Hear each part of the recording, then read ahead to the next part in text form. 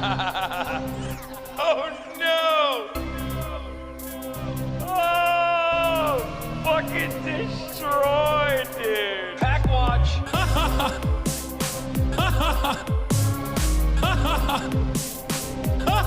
Yes! Pack watch! Yeah! No! What? No! Roll.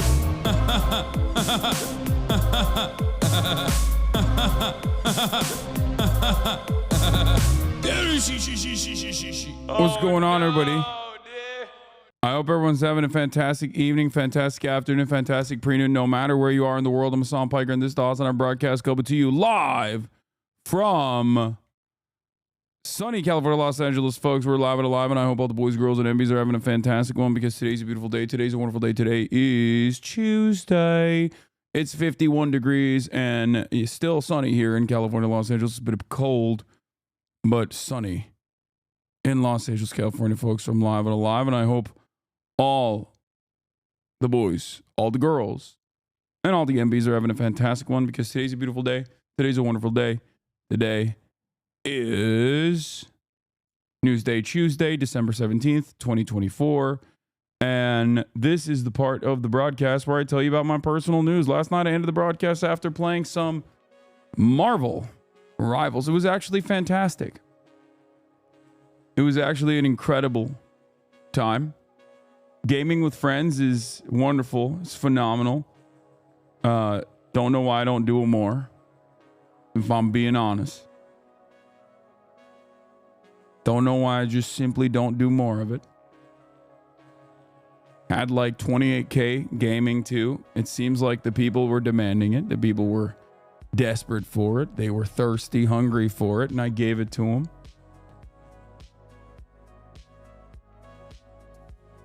And I will continue giving it to them. No joke, whoever missed that gaming stream really missed out. You play really well and getting better with each game. Let's go. Yeah, did you like Rivals? I did. I did like it. And actually I got like fairly decent.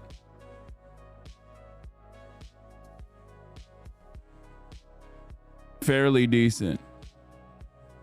28K because you used knock knock, big homie. No, if you were actually aware and not oblivious, you would know that no, I had 28K alone and the total was at 36K.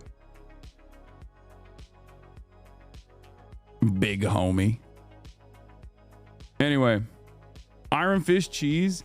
I am sorry that Iron Fist is an incredibly difficult, incredibly technical character to play, and yet I was still able to do a very good job with this tremendously difficult character. Why people gotta be nasty? You have fun. It was good. Yeah, it was.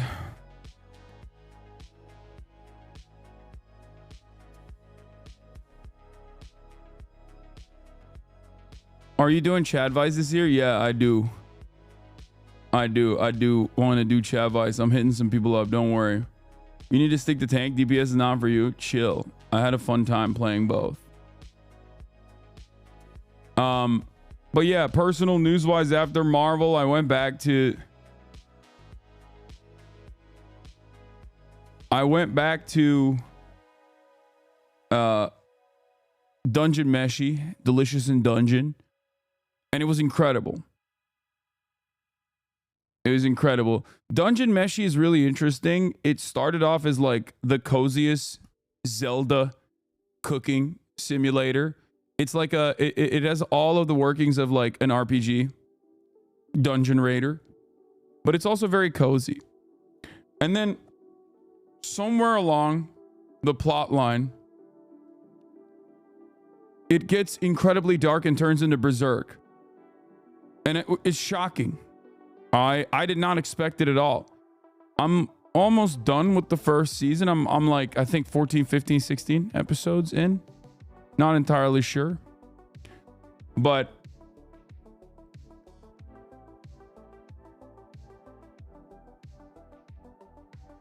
Last Fear End is popping off. I know. It's popping off for good reason because it is, I think, our best episode. It's one of our funniest episodes, I will say. It's one of our funniest episodes. It is wall-to-wall hilarious. Like the autism stuff, the autism reveal is funny. Also the gift. I got you. Wait, what is this? Pikachu Hassan and Autistic Eevee Piker? winter hat. Pikachu Eevee best friendship winter hat. Look at that. Wow. Oh my God, that's cute. Oh, it's so cute. Oh, look at him. he's fitted. And then those are little gloves and socks. Those will Pikachu not and fit Eevee his gloves big-ass and hands. Pikachu and Oh my Eevee God. socks, plaid. What the hell? What does this have to do with me being autistic? Everyone sounds like they're gentle parenting a toddler as he opens gifts with a toddler as a 6'3" grown man.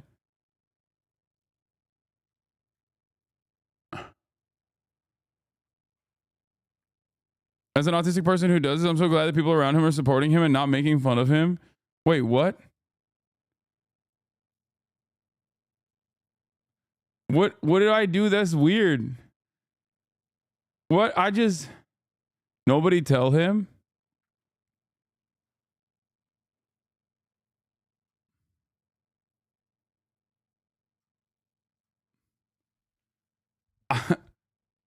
This is strange.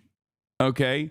I didn't realize personally that why is everybody laughing at me? What the fuck is going on? I don't understand why that TikTok got 38,000 likes. I don't understand why everyone is in on something that I am oblivious to, and it's pissing me off a little bit. This is kind of sad. Okay. Anyway, there's an edit of you and Austin arguing about planes, and it has and Will just looks at the camera. I saw. Anyway, that was funny. No, I would say it's the worst method of travel because like trains are way more cozy. Like My they're just cozier. Like when you get on a train, it's like you feel No, you don't. like a Are security you kidding blanket. me? It's turbulence 100% of the time. What? On air travel is much smoother. Are you insane? You cannot be serious right now. The turbulence on a train is nothing. It's just it's comforting. It's repetitive sounds and noises that give you comfort. On a plane, turbulence means you're going down. No, you're not. Turbulence is incredibly.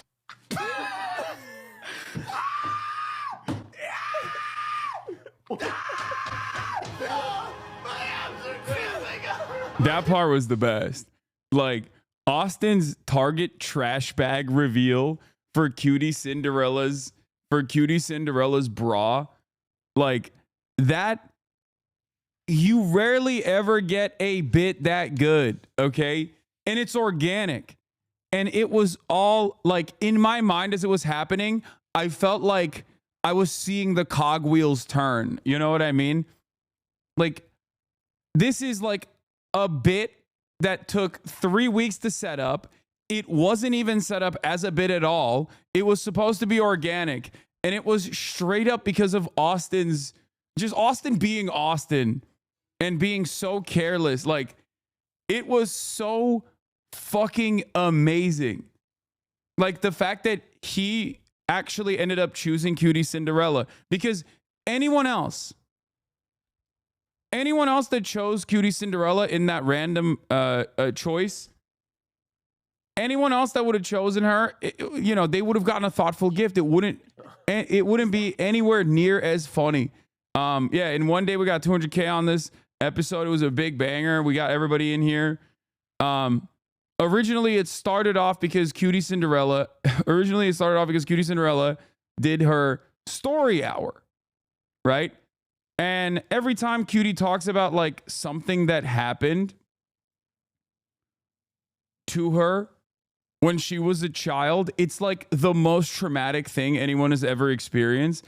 It's kind of funny in like a very dark way where normal people will be like, yeah, like I don't know, I accidentally like farted when I was a kid in like 3rd grade and it was like a shart, and then I had to dispose of my underwear in the bathroom, and it was like traumatic or whatever.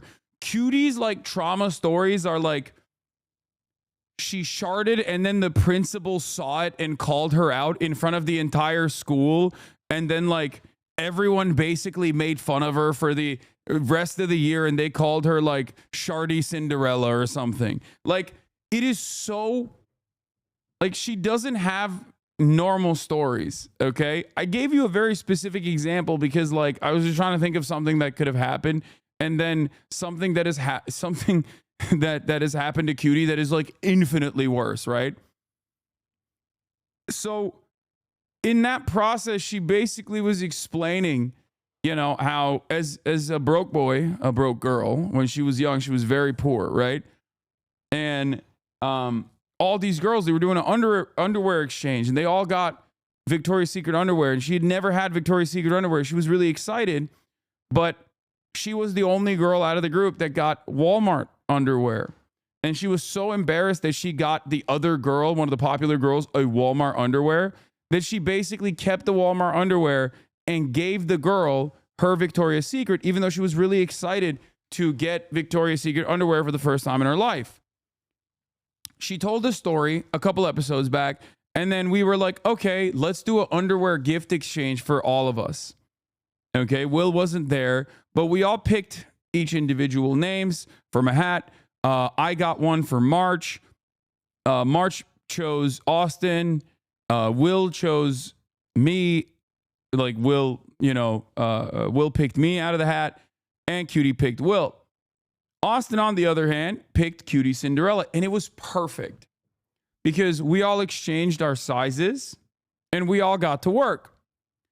I had underwear that I knew was going to be perfect for March. That was like a special edition, you know. It would be funny content for the podcast. It would be something he could wear. It's just like a funny haha underwear for March. Will got something thoughtful for me. He got all these like Pokemon Eevee best friendship this whole outfit together, and also pajamas as well. Cutie got something for Will that was also very thoughtful. Basically got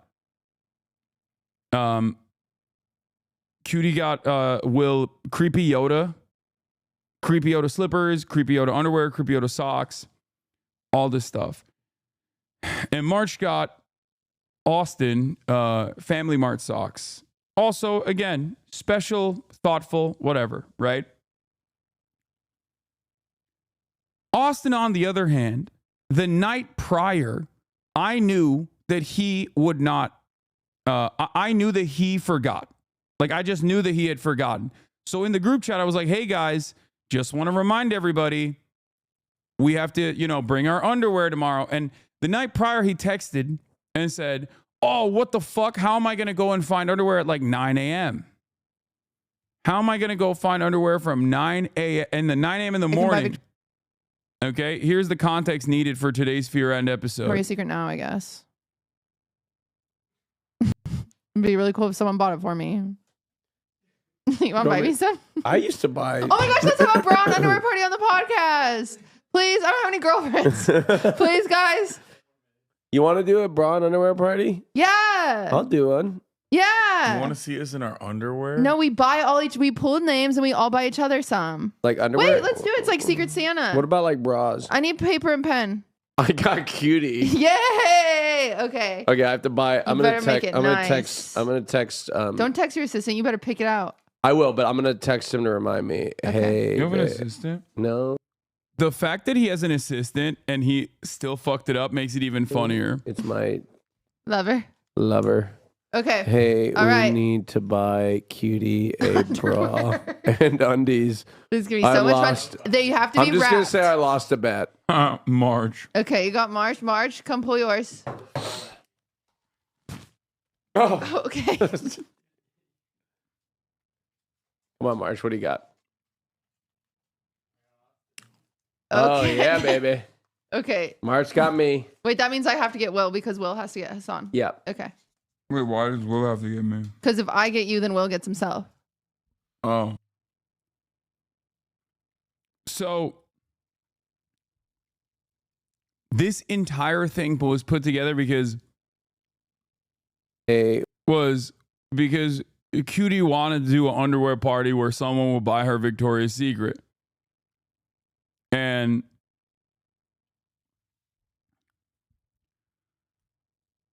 that's what makes this so much better. Because the final culmination of this is like everybody giving each other thoughtful gifts.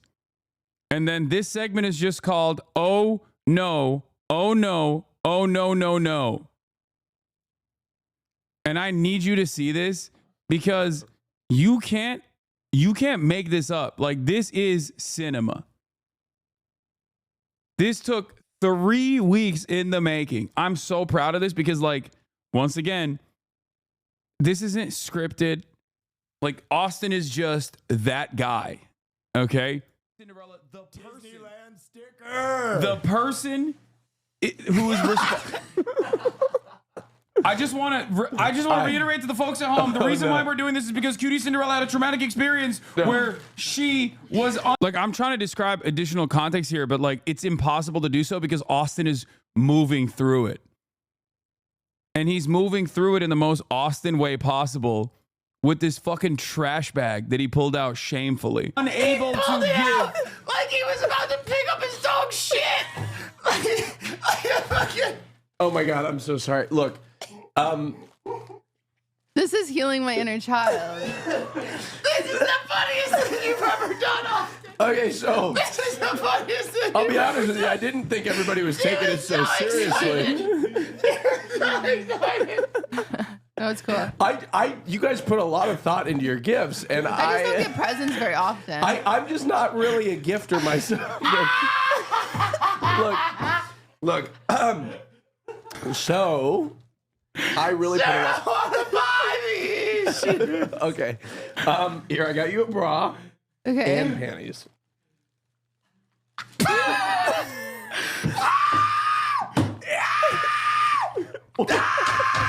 No, my abs are cramping.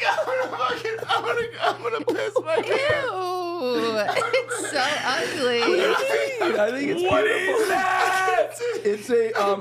beautiful. It's a wire-free bra, all-day comfort, and smooth underclothes, and it's got adjustable straps. I can't. I'm gonna piss. Hold on. It's so ugly. It's beautiful. So ugly. Hold on, it's so pretty. Look at this. Look. It's so pretty. Also, He got her granny panties. Oh my god, my abs are cramping. No. Okay, I got you those. Wrong size. Oh, it's the wrong. That We too. did. Everyone got everyone's sizes. Wait, you did? You shared me? Yes. Oh my God. Remember Okay. when I was reiterating, like, Marsh wanted a large? Doesn't even fit. Oh, okay. It's a right. 36C. Okay, we can make it work. It's adjustable. It's not. The cup size isn't adjustable. Everyone knows I'm not a C. What's a C? Are those big? Yes. I think you have big boobs. I think you have. No one has said that ever. Complimenting it. It's like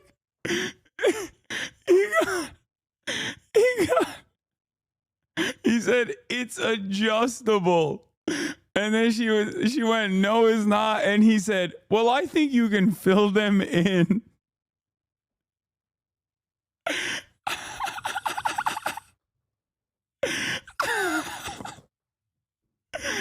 He's so, it's just so perfect, man. It's so perfect. It's just keynote. Anyway, I just wanted to show this because I'm so proud of this.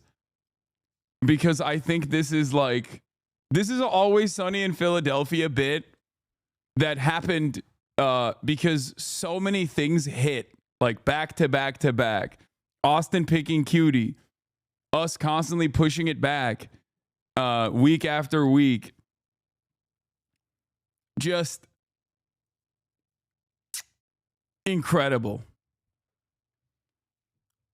The very fact that all of this is happening in the backdrop of Cutie Cinderella's desperate attempts at like relitigating and reliving her traumatic moments.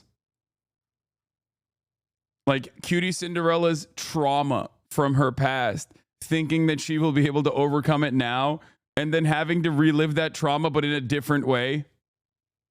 It's perfect. It's also additionally hilarious because Austin has done this already. For those of you who haven't been watching the Fearan podcast, this is a part of the Fearan lore. We all went to Japan and we all got very thoughtful gifts for Cutie Cinderella. We got very thoughtful gifts for Cutie Cinderella because she can't fly, right? And Austin, on the other hand, like I give her like this otter, this toy, this this and that. Will gives her something very thoughtful as well. And then Austin just kind of dives into his pocket and finds a sticker from Disneyland Tokyo. And he's like, I guess this is my gift for you. It was incredible. Like all of that buildup is just so perfect. Yeah, the sticker incident, which Austin carried around with him everywhere. And he bought himself a nice Disney Tokyo backpack. Oh yeah, of course. He got himself nice shit from Disney Tokyo, but not Cutie. Oh, I saw this. Dr. Disrespect came after our girl. Who's the stupid little host? Dr. Disrespect slammed Cutie Cinderella, calling her uncreative after she rose him at the Streamer Awards. Who's this stupid little host? Cinna says, even his insult sounds like you're talking to Kid Lamau. Talking to Kids Lamau. Fucking got him.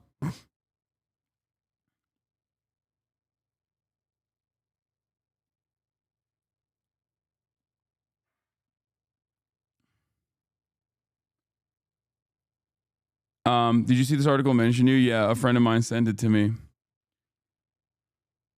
I heard. Anyway.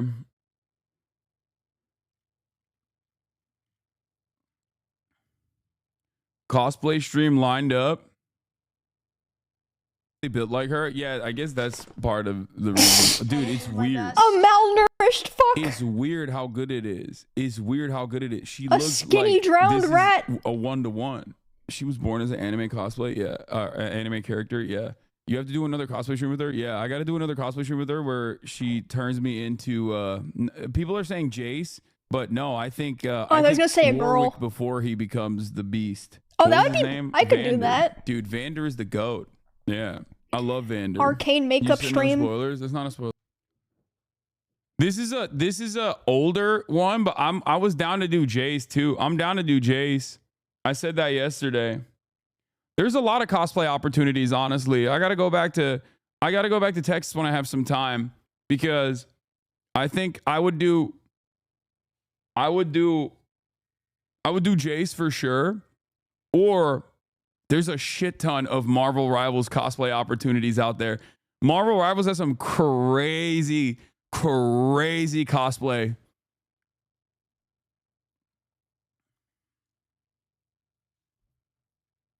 Hassan really got ops sending him brain rot articles. Fox News immediately posted an article about it. Wait, Fox News posted an article about what?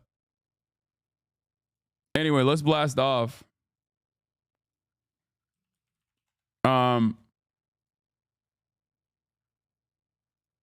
Fox instantly started crying about that Semaphore article. Wait, really? That's awesome. I mean, they can suck my dick. They got no motion. They're like, oh, why, guys? He's a bad guy. It's like, dude, you're Fox News. Anyway,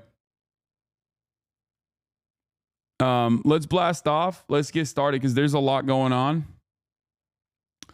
in the world, and we got a lot to talk about. So let's do it. Are you gonna talk about AOC losing? I did yesterday.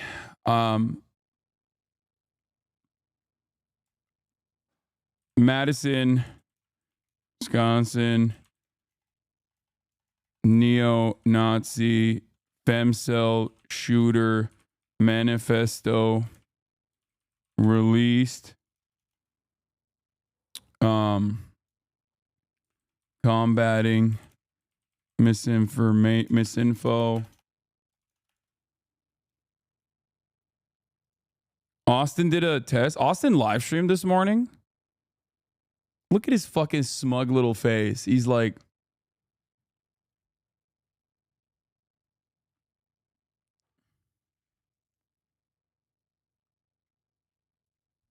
that's crazy. How the fuck did he get an 18?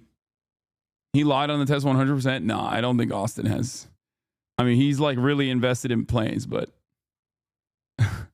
like I get why people say that for me, but come on. I Will and him just entirely cheated.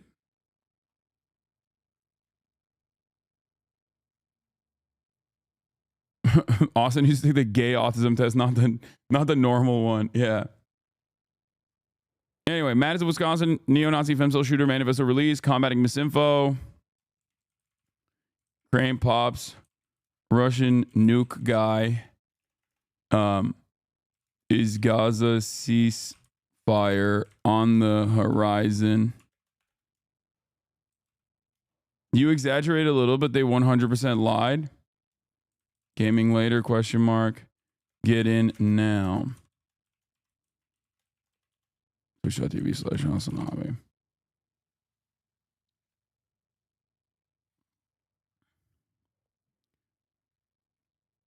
Why are people saying copium gaming? What?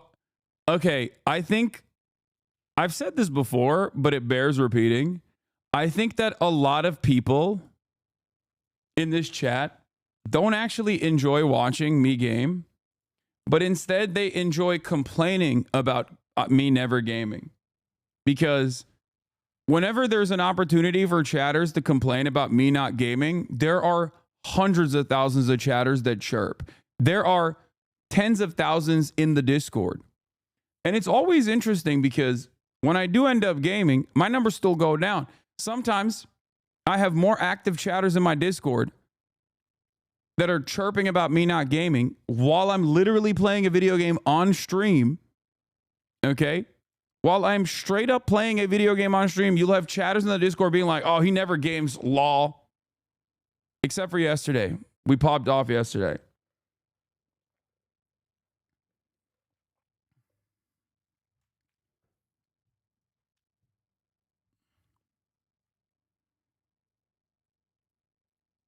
Yeah, we had 36K total, and I had like 28K throughout the duration of Marvel Rivals. It was pretty good. You need Ray to make lobbies for you? No way your ass gathers 6 people. No, you're absolutely right. My ass is not ever doing that.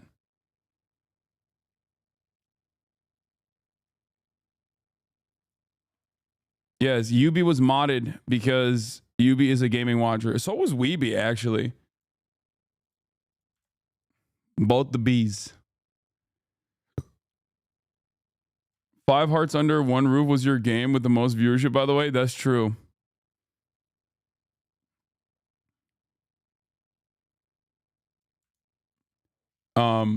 Speaking of gaming, before I get into some serious topics, apparently Fox News is crying because Semaphore interviewed the digital strategist for the DNC.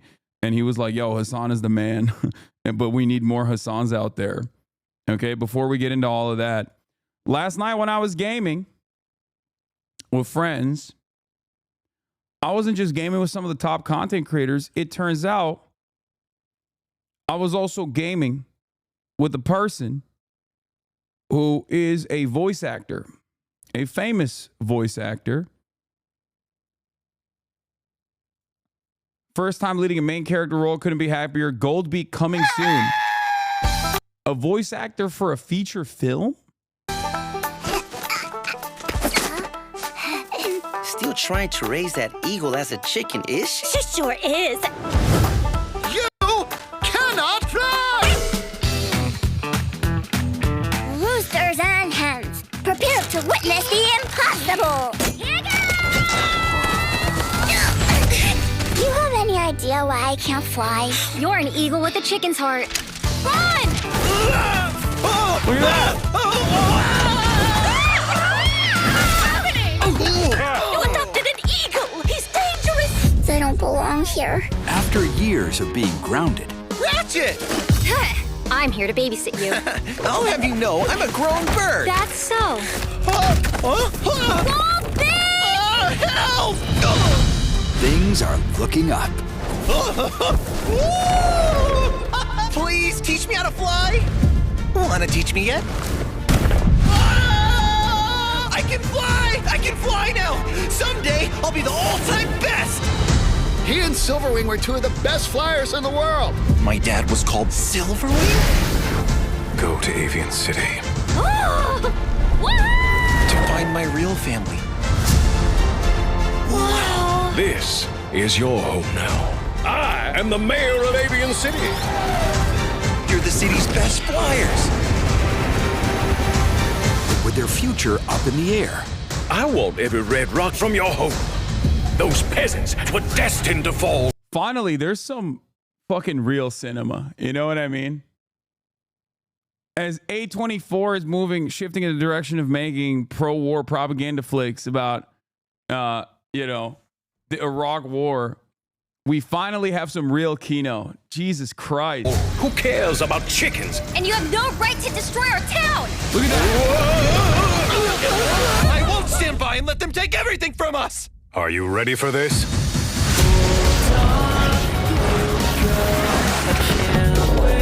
He's not going down.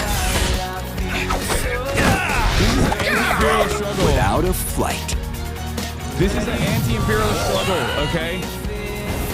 Featuring the voices of David Henry, Rachel Valkyrie Hofstetter. That's No matter crazy. what happens, I'll fight these invaders until they're gone!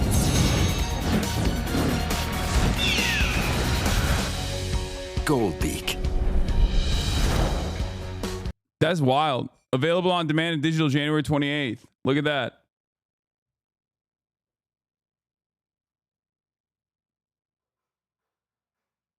Hassan never got to see it, so here it is for y'all, my favorite Haas peeps.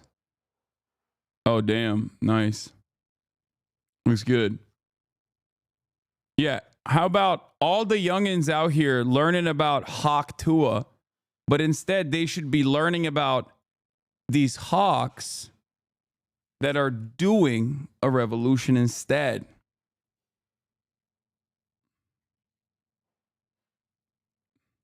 That's right.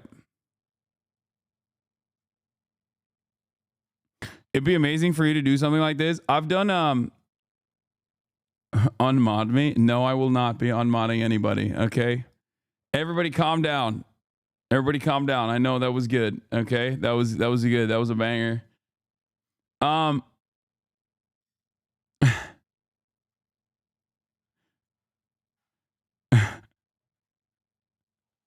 You should be a voice actor. I've actually done auditions and stuff for voice acting, but it just like didn't go anywhere.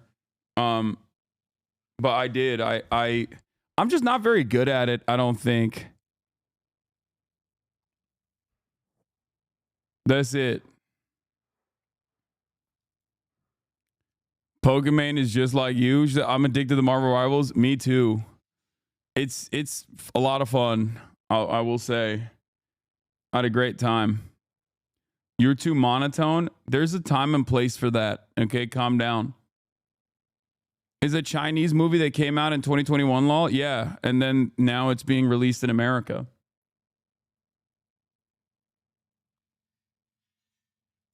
Did you do your accents in the audition? No, I didn't.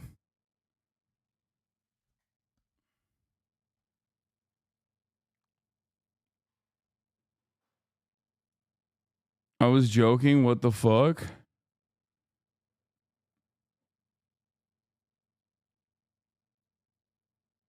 You have the most old man aim I've ever seen from a 33-year-old. Yeah, I mean, I'm rusty. I haven't done it in a while. That's probably what it is. It's that plays a big role in it for sure.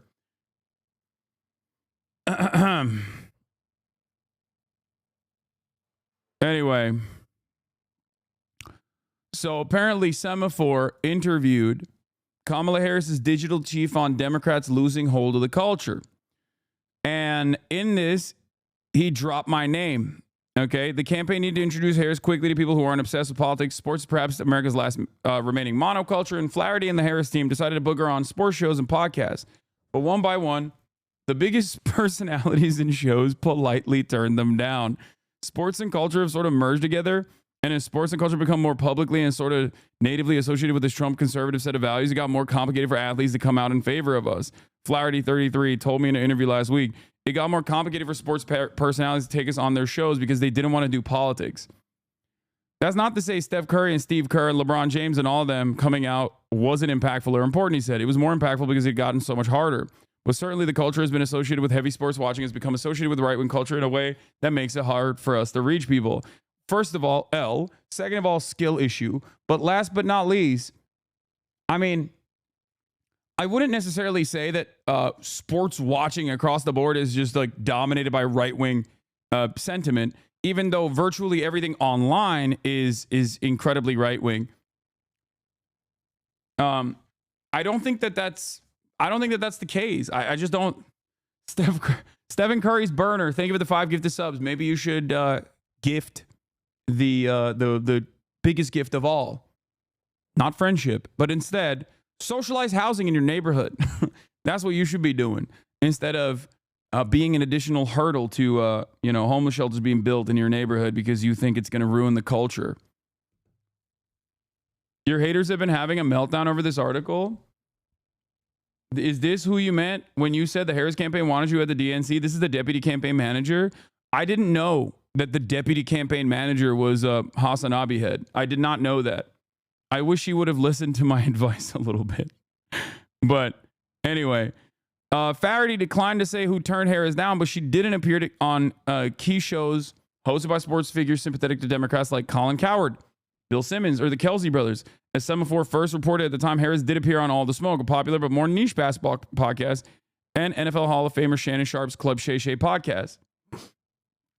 The campaign's failure completely cracked the sports sphere was, to Flaherty, ominous, and a part of a larger trend in which some influencers who had felt comfortable engaging with the Biden White House demurred when asked to help Harris make her case to her followers. When it's not cool to talk about politics, he said, you're kind of afraid of the audience. You don't even have to talk about politics. The problem is Kamala Harris.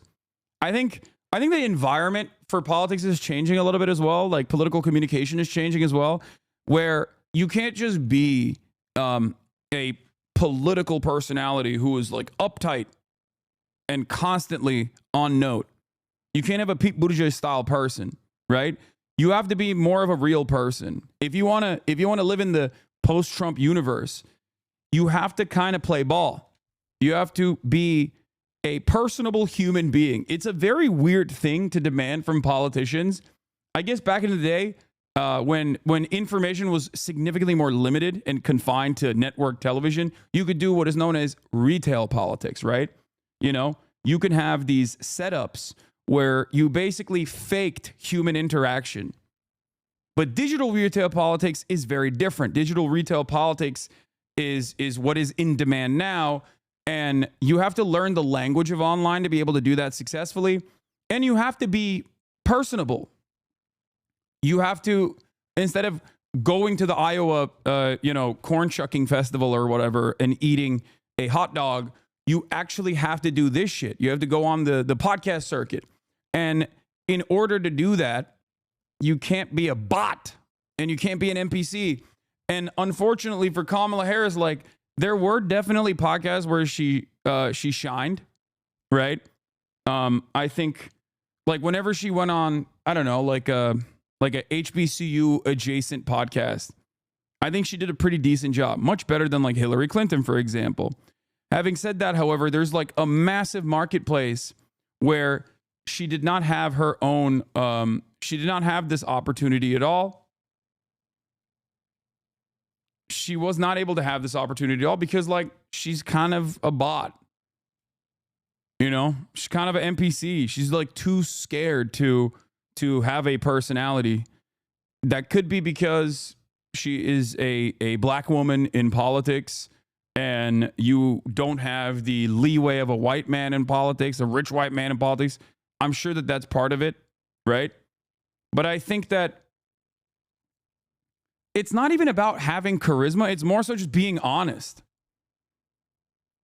Like, it's not like Bernie Sanders is a tremendously charismatic individual, okay? He's not. He's a fucking old-ass nerd. But Bernie Sanders is earnest, okay? And that's the reason why when he does those like Theo Von appearances and whatnot, they blow up and people like it. Tim Walz would have done a pretty good job in the podcast circuit, something that I brought forth time and time again. But like the age of technocratic neoliberalism is over. It just doesn't sell. I don't even know if it ever really sold, but since it was the only game in town, a lot of people were like, all right, whatever, I'll vote for this. Right? I mean, here, look at the way that Timothy Chalamet is talking about Bernie Sanders. Yeah, we had Bernie Sanders on, and he was saying that he said Pete Seeger was one of his favorite musicians. Scoot McNairy could play Bernie Sanders in a biopic. Oh, he could. Right? Yeah. Totally could. Bernie hasn't aged. Nah, Bernie still looks the same. He's the best. Dude. He's looked the same in the last... Yeah. He's like a real folk hero. It's a great point. Yeah, Bernie is... He is a folk hero. Yeah, he's folk. Yeah, no wonder he loves Pete Seeger. Of course he does. So, but that's it. Like, look. Music. Yeah. That's it. This is the way that like normal people respond to Bernie Sanders. He isn't like the most charismatic person on the planet. Far from it. Far from it. But he's honest. He's earnest. He cares about these things that like, you know, will genuinely improve people's lives, and he advocates for them viciously, right? And I think that is what matters. I think that is important. And I don't think a Kamala Harris type person is going to be able to do that. I think Tim Walz could do that. Tim Walz has a little bit of that dog in him. But for that to happen, the Democratic Party also has to change its messaging. The Democratic Party has to change its establishment Democrat, third way neoliberalism as a policy, win or lose attitude. You know? In July 2023, a year before Harris became the nominee as the Republican primary campaign was underway, I spoke with Flaherty, who was then running a digital strategy for the White House. There, he had helped shape the White House alternative media strategy, working to help support their own network of diehard supporters and dishing out exclusives to alternative media, liberal media. Some of Biden's first interviews after he nominated then Judge Ketanji Brown Jackson to the Supreme Court last month went to the popular Substack writer and professor Heather Cox Richardson and the left-leaning news YouTuber Brian Tyler Cohen. Flaherty was also paying close attention to how the race was being run on the Republican side. Donald Trump was leaning into new podcasts, and his opponents were tapping a large network of right-leaning and conservative personalities to amplify their messages. The reality of the matter is, he didn't just tap in to right-wing ecosystem. He didn't just tap into the right-wing ecosystem. He went in to as many outlets as possible that would have him. That's the thing that people don't comprehend. Like, I wouldn't say Theo Von is right-wing. I don't think he is. Joe Rogan is, but he's unique. And Joe Rogan wasn't right-wing for the longest part.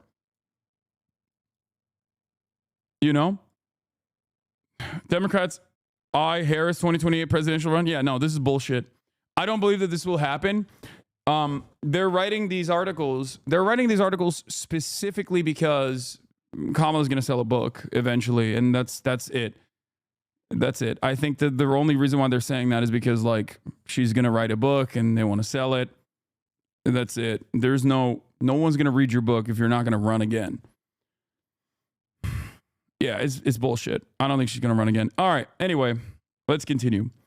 Then he acknowledged that the Republican Party had done a better job building up its alternative digital media ecosystem with podcasters, YouTube streamers, and friendly pundits. But he argued that the then Biden campaign would overcome those obstacles by better navigating the personalized internet, which by which sophisticated algorithms feed America's highly specific information tailored to their taste and online behavior.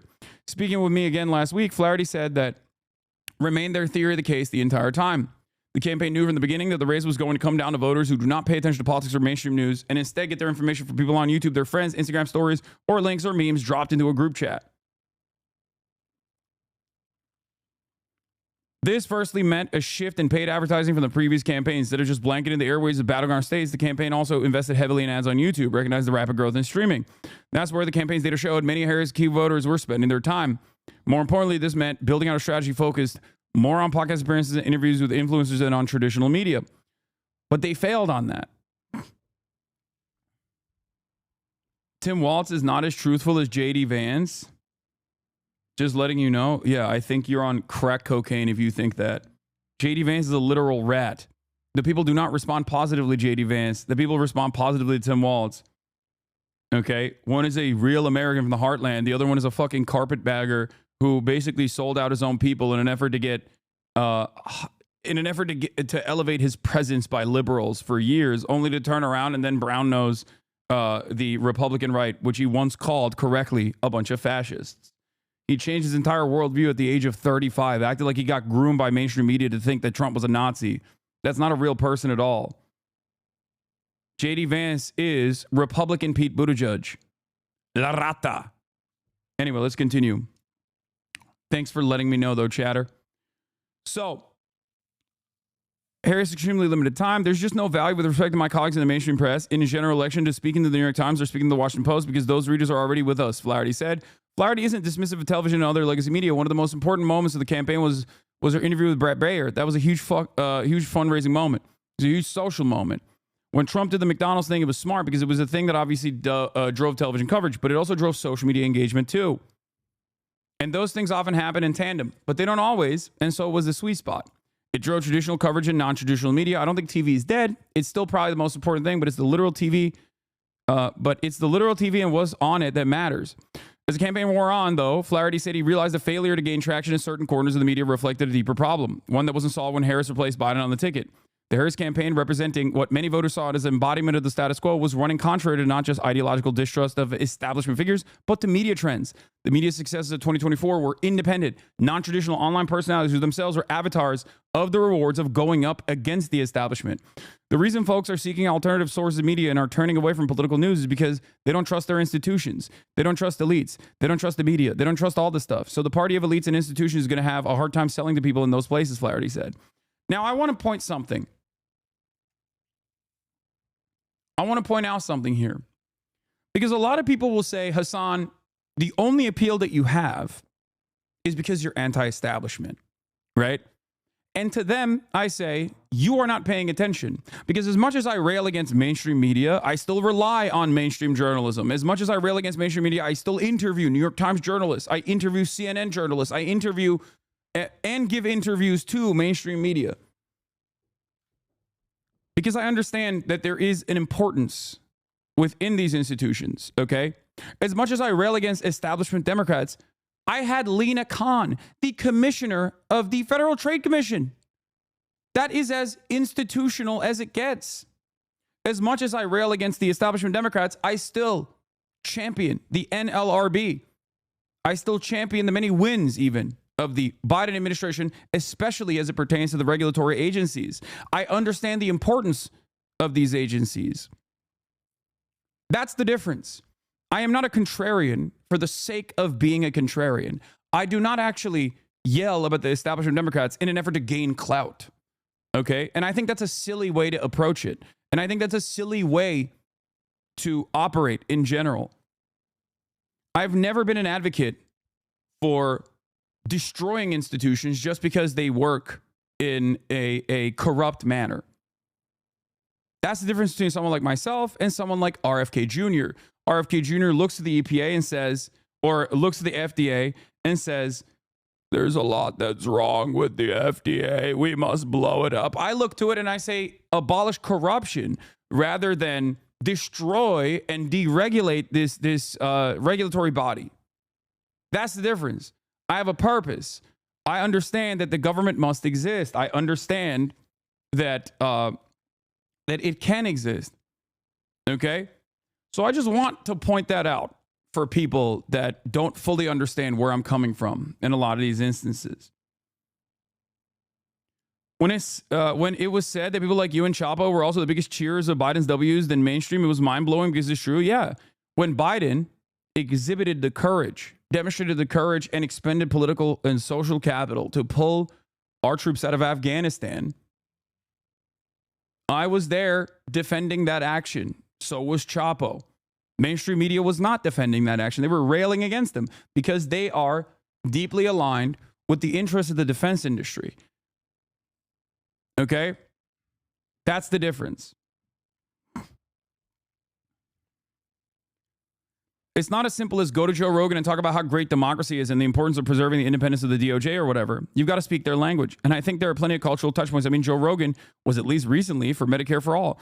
Theo Vaughn is really against money in politics in the way that pharma has flooded our communities with opioids. Those are all things that the Democrats have something to say on. But as long as we seem like the party of the system, the people who are anti-system and looking for anti-systemic media, we're going to have a hard time connecting with them. Now, nowhere was this more clear than within the manosphere of podcasts and content creators like Rogan and Vaughn. To them, Trump had become less toxic and more based, and he rewarded his supporters with access. Flaherty said the Trump campaign successfully used new media to reshape culture, while Democrats found that the mass media institutions that had long largely supported them were weaker than these new cultural drivers. It's more than just young men. It's a broader ecosystem, he said. Democrats have historically had these really close relationships with institutional media, institutional culture, Hollywood, and the traditional press. There's this entire cultural ecosystem that Trump campaign did a really good job cultivating over a long period of time. We should get Jennifer Abruzzo, general counsel to NLRB, next. She's responsible for reenacting the Joy Silk Doctrine and numerous other labor W's. You're right. I'm down to do that as well. Flaherty also acknowledged that Elon Musk's purchase of X, Twitter, played a major role in the campaign, further tilting the scale of online culture and information towards Trump. Its importance was twofold. One, it was where you reach elites and high information people. But two, it was also the kind of place where politics could sort of careen into culture. And so it was really important. It was a really important central node, even if it wasn't the farthest reaching platform, he said. Having that node be fundamentally controlled by effectively an arm of the Trump campaign was not good, really a problem. And so Elon obviously sort of achieved his ends there. It was obvious that center left and left content was being throttled compared to right content. But while the campaign came to believe it was fighting an uphill battle against culture, moving in the opposite direction, it also made some strategic errors of its own based on faulty assumptions. Flaherty said that one place he understated the Trump campaign was a central part of the former president's digital strategy. The Harris campaign thought that Trump's team decision to continue talking to the manosphere meant he would simply be reaching the same audiences over and over again. But the incredible frequency of those appearances helped build the former president's credibility with that audience, which seeped out. He also said Harris's campaign never quite figured out one of its earlier strategies, which was to get its messaging organically into family group chats and private media, partially because they couldn't nail what kind of content would spread that way. I think that's one that ended up being a lot harder to execute on. Over the last several weeks, many professional Democrats I've spoken with feel that they've successfully identified our problem. But the next step for Democrats' media strategy are uncertain. When I met Flaherty this week in New York, he was contemplating his own professional future and what his role would be. To Flaherty, part of this starts with putting real effort into building the left and center left's own independent media ecosystem, divorced from the nonpartisan media that has historically satiated Democrats' appetite. Flaherty said one silver lining of the election was that many hardcore Democratic partisans have begun to waver from their satisfaction with legacy media.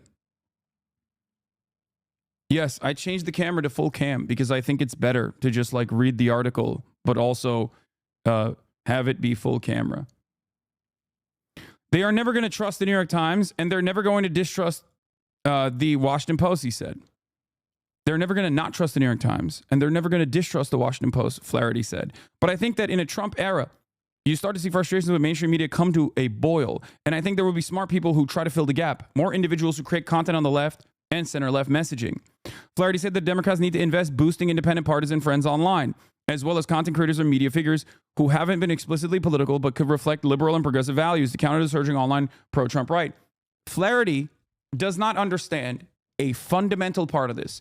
And although he brings me up in literally the next moment after this, this is Kamala Harris's digital chief, okay? A fairly high level person in Kamala Harris's campaign.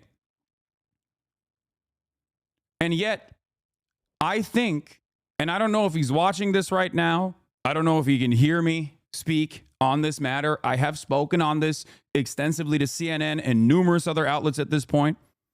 But I think this fundamentally misses a very important point, okay? Trump did not boost and offer money to these center-right podcasts. Trump was able to go there, meet them where they're at, and communicate with them in a way that was somewhat apolitical, okay? part of that is because there are a lot of, I guess, social issues that they aligned on to a certain degree. But more importantly, it's because Trump is a famous TV personality and he's carried that attitude throughout the first 4 years. And certainly to this day, he still carries that attitude. That's it. This is not something that Kamala Harris can recreate. There is also a lot more leeway, creative liberties that you can take on when you are a right-winger. Like, you can just kind of get away with saying whatever the fuck you want. You can get away with saying it being, you can get away with being a dumbass.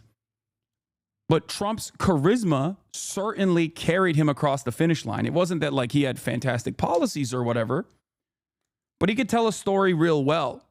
And that goes a long way. He was able to, in spite of being a billionaire born with a silver spoon, a real estate tycoon with numerous failed businesses under his belt, he was able to present himself as a real guy, as opposed to all of these other fake, phony guys, the Democrats.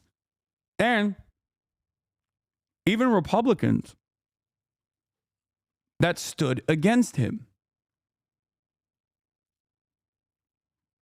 So you have to have, for me, I've been covering politics for quite a while at this point. I have 3 general elections under my belt at this point, at this moment. Okay? And what I have seen in that experience as a professional political commentator, you need one of two things, and if you can have both, it's fantastic. You either have to have good policy that truly addresses the issues that people are experiencing, or you have to have good charisma to be able to come across as authentic and earnest. Okay? If you have both, that's a killer combination. No one in my lifetime, I think, has had both. Trump doesn't have good policies, but he has an incredible way of reading the room and recognizing the resentment and anger that people feel, and then channeling that resentment and anger to vectors of hatred that are inoffensive to the pre-existing hierarchies. Trump is also very charismatic. He's very telegenic. Kamala Harris, unfortunately, was not charismatic enough, and her policies were awful. Bernie Sanders, on the other hand, not exactly charismatic, but is an earnest communicator and has the policies. Do you understand? The keys is on the keys. I am not making keys, okay? I'm not doing some Alan Lichtman style shit. And I'm not even saying this is a perfect scientific formula to win elections. I'm not saying that at all. That would be idiotic.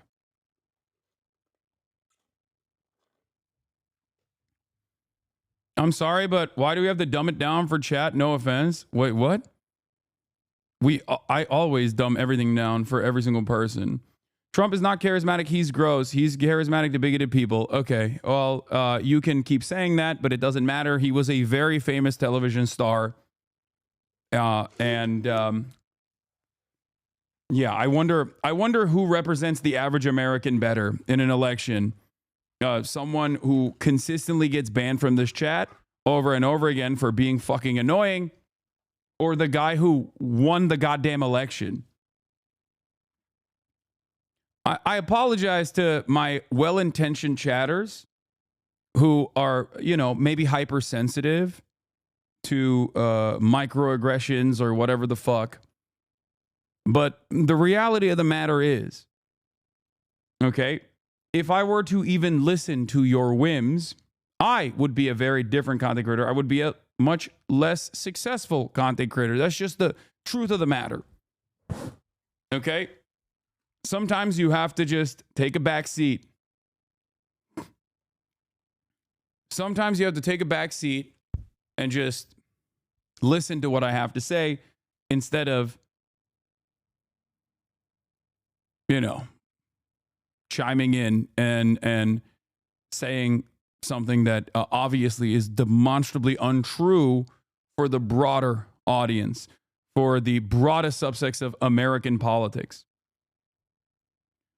Did Clinton or Biden have more charisma than Bernie? No, not Hillary Clinton, if that's who you're asking. But I think that Bill Clinton had charisma, for sure. I think Obama had charisma. He maxed out on a charisma, and he had some pretty decent policies as well. But it was mostly the charisma that actually packaged whatever he was selling. That's what carried him. Okay? That's what carried him. Anyway, so here's what Flaherty says.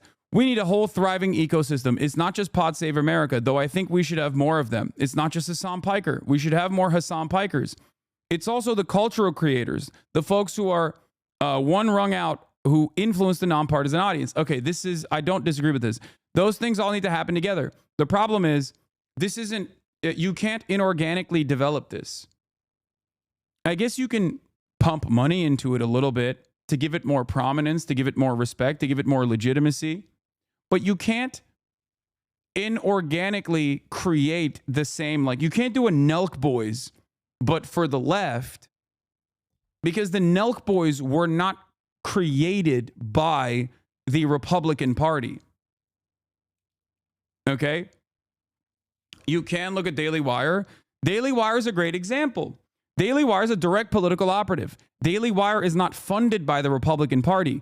Daily Wire is funded by those who fund the Republican Party. Do you understand?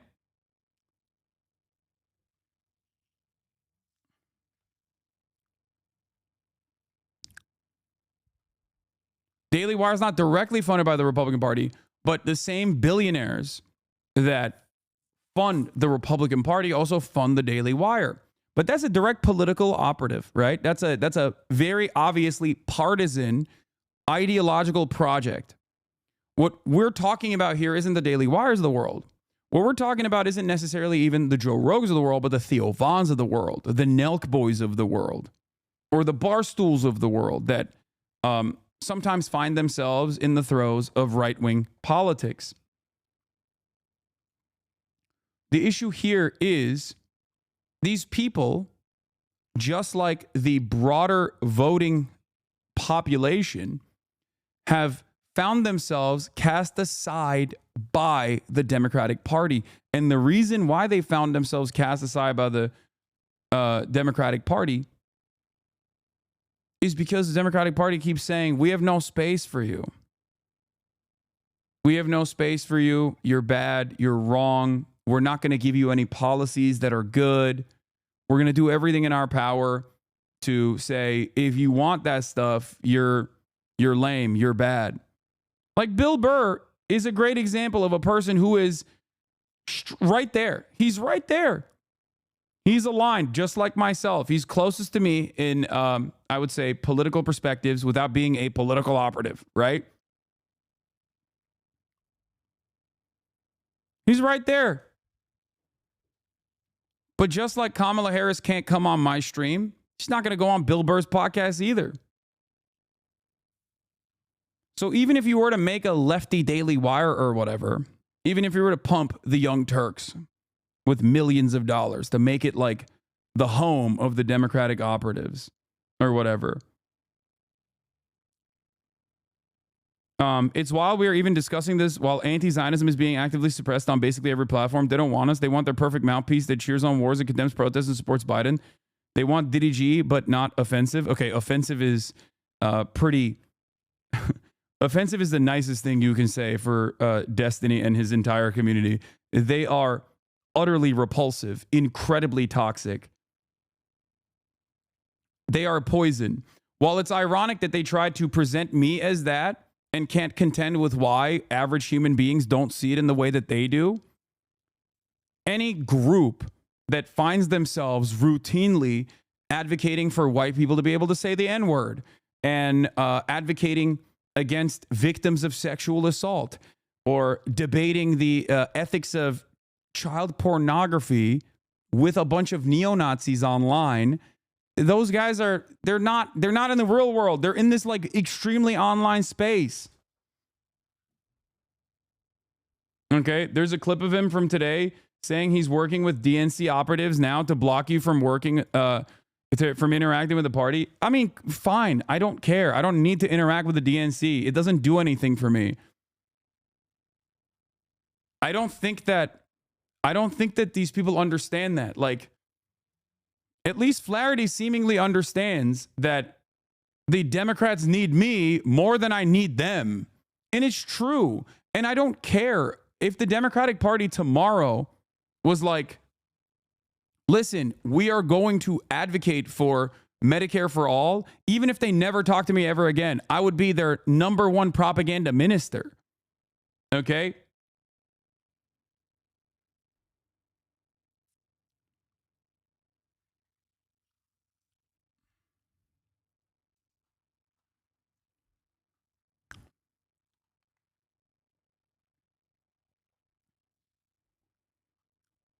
Making a leftist Joe Rogan doesn't change the fact that 86-year-old Nancy Pelosi, while recovering from a free hip replacement, campaigned for a 70-year-old with throat cancer for oversight committee rather than a 35-year-old. The geriatric ghouls in Congress refuse to step down. Exactly. I'm gonna use this as a wonderful segue to talk about the AOC oversight committee vote that took place already.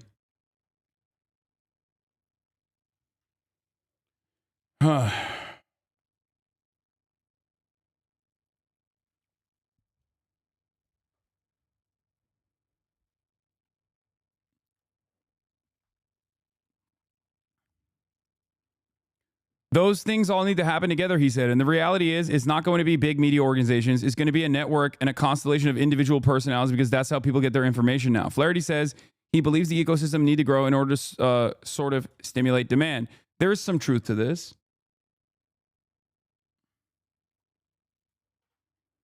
As people run away from cable, the center-left starts to distrust mainstream media. And as the mainstream media outlets become more reliant on their mostly center-left subscribers, all of this is going to kind of happen in tandem.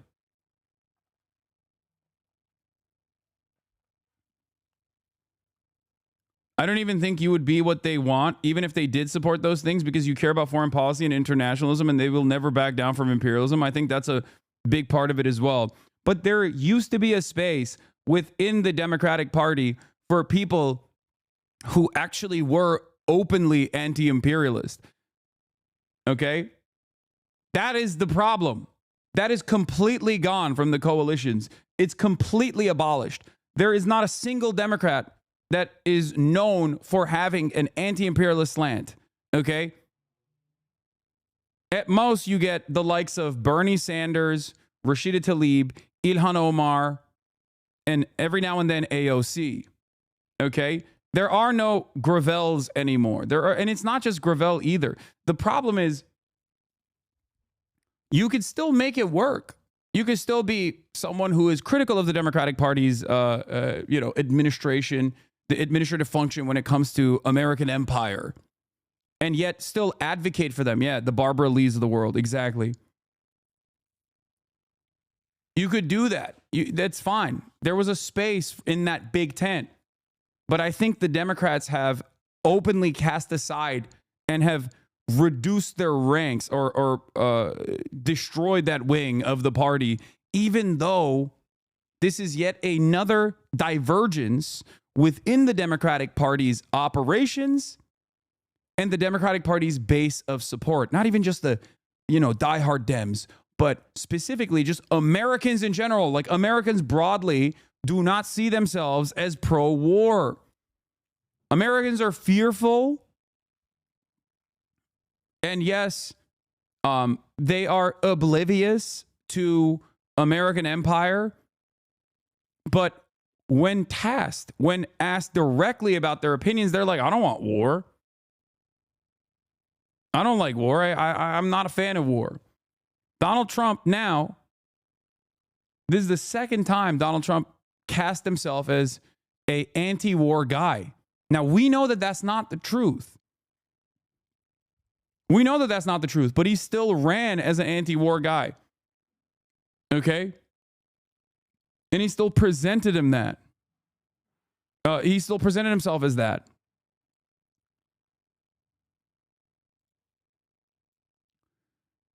In the weeks since Trump's reelection, savvy and clueless media observers alike have chalked up Harris's problems in the media to small decisions like her failure to appear on Rogan's podcast. A moment that Flaherty acknowledged was a missed opportunity. This misunderstands a simple aspect of the media strategy that gleaned from speaking with both the Trump campaign and the Harris campaign about their approaches to new media. Ultimately, their media strategies weren't particularly different. Both campaigns leaned hard into alternative new media. I don't think they did. I don't think Flaherty leaned as hard into alternative media as Trump did. Like, the maximum alternative media they went on was call her daddy. And ultimately, it doesn't matter. You can appear on every fucking platform, but if you are not uniquely telegenic in the way that Trump is, okay? If you are not uniquely telegenic in the way that Trump is, then you have to make up for it with good policies that address the genuine issues that Americans are experiencing. And if you can't do that, if you can't actually do that, then you have to make up for it with something, anything.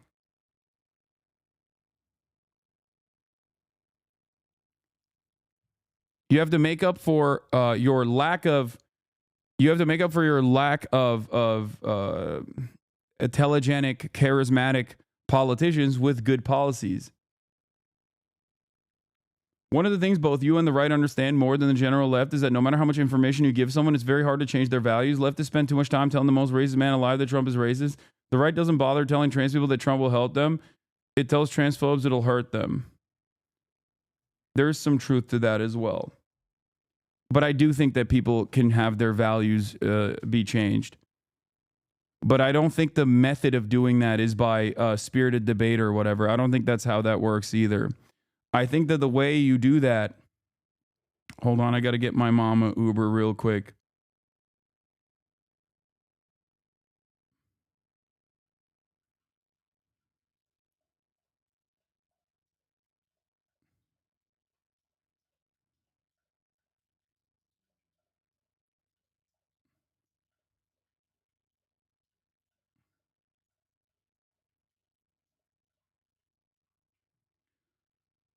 My mom is getting discharged from the hospital.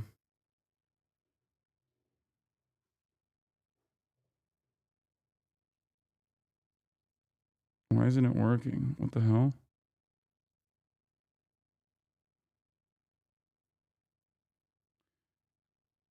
Okay. I hope everything's okay. Yeah, it is. Yeah. Why was she there? My mom got a knee replacement. Yep.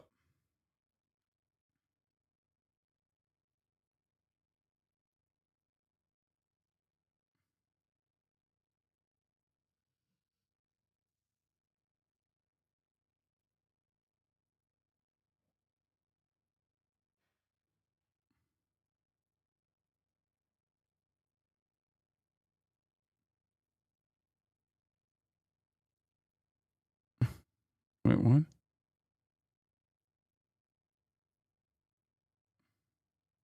Why isn't it working? You're requesting a wheelchair. Yeah. I want a wheelchair accessible vehicle. Why won't it let me? Why does it? It's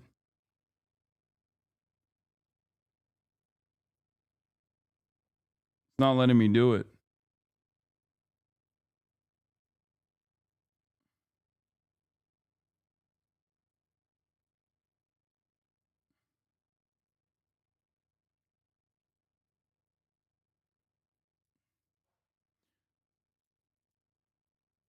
Couldn't she have gone to Europe like other politicians do? Yeah.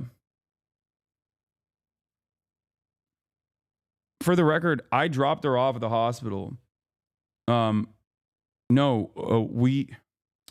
man, everybody shut the fuck up. Oh my God. The parasocial nature of this content creation is so insane.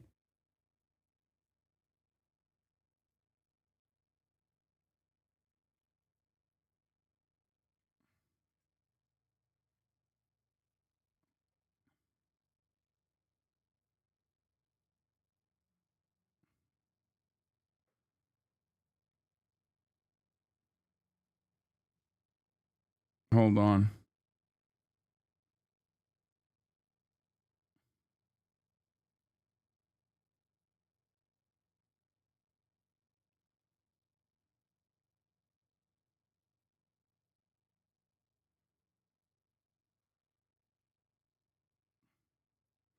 Hold on. Still.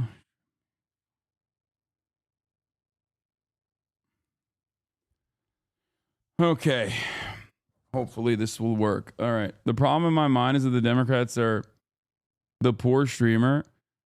I know. I shouldn't have just like, it's my fault. I should have not, I shouldn't have brought it up because I know that chat goes crazy over this shit.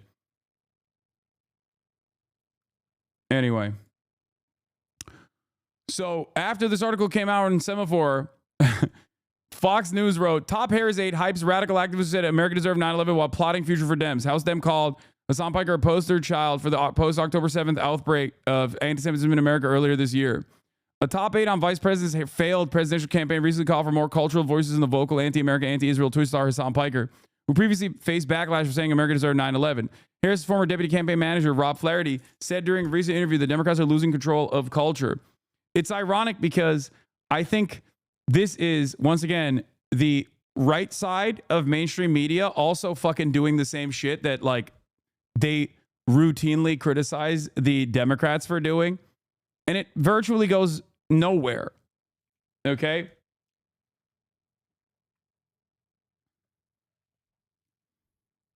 The pearl clutching over this when Trump literally went on some of the worst people shows. Yeah, exactly. Terrorism tag at the top. Yeah. We need a whole thriving ecosystem, Flaherty told Semaphore. It's not just the Pod Save America, though I think we should have more of them. It's not just Hassan Piker. We should have more Hassan Pikers. It's also cultural creators, the folks who are one rung out, who influence the nonpartisan audience. Those things all need to happen together. The reality is not going to be a big media organization. It's going to be a network and a constellation of individual personalities because that's how they get their information now. Flaherty, who previously served as director of digital strategy for the Biden White House, is likely to face backlash. I love the way that mainstream media operates, where they are like, he's likely to face backlash as they are signaling to create backlash. Oh, he's likely to face backlash for this. We're going to try and create backlash. It's not going to happen. Yeah, dude. Someone who is not even remotely connected to the Democratic Party. What is this?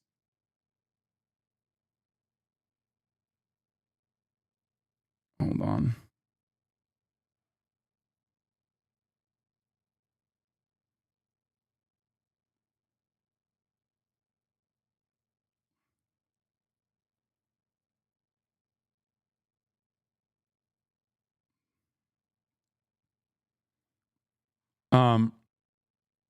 Sorry for letting you know. Luigi is being indicted. Yeah. Who previously raised more than $1 million for Palestinian aid, which is used as a platform of millions of followers to downplay and justify terrorist attacks such as October 7 and 9/11 as acts of resistance in recent years. Brave fucking soldier who wounded operative, Representative Dan Crenshaw, was deployed to Afghanistan. In another stream, Piker broadcasts propaganda from the Houthis. They do musicals about their actions all the time, so the terrorist propaganda. They still run this. If it doesn't matter if fucking rapes happen on October 7th, Piker said in a May 22nd stream, it doesn't change the dynamic of Palestinian and Israelis for me. Yeah, that was me defending that. Once again, that was me quite literally.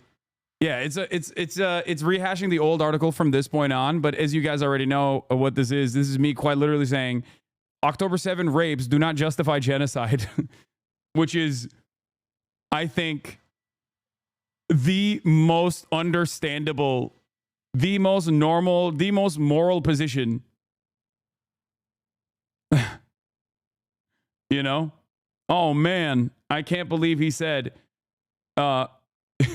whether rapes or not occurred on October 7 does not change the dynamic for me one bit. It does not make genocide appropriate.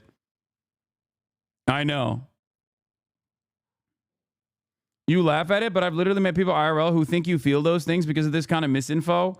Yeah, okay, well, you can correct them and be like, do you think it's appropriate for Israel to do genocide because of October 7? And if their answer is yes, then, you know, they just have that perspective. There's not much I can do about that. While Senator Ed Markey, Representative AOC, and others have been on Piker's platform, Richie Torres of New York wrote a letter. Like, think about this. On the one hand, you have Ed Markey, AOC, and others who have been on my platform. On the other hand, it's Richie Torres who wrote a letter crying about me. Who do you think has more motion in the future of the Democratic Party? Who do you think has more prominence?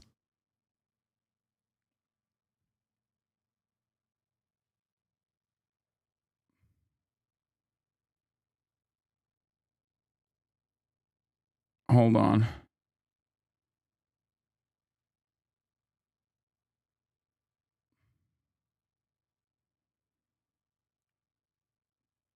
Based on the Pelosi vote, Torres? No, dude. I'm not talking about within. First of all, Richie Torres doesn't have motion within institutional Democrats as well.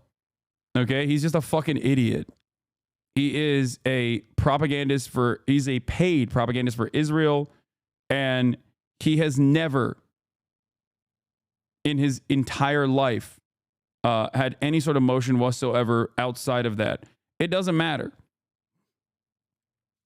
Outside the context of October 7th, Mr. Piker has been joked and mused about men. What the fuck is this? Men date raping women on a college campus and has posed an image of a handgun on top of a U.S. senator in what appears to be an open invitation to gun violence against a sitting elected official. Torres said, inviting one's followers to shoot an elected official, whether it be done in earnest or in jest, is the kind of threat that warrants a serious.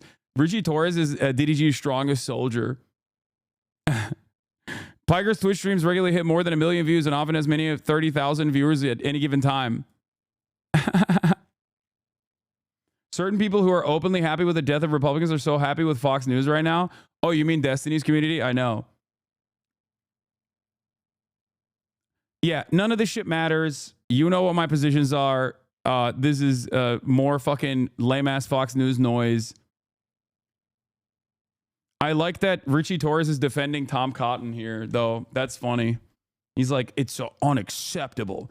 And as far as like the Hassan has laughed about date rape on college campuses, that is quite literally not the point I was making at all. I was saying that if these Republicans want to send their children to an anti-woke college, okay, because they're so worried about, Title IX and date rape in other colleges being prosecuted because it's an anti-woke college that they're sending it to, it's better to at least contain the worst people in those anti-woke colleges. It is a utilitarian. It serves a utilitarian purpose. Don't repeat it, Lamau. No, I don't give a fuck. The fuck? I think stripping that of its context is so fucking insane. Like, I don't know about this, Hassan. You don't know about what?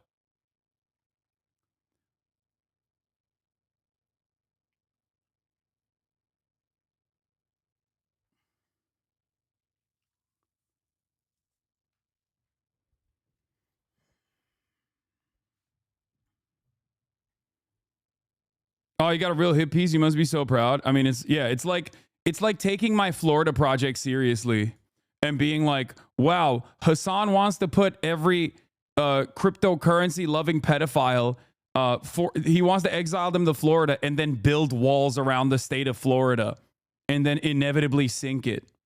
Yeah, I know, dude. I know. That's what I want. That's real. That's a valid thing that I'm saying. Like, shut the fuck up. I need you all to be serious for a brief moment. I need you all to please, for the love of Christ and all things holy. Oh, fuck. There is no availability for this either. God damn it. Hold on. I'm going to try it one more time. Why can't I do this?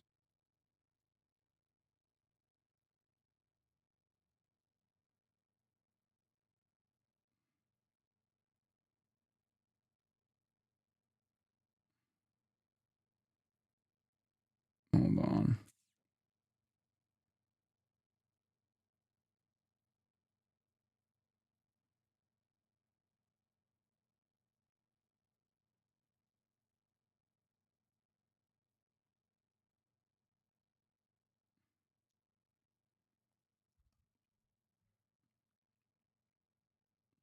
You weren't serious about the Florida project? Yeah, I know.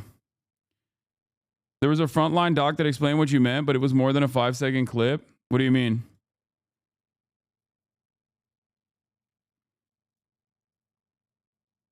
it is kind of crazy how difficult it is to get like an appropriate accessibility vehicle. I'm shocked at the, you know. Yeah. By the way, this is straight up from the, like, this is a video that is like readily available on my YouTube page as well. People are so funny to just like keep robbing this of its context, but it is a insane PragerU documentary where they're championing like virtually a pro-rape college campus. Okay. It is a Republican college campus that is supposed to be designed to be anti-woke.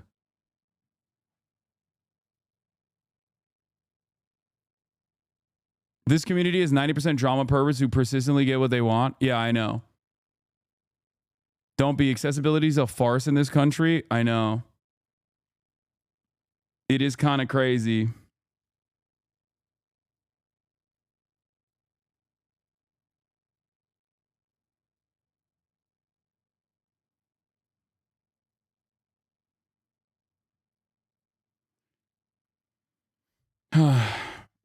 Kamala's brother-in-law is responsible for both the election loss and your mom not getting the transport she deserves. I agree.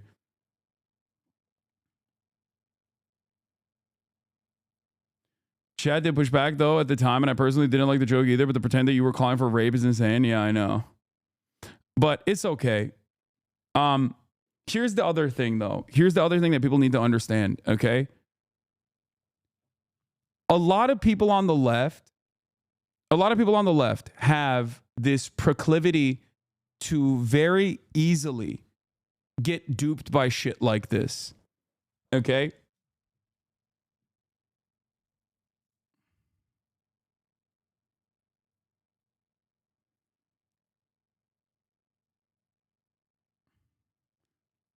People have this tendency where they will see something out of context, especially on the left. People on the right never do this. People on the right could quite literally be like, we have to kill all trans people, okay? And not a single person will be like, that doesn't sound normal. Like, that sounds great.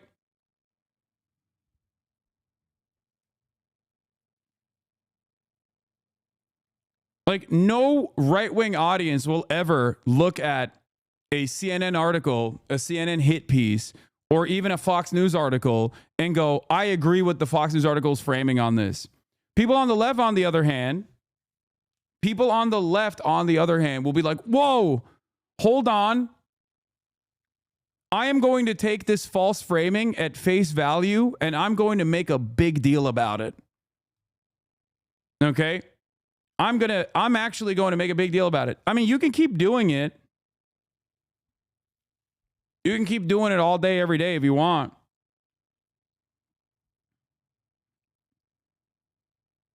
But I think the smartest thing to do in this process is to go, does this make sense with all that I know about this person? Does this actually make sense at all? Does this contradict the values that I know Hassan holds? Or does it not? That's all you need to do.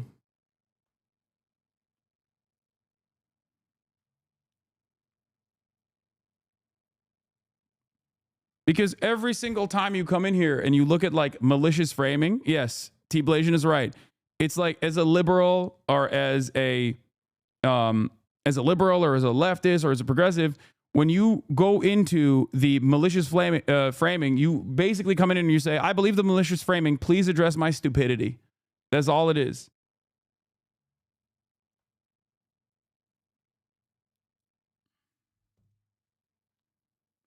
And I think that also certainly creates this New York City and the entire country. It certainly breeds hostility towards progressive positions in general as well. Problem worse. Last year, over 80 ghost guns and ghost gun parts were recovered in Manhattan alone. The NYPD and the Manhattan DA's office have been leading in the interdiction of these ghost guns. And one thing I want To make clear, they are unserialized, they can be printed out, but as this case tragically makes clear, they are just as deadly as traditional firearms. Murder in This the will second remain degree is a crime of terrorism. Priority for us here. That's crazy. In Manhattan. Finally, I know there have been questions about the extradition process. The latest that I can offer you is that 41% of young voters find the killing of United CEO acceptable. In court in Pennsylvania on Thursday morning. First for a preliminary hearing on his Pennsylvania charges. Immediately to follow that will be an extradition hearing. We have indications that the defendant may waive that hearing, in which case he'd be brought to New York forthwith. In any event, we have been preparing on parallel paths, and before the hearing, we'll send to the governor of the state of New York the paperwork that would be necessary if he does not waive during that hearing. I now want to turn over to our great commissioner, and when I do so, I wanted to thank her for her partnership, not only on this matter, but on all we do every day together. Thank you.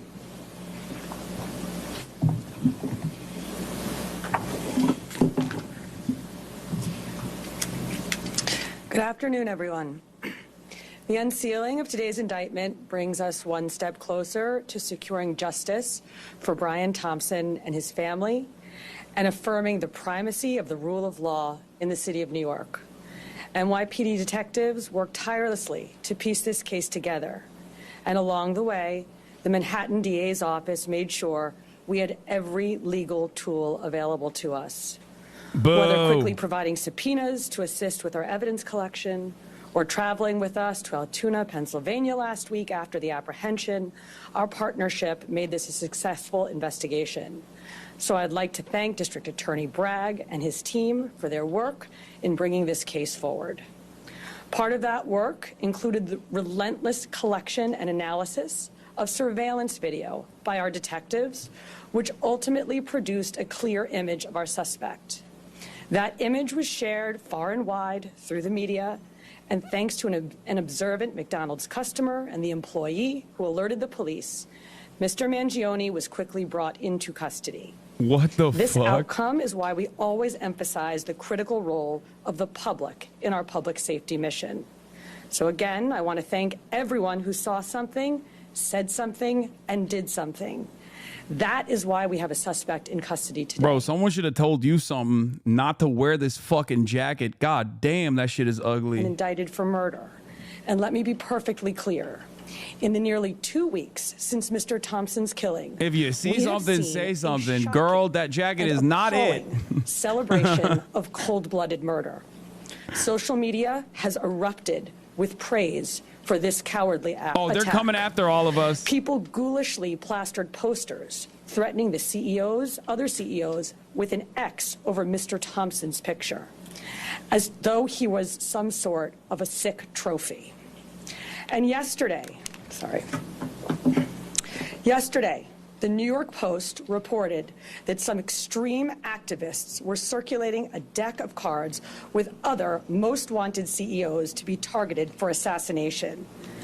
These are the threats of a lawless, violent mob who would trade in their own vigilantism for the rule of law that protects us all. Let me say this plainly. There is no heroism in what Mangione did. This was a senseless act of violence. It was a cold and calculated crime that stole a life and put New Yorkers at risk. We don't celebrate murders, and we don't lionize the killing of anyone. And any attempt to rationalize this is vile, reckless, and offensive to our deeply held principles of justice. Now, as we await the extradition process in Pennsylvania to complete, we continue our public safety work here at home. That includes our focus on the growing threat of ghost guns, one of which was used in this attack. The NYPD remains committed to tracking down and removing these untraceable weapons from our streets.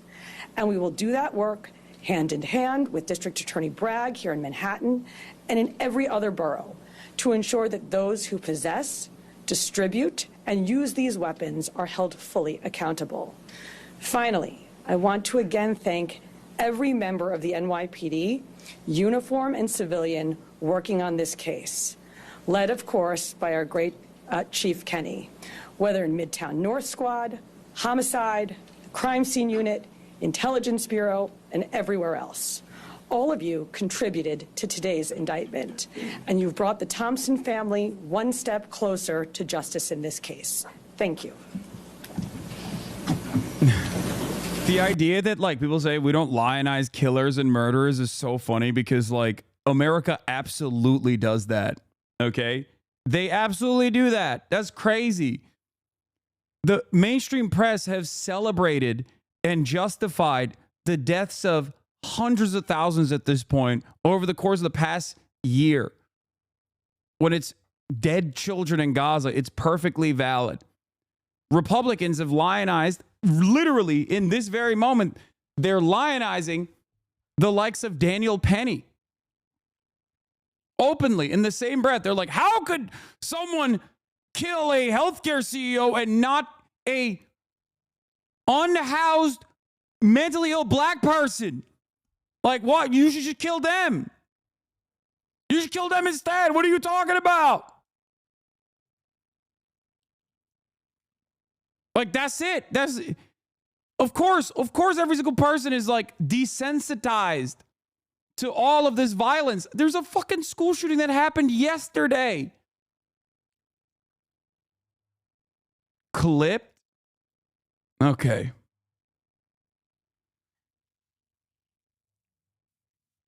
It's crazy. It's crazy that they act like this, as though all of the justification for the endless, unfettered violence is not inevitably going to change the collective psychology of Americans in general. It's going to leave them desensitized to violence. So the original missing report took place back in November 18th in San Francisco. The sergeant that was involved in that case reached out to the San Francisco field office and said, hey, basically, I'm working on a missing case. I saw the photograph that was distributed by the NYPD. There bears a resemblance. That tip was forwarded to us close to 45 hours after the incident took place. It showed up to a TFO, which is a task force officer. We have NYPD officers embedded with the FBI. They received that tip. It was one of 4 tips that they had received that day, and they were vetting it. Part of that vetting process was that they reached out to Mangione's mother in San Francisco very late on the 7th. They had a conversation where she didn't indicate that it was her son in the photograph, but she said it might be something that she could see him doing. So that information was going to be passed along to the detectives the next morning, but fortunately we apprehended him before we could act on that.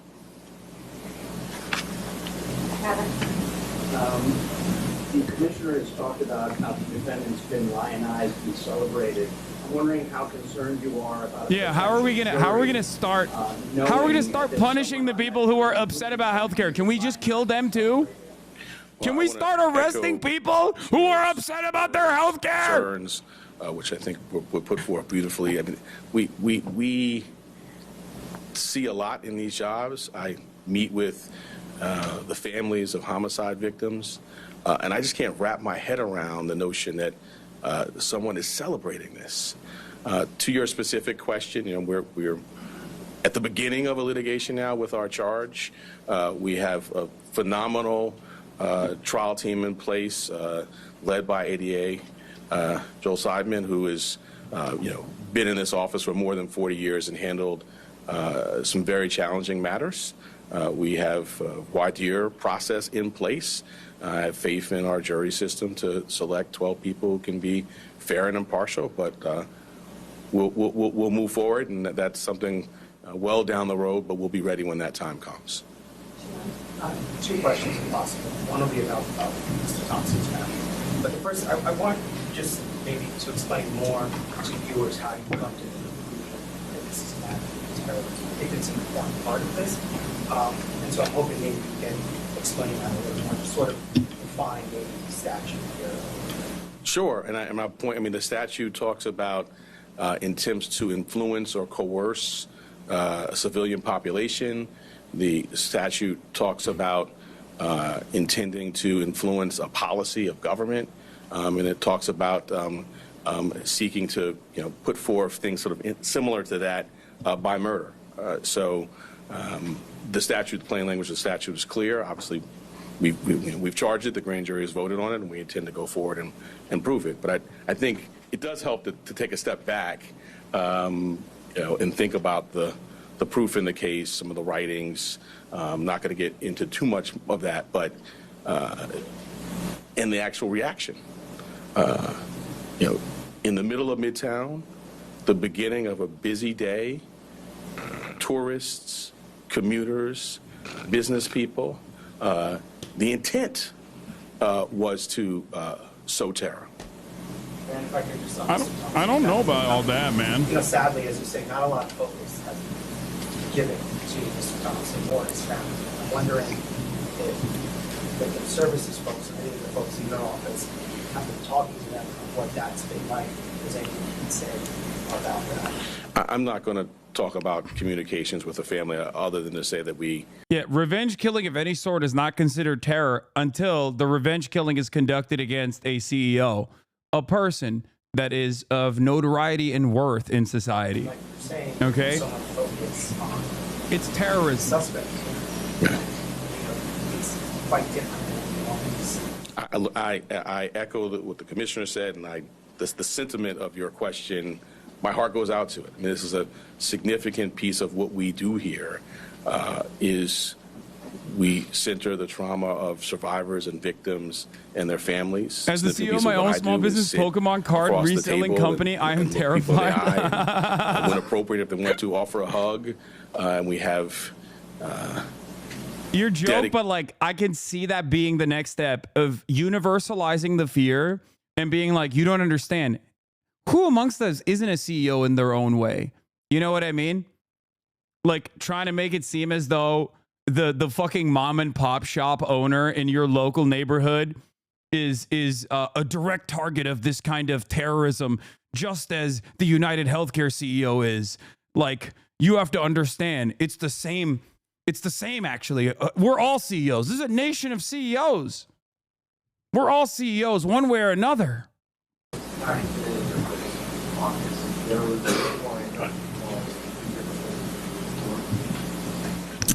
Yes, absolutely. And we've seen a real increase, sustained increase since December 4th in concern, not just from CEOs, but from corporations broadly. And so going back to the DA's point, the intent to intimidate or coerce a civilian population, which is, of course, at the root of our state terrorism statute. Even if I wasn't convinced by the killing itself, the narratives in response to it would have been pretty fucking radicalizing to me, seeing that the entire governments are jumping into action to protect CEOs when no such protection has ever been afforded to anyone else. Wow. Yeah, but I think you have to remember, the average American, in my opinion, is like fairly servile. So when they see these instruments of justice and all of these institutions like come out and defend the pecking order that exists, like I think they're infinitely more open-minded to that sort of thing, like reinforcing the pre-existing constructs. Like they'll be like, oh no, I agree. Actually, you're right. It is kind of fucked up. The my lord attitude. My lord must be protected. All the work that we do together every day, we're quite confident that concerns and threats are going to be appropriately directed our way. We're going to take two more. Yep. Dear Becky, can you describe just how rare it is for your office to charge with first-degree murder? There has been some talk about how violent research very specific cases in Manhattan. And also, if you could speak to the statements made on the record by a suspect that inform this timeline in particular, because needed incriminating more statements that have to be. So I'll address the first piece. The first degree murder statute has a number of subsections. They're sort of clearly delineated, and they are reserved for the most abhorrent conduct, killing a police officer, serial killing, and the terrorism is one subsection of that. And so I would say, fortunately, that's not happening a lot. Taking a step back, I can't think of another office that is more equipped to handle a terrorism charge. We have a great terrorism unit. He's like at the forefront of getting the statute passed. Within the last 2 years, we've tried 2 very significant terrorism cases, one involving an English-speaking operative based in Jamaica, and another involving someone who was here and funding overseas terrorism by cryptocurrency. So we have the expertise, and as I mentioned, the expertise on this team, and so we're prepared to go forward.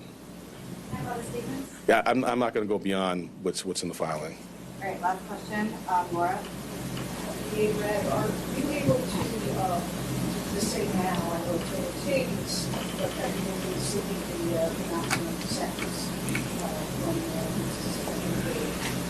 So as a matter of practice, I don't talk about sentencing outside of court as a first matter, and certainly not at the initial stages of a matter. But I think you can tell the seriousness with which we take this matter by the way in which it's charged.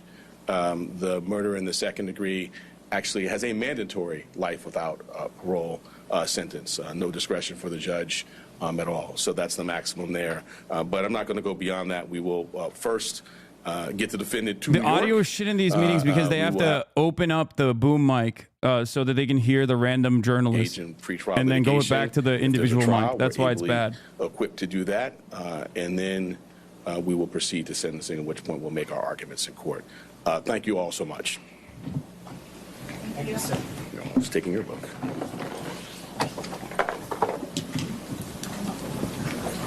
Someone in the chat brought forward a really interesting point, but yeah. Manhattan District Attorney Alvin Bragg hates Luigi seemingly more than he hates Donald Trump, and his prosecution of Donald Trump got him an endless sea of death threats.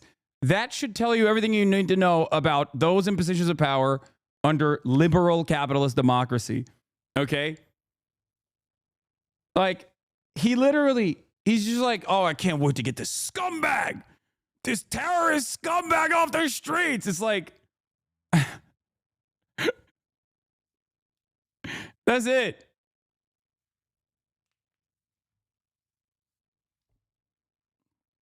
Someone's sneaking some crack in a video camera so Joe will pardon him. Yeah, no, someone needs to tell Joe that Luigi is his son. The police commissioner is the daughter of a billionaire. He was the CEO of Lowe's Group. Now her brother is CEO, and they have their health insurance with United Healthcare. I did not know that, but it's not shocking to me.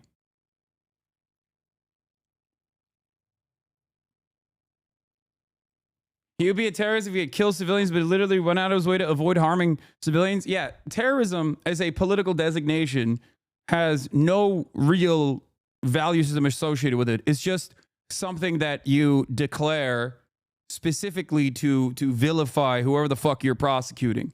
That's why Nelson Mandela was considered a terrorist until 2008. He was on the terror watch list until 2008. It just means that you're outside of you're against the preordained hierarchies that the state wants to justify, that the state wants to uphold. There's a reason why you rarely ever see that designation for white supremacists, okay? If you want to have like a universal approach to it, I think the best possible universal approach to it would be people who go out of their way to create a sense of panic upon the public for political purpose or not, by directly targeting majority civilians. Okay? Like, that is what the universal application of that would be, which would put America as the top terrorist on the planet. Israel would be a massive terrorist. Russia would be a terrorist as well. All these states would be considered, most states would be considered terrorist. So it doesn't really make sense that way, which is why there is no real universal application for it.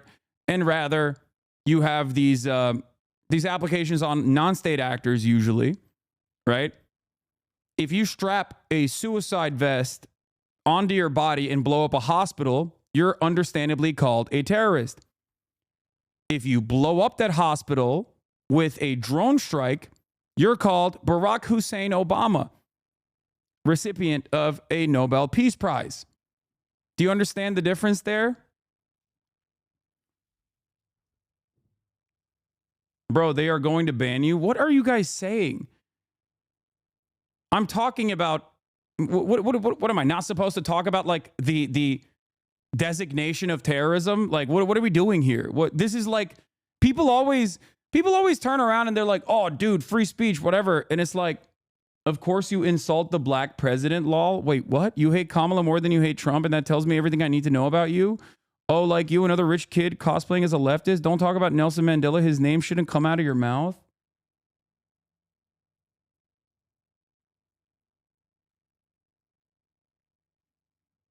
Are you okay? All right, you know what? I got it. Chatter. Woke of the Day award goes to Trey Jocelyn Runnels. Congratulations, Chatter. You are the woke of the day. Of course, you insult the black president. Yeah. Yeah, my criticisms of Barack Obama have nothing to do with him being black. I don't know how you can't factor that in. Well, how did blackness factor into him bombing Kunduz Hospital, you think? You think that was a prominent factor? You think that had anything to do with my criticisms of Barack Obama?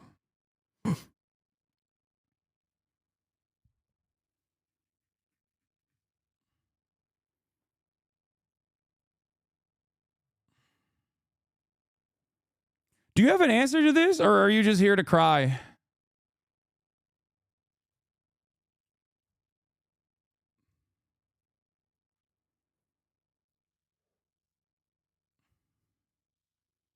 You're just citing critical terrorism studies, to be honest. This is an entire field of study. No reason to ban you or anything. People should start reading more. I know, but like, it doesn't really matter.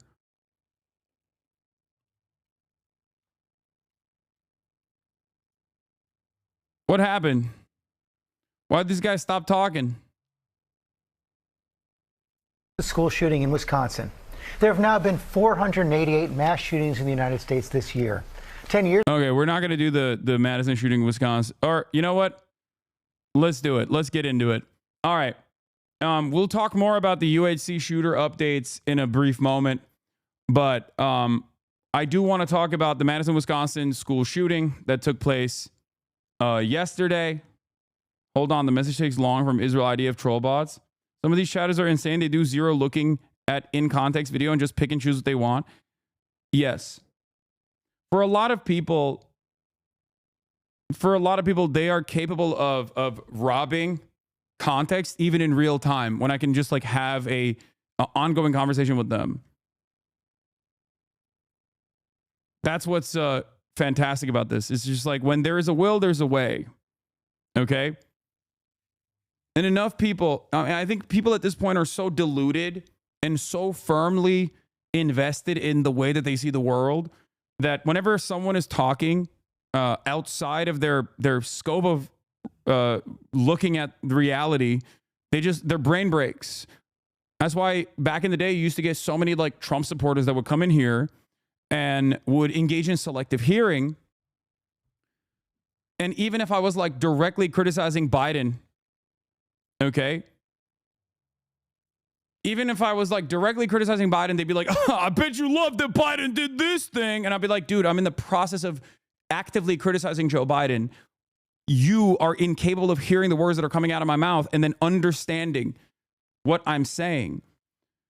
It's terrifying.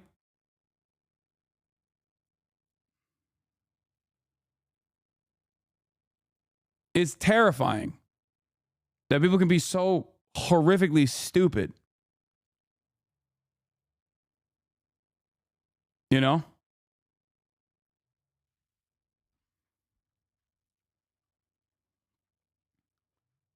There was misinformation. The call came from a second grade teacher, not a second grade student. That was misinterpreted in the media and corrected by the police chief. Yeah, there is some misinformation we'll get into in a second. But overall, yet another day, another school shooting. Okay? The United States of America is a very violent nation. And that violence that we dish out globally sometimes is dished back at us in the form of blowback. Obviously, 9/11 was one very famous example of that. This is not a controversial thing to say. This is basically the academic consensus on the matter. It's a real principle. It's a real concept called blowback. But outside of that, there's also another interpretation of the imperial boomerang. The justification for all of the violence that we engage with on the global stage and the normalization of said violence inevitably creates this system where we are being violent to one another. We're being violent to ourselves. And of course, pair that up with worsening material conditions for the average person and also the readily available access to guns, and you have a powder keg. And that powder keg has erupted already. It's not like it hasn't already exploded. I would say that 83 school shootings in the fiscal year 2024 is the powder keg erupting, right? Like that's not normal. That is abnormal. Hundreds of mass shootings happening every fucking year is abnormal. It's not normal at all. It's the only country, America is the only country on the planet where this happens with regular frequency.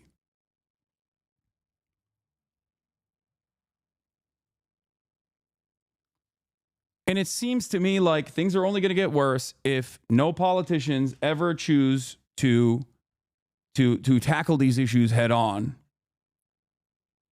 with honesty. What is happening?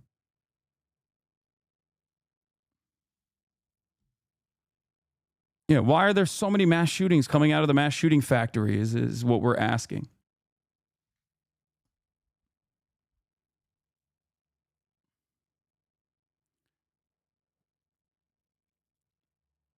We know one of the most effective methods of preventing this sort of violence,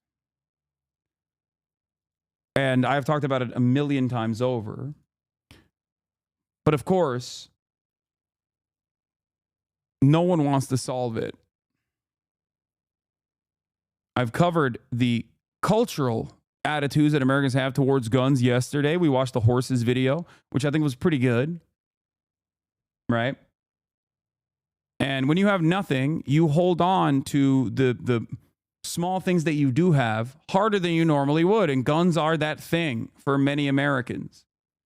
So there is a very real popular attitude towards having the maximalist position on gun ownership in this country, for sure.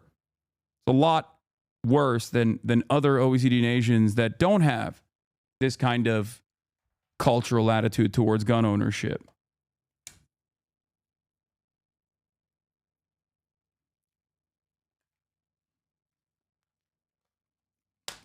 But here we are. Another day, another mass shooting in Madison, Wisconsin. There have now been 488 mass shootings in the United States this year. 10 years ago, 2014, 272 mass shootings. By 2021, the number peaked at 689. Another student and teacher have now been killed. 6 other people were wounded, 2 with life-threatening injuries. Parents waited hours to be reunited with their children, and overnight, authorities identified the shooter who killed herself. Alex Perez is on the scene at the K-12 school in Madison with Alex the latest Perez. on the investigation. Not our Alex and community Perez. grieving. Good morning, Alex. A different Alex Perez. An imposter. Hey, good morning, George. Just a terrifying ordeal for this community. Monday was supposed to mark the start of Spirit Week for this school. Instead, students were running for their lives. Maybe 6 people injured, at least 2 shot. This morning, a community devastated. Authorities in Wisconsin working to figure out what led a 15-year-old student investigators have identified as Natalie Samantha Rupnow to open fire, killing a teacher and a fellow student in a study hall classroom with students from different grades. There have been at least 50 cops. The suspected shooter using a handgun, police say, injuring at least 6 others, dying of a self-inflicted gunshot wound. We heard them, and then some people started crying, and then we just waited till the police came. This is sad. We always heard on the news all over the place, but we didn't think one day that can happen to us here at ALCS. The chaos unfolding just before 11 a.m. Monday. Authorities from across the state responding to Abundant Life Christian, a private K-12 school, after a second grader called 911. Don't let that soak in for a minute. A second grade student called 911 at 10:57 a.m. to report a shooting at school. I saw some officers with long guns headed into the school. John Diaz de Leon lives across the street. The older students were running across the parking lot to the church sanctuary. The younger students holding hands were led out to go across the parking lots to the sanctuary. Terrified parents like Brett and Kyle Grange waiting hours to be reunited with their children. I was with my friends and I was like crying with them, and then I heard gunshots upstairs. How grateful. Yeah, it turns out it wasn't actually a second grade student, but it was actually a second grade teacher that called 911. They finally responded, by the way. I hate you.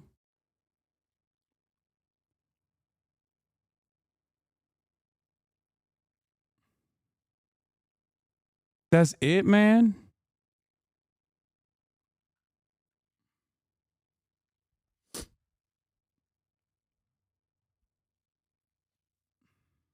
That's all you got? I'm not going to ban this person. But I do hope you one day understand where I'm coming from. I hope that you can be open-minded and listen to what I'm saying rather than get angry at whatever you think, whatever slight you perceive me of committing. All right. Even the haters are paying. I know. Hassan, this seems like a really good troll to me. I mean, maybe. Statistically, 64% of the USA wants some time of medical care publicized, but 55% of Americans are strongly opposed to universal health care. Oh, okay. Never mind. Yeah, no, never mind. It is actually this person is a extreme centrist. He's LARPing. It makes sense. I mean, yeah. Account created, follow date, same day. AOC has never done anything.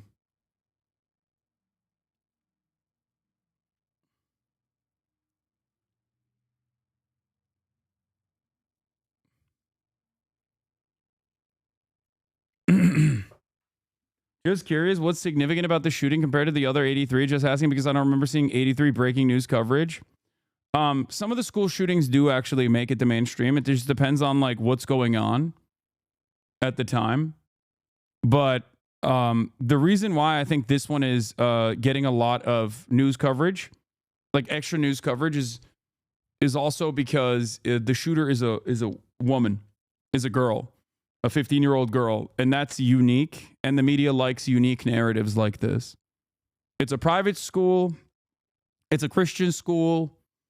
It's also a female shooter. So all of those three factors combined make this a more interesting story. It's not the first time there has been a female mass shooter, but it is very rare.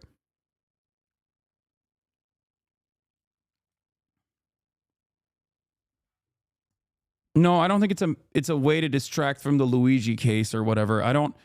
I really do want people to understand it does not take much to get people to not pay attention to something. I think people organically lose sight of larger narratives fairly quickly, and there is a structural reason for that. I think it's because of TikTok and because of social media for the most part that like our news cycle moves way faster than it used to. Back in the day, like, even the violence was unique, I guess. Sandy Hook carried the news for months. Columbine carried the news for months. And in that process, the only thing that we've gotten is no real solutions to the gun violence. And instead, we just have more guns. And therefore, we have more school shootings.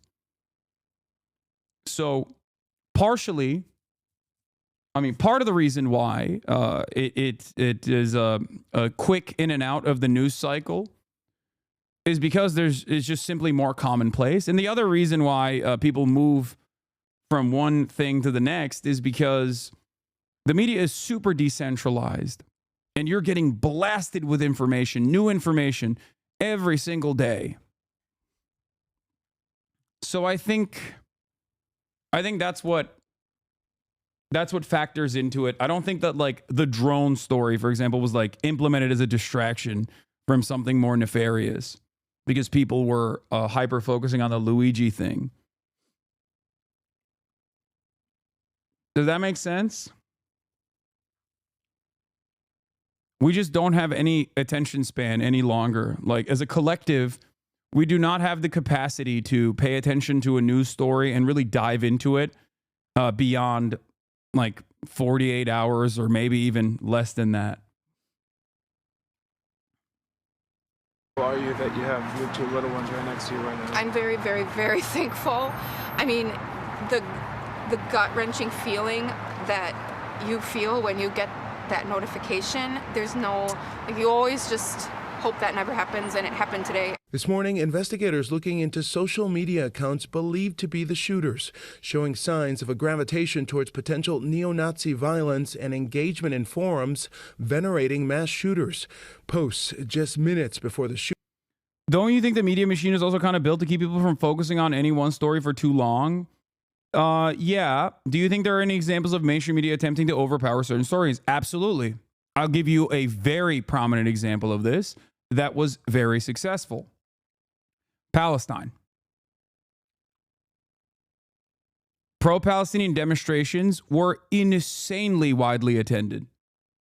Okay? There are still active pro-Palestinian movements happening all around. The media rarely ever talks about it. That right there is a perfect demonstration of mainstream media shifting people's attentions away because of their priorities.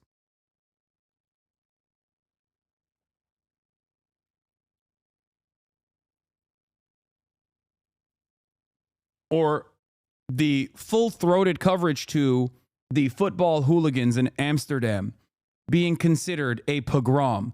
That is a calculated media narrative that was blasted. Now, a lot of that is still organic. A lot of that is organic in the sense that it's not like people are going, ooh, we just got the new, Mossad line, and it's time for us to put forth a pro-Israel sentiment once again to make, to make Israel appear as the victims or anything like that. That's not what this is. It's more so, and Noam Chomsky, I think, talks about this perfectly, it's more so people that get elevated into these positions of power within mainstream media are elevated because of their ideological zealotry, whether that be a Zionist tendency or whether that be pro-capitalist tendencies, whether that be playing the role of someone who will defend healthcare CEOs openly. Like, it might come across as shocking to you when you hear Michael Smerconish on CNN 2 days in a row decry how there was no vigil created for Brian Thompson on that sidewalk where he was, gunned down, and how devastating this is. But the reason why he's in that position, the reason why he's been elevated to that position is because he will play that role of the loyal servant of those with true power in American society. Okay? Most normal people that have a very different attitude about that sort of thing are not going to get to that level of prominence in mainstream media. It is a self-selecting and organic. It's a self-selecting and organic process. It's not deliberately done. It's not done in a way where it's like like a cigar smoke clouded room shrouded in mystery where they come up with the next guy that they're going to elevate to a position of power. It doesn't work that way.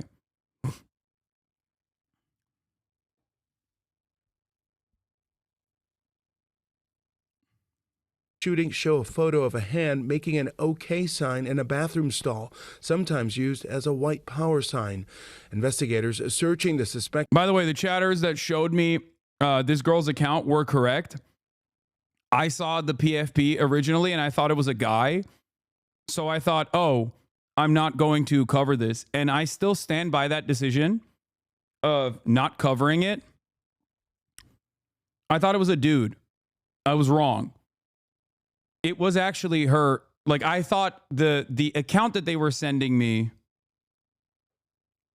I thought the account that the account that you guys were sending me was not the account of the 15-year-old girl that shot up the school, but instead some random dude who was like an opportunist. Is she trans? Please say no. No, she's not.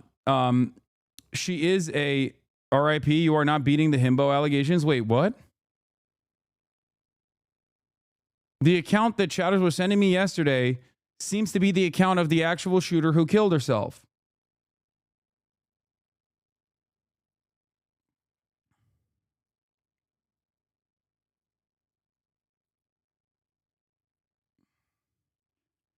It wasn't that I thought a woman could not do a mass shooting. It was obvious that they very quickly said that the mass shooting was carried out by a woman. I thought the account that you guys were sending me was of a dude. That's why I was like, oh, I'm not, I'm going to wait for more information, which I stand by, for the record. I think it's the appropriate thing to do, and I will continue conducting myself in that way when there are breaking news stories happening. I will always be critical of information that's coming out whenever there is a breaking news story. You know that is my policy, and I only end up offering additional coverage through a critical lens when there is a sea of misinformation that's coming out from propagandists with a very overt bias. Like whenever people go, oh, the shooter is trans or anything like that. When that happens and there is already confirmation that the shooter is not trans, for example, then I will cover it. Yeah, wasn't chat sharing the fake YouTube Luigi account the day of the capture? Exactly. So that's actually a great example where a lot of chatters were sharing the fake Luigi account, saying like, oh, Luigi sent this, and I kept saying like, I don't think this is, one, it's not confirmed, and two, I don't even know if this is actually Luigi. Like, so sometimes I will apply a critical lens to information that's coming out. But I just wanted to clarify for people who are maybe new here and were in here yesterday, but it's always good to demonstrate caution, okay? To exercise caution. Now, the account that blocked me and does not like me at all, Slatsism, one of these like TERF magazines. I think Redux is a TERF magazine, isn't it? She actually made contact with the alleged boyfriend of the Wisconsin shooter. He was very graciously provided me the full manifesto, which I verified by having him screen record himself, opening it from a direct link the shooter sent to him via WhatsApp. I told him I would do my best to dispel some of the misinformation and present things as truthfully as I was given them, and I will hold myself to that. She ended up watermarking the fucking manifesto, which is insane. Okay? Like, I can't believe that she ended up watermarking the manifesto itself. And also, make no mistake, this like the outlet that she writes for is like one of those weird radfem right-wing TERF outlets, like an anti-trans outlet that she writes for. So just take everything that this person is saying and doing with a grain of salt. Okay? Especially considering that the manifesto's authenticity has yet to be confirmed by the police. Why won't they investigate where she got the manifesto from? The doc was private. Well, it seems like she got it from the girl's boyfriend, the alleged boyfriend of this girl. This person or the shooter? No, the person that got access to the manifesto. Slatsism is the person that got access to the manifesto. She is a right-wing. She writes for a right-wing anti-trans outlet called Redux Mag that tries to cover anti-trans commentary from the perspective of being pro-women. Okay.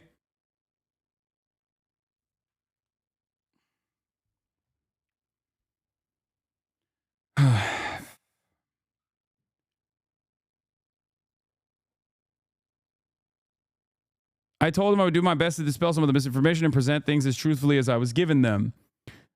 And I will hold myself to that. Her boyfriend knew her as Samantha Rupp now. She also went by a different name, one which was also feminine, but adopted the name Samantha. And this was the name her boyfriend says she had on her school identification card. She was a student at Abundant Life. She was born on November 7th, 2009. She was born female and not transgender. Her boyfriend was born male and is not transgender. The reason why she's bringing this up partially is because there were already common narratives. Yes, she's 15 years old. Chaz, she's not explicitly a femcel. She's a Nazi extremist who hates minorities and scum and degeneracy. Yes. How is any of this femcel? She has a boyfriend, admires male shooters, acts tomboyish. It sounds like she's just a right-wing bigot. No, when I say femcel, I mean like she frequented the incel circles. Is a groiper. That's what I'm saying. As a 15-year-old, looking at her profile, she is very much a far-right neo-Nazi groiper. Okay? It doesn't mean that she's like, I don't know, has no relationship with members of the opposite sex or something. Okay? It's just crazy work being 15 and a groiper. I don't think it's that crazy. Groiper, for those of you who don't know, because there's a lot of boomers in here and a lot of people who are not extremely online, is a terminology applied to people who frequent 4chan poll, people who are in Discord circles, who believe in like esoteric neo-Nazi ideas, okay? And yes, 15-year-old is the primary demographic for a groiper. What's shocking here is not that she's a 15-year-old groiper. What's shocking here is that she is a female 15-year-old groiper.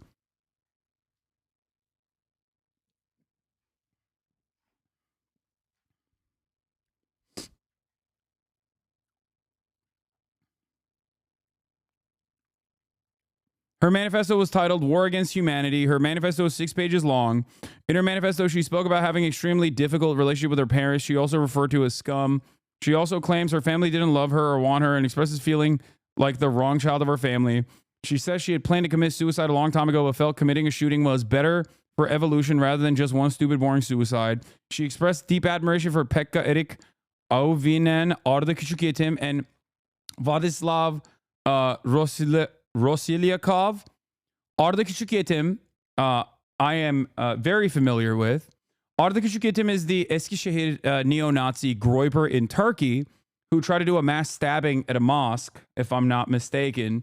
He was a ginormous fucking loser, okay?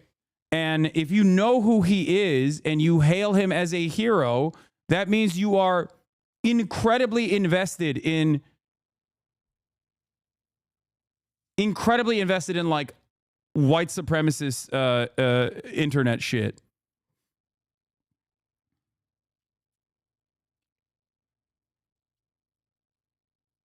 The United States also arrested white supremacists that inspired the Turkish attacker, for the record. U.S. officials said Monday 2 leaders of a white supremacist group who were also the inspiration for a Turkish youth stabbing 5 people in Eskişehir were arrested. They face charges of seeking to spark a race war and attacks on Jews, immigrants, and members of the LGBTQ community using an online forum known as Terrorgram. Dallas Humber, 34, of Elk Grove, California, and Matthew Allison, 37, of Boise, Idaho, were taken into custody on Friday. Today's indictment charges the defendants with leading a transnational terrorist group dedicated to attacking America's critical infrastructure, targeting a hit list of our country's public officials, and carrying out deadly hate crimes, all in the name of violent white supremacist ideology. Humber and Allison faced multiple charges, including soliciting hate crimes. One of the people that was in these groups basically was like a lone wolf in Eskişehir. His name was Arda, and he did like a mass stabbing attack.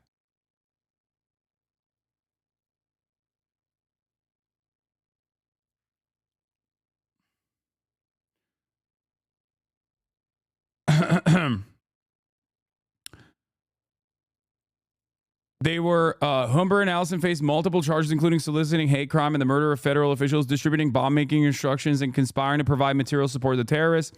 According to the indictment, Humber and Allison used the encrypted Telegram platform to promote their white supremacist ideology and communicated with followers on a forum dubbed the Terrorgram Collective. They promoted the belief that violence and terrorism are necessary to ignite a race war and accelerate the collapse of the government and the rise of a white ethno-state. It said Humber and Allison allegedly joined Terrorgram in 2019 and became leaders of the group in 2022. After another leader was arrested, followers were led to believe they would become saints by committing an attack in furtherance of white supremacist accelerationism, the indictment said. At least 2 attacks have been linked to Terrorgram, a live stream stabbing of 5 people by an 18-year-old man outside of a mosque in Turkey on August 12th, and the fatal shooting of 2 men at a gay bar in the Slovakian capital of Bratislava in October 2022. The Turkish attacker allegedly stated in a manifesto that he wanted to be recognized as a saint, and the 19-year-old Bratislava assailant sent his manifesto to Allison and then killed himself, the indictment said. The Turkish attacker, identified as Arda K, I believe is his name, that she was talking about. Arda Küçükyetim. The Madison, Wisconsin school shooter also brought his name up in the manifesto. Was arrested on charges of attempts at multiple murders after he fled the scene. His victims were mostly elderly people resting outside the mosque in central Turkey's Eskişehir. Arda Küçükyetim was wearing a helmet and a skull mask similar to those worn by white supremacists in the United States.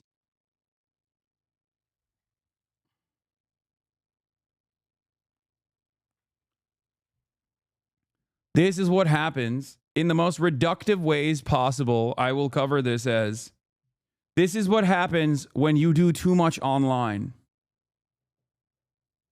Bu tipler Türkiye'de cidden ilan Twitter'ı alınca çoğaldı. Resmen ABD'deki sorunu iptal ediyorlar.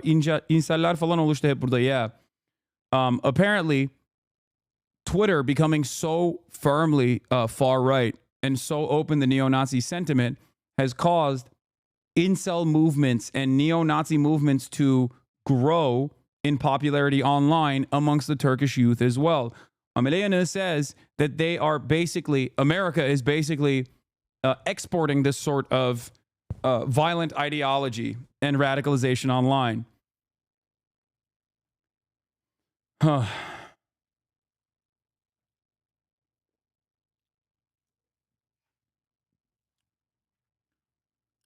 They have saints on Terrorgram and even a whole ass calendar to celebrate the dates of their attacks. They try to goad more attacks by saying they will saint you if you do well enough. Yeah.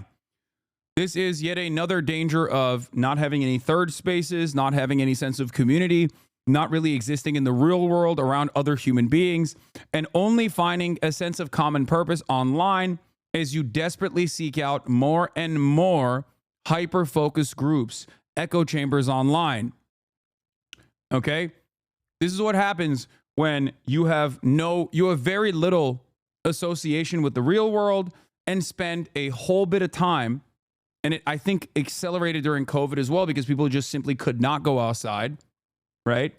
Where some people found my community, some people found this community, other people found these fucking insane right-wing communities that, and they required more and more closeness with other people, and ultimately moved further and further down the steps of radicalization. This is why I always urge people to snap themselves out of the hug boxes that they exist online. Okay? It's a terrifying prospect. Why would a girl in the Midwest be so inspired by a Turkish neo-Nazi? Why would a Turkish neo-Nazi be so inspired by American neo-Nazis? It's because it is a global network of like-minded fascists, older fascists that are actively trying to radicalize younger people into fascism and successfully doing so, especially when they meet people in their most vulnerable moments.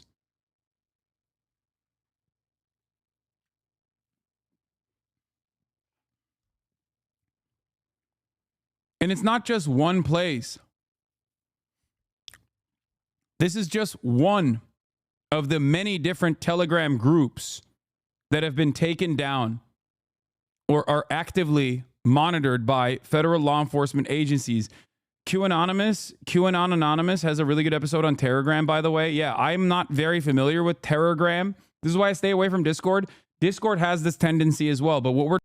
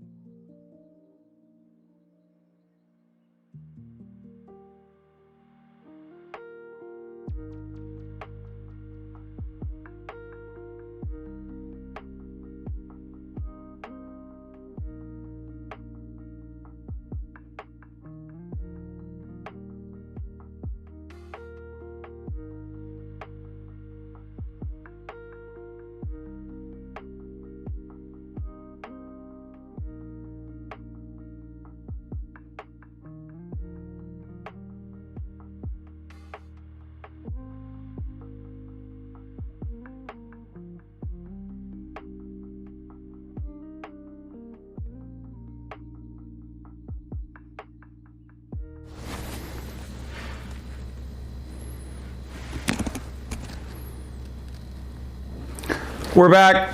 Hello.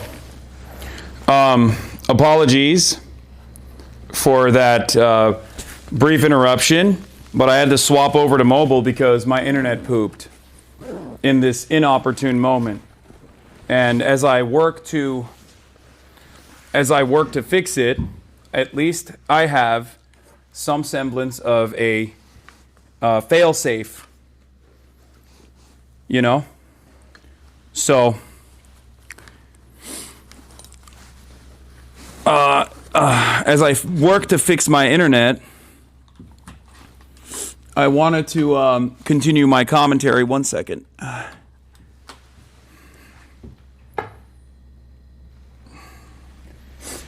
It's gone for the moment. But, you know, I'm still here.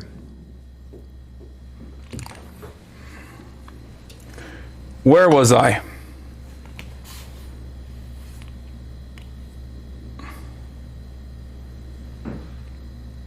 Pay your bills? It's not about my bills. I don't know what's happening.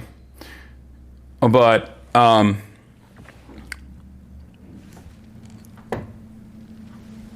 can't believe people are complaining. Is the audio and everything good? I hope it is. It seems like this is an appropriate substitute in the interim period as I try to fix my internet. Let me also try to do that right now real quick.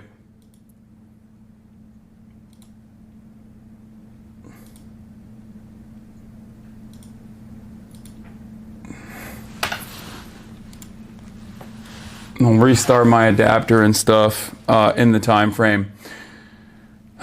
Okay. All right.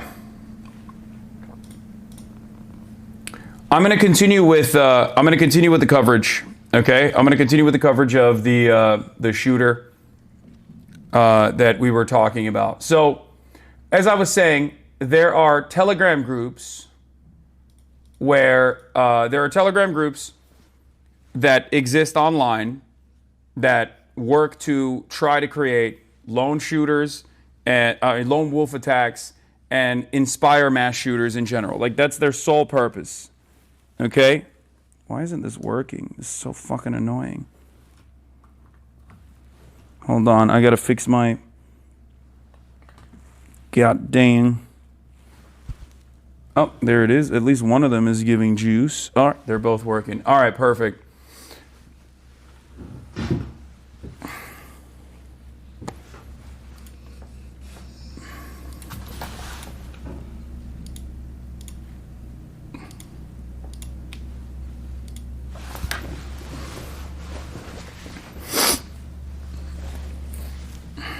Okay.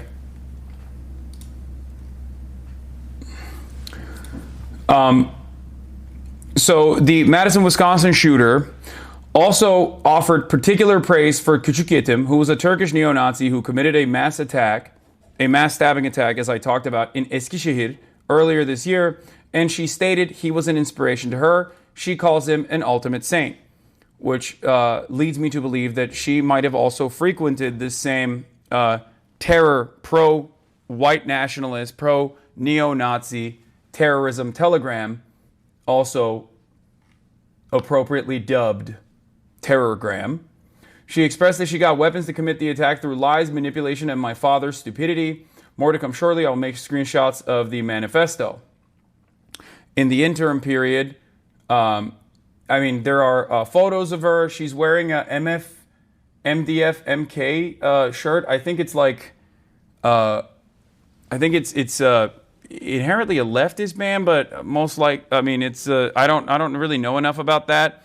But I will say that it's not surprising to me that another neo-Nazi fascist doesn't fucking understand.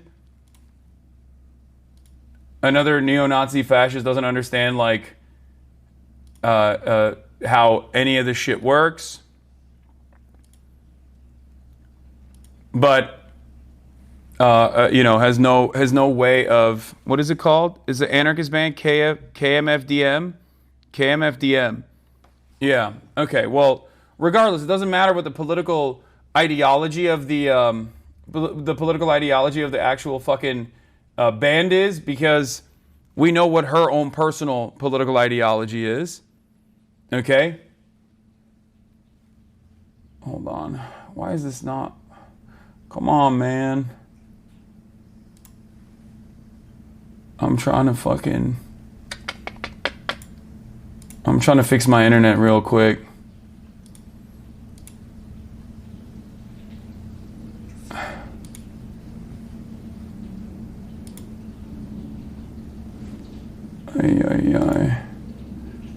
This is really goddamn annoying.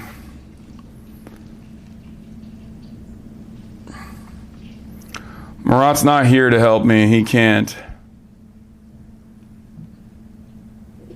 Unfortunately.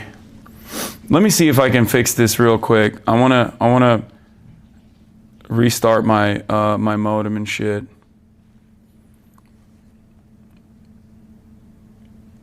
Where is it?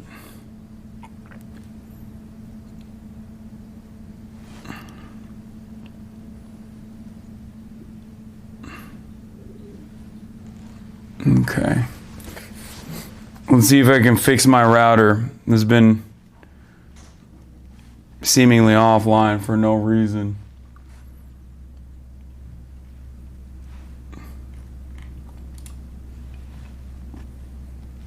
I wonder if I'm being DDoSed. That could also be.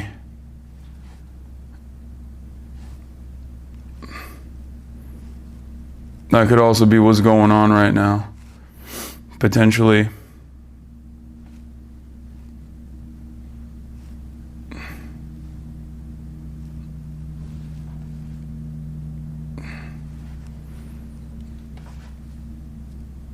I don't like to jump to this conclusion usually, but well, a lot of those Telegram groups do love doing shit like that, so you know, who knows?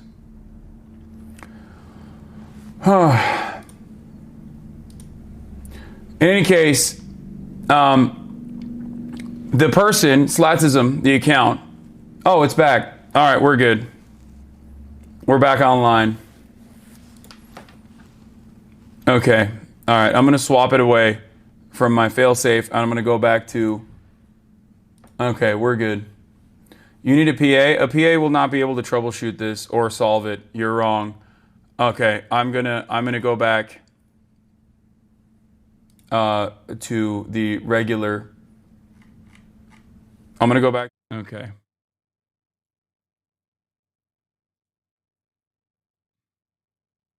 We're back. Need a TA, a tech assistant? Yeah. Dude, I'm not gonna lie. I'm very proud of myself for seamlessly transitioning out of that with great speed. Like, that was pretty fucking solid in my opinion.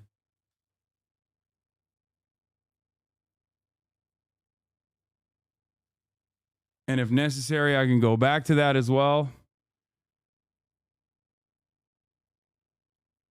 You know, boomer or not, that's a tech god right there.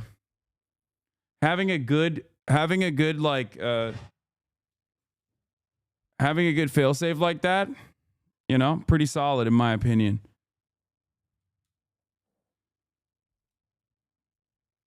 Pretty clutch. That was some NMP shit. Yeah. I feel like I unlocked new hearing powers with all that background noise from the IRL rig. Makes me appreciate your immaculate noise gate even more. Wait, really?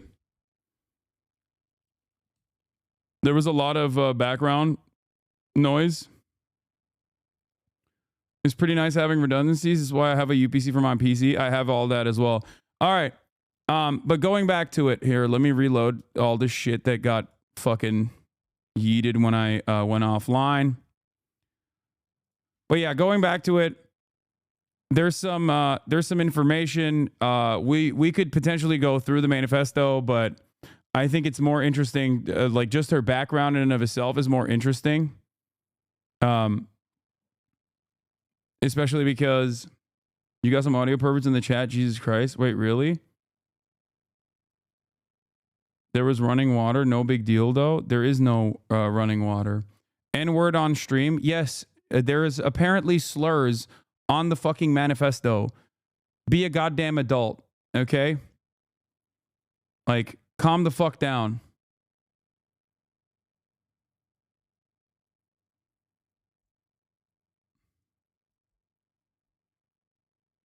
I can't believe a neo-Nazi's manifesto has slurs in it.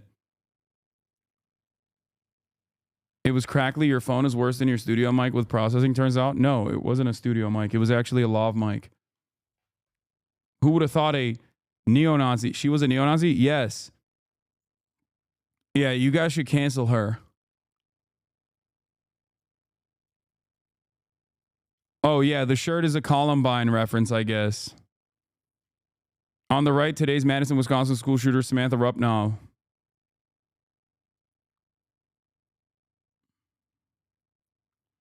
The shirt she wore clearly referenced the Columbine school shooting. One of the Columbine shooters wore that exact shirt. She also frequented forums where school shooters were idolized, so it has nothing to do with the band but the symbolism. Yeah, that makes sense. Yeah, good luck canceling her. I think she's already canceled herself. You know, she killed herself. She did a school shooting and a suicide. Apparently, one of the people that was mentioned in her, this is the school shooter. One of the people mentioned in her, this is AF Post, which is also another fucking neo-Nazi America First Post. It's a fucking literal neo-Nazi news network, basically. Radfem Hitler, also known as Hollow Earth Turf, deactivated after being named in the Wisconsin School Shooters Manifesto. The shooter said, Radfem Hitler is fucking vindicated now. The shooter also disparaged moids and foids. The leak reportedly comes from the shooter's Discord. I don't know if that's real or not. And it's a fucking, it's a, what do you call it? It's America First Post.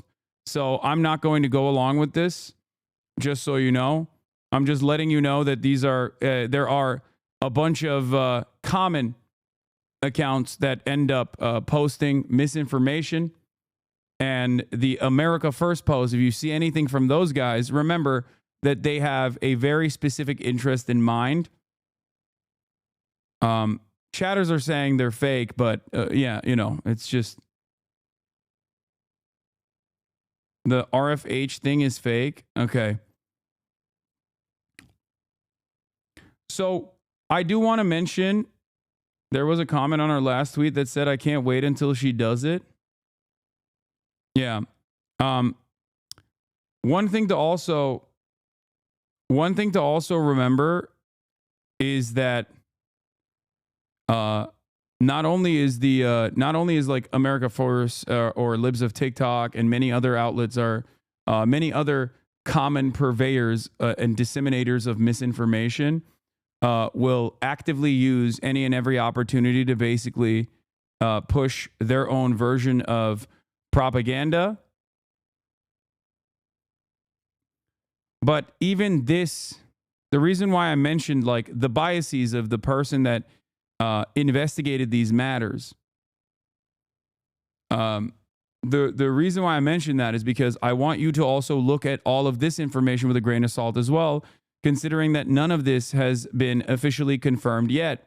However, the reason why I brought this up and the reason why I brought up the misinformation is because Libs of TikTok herself immediately went, the Madison school shooter complained about the patriarchy and wrote that every single male must be wiped out from babies to the elderly. Only then women will be free to create a new world.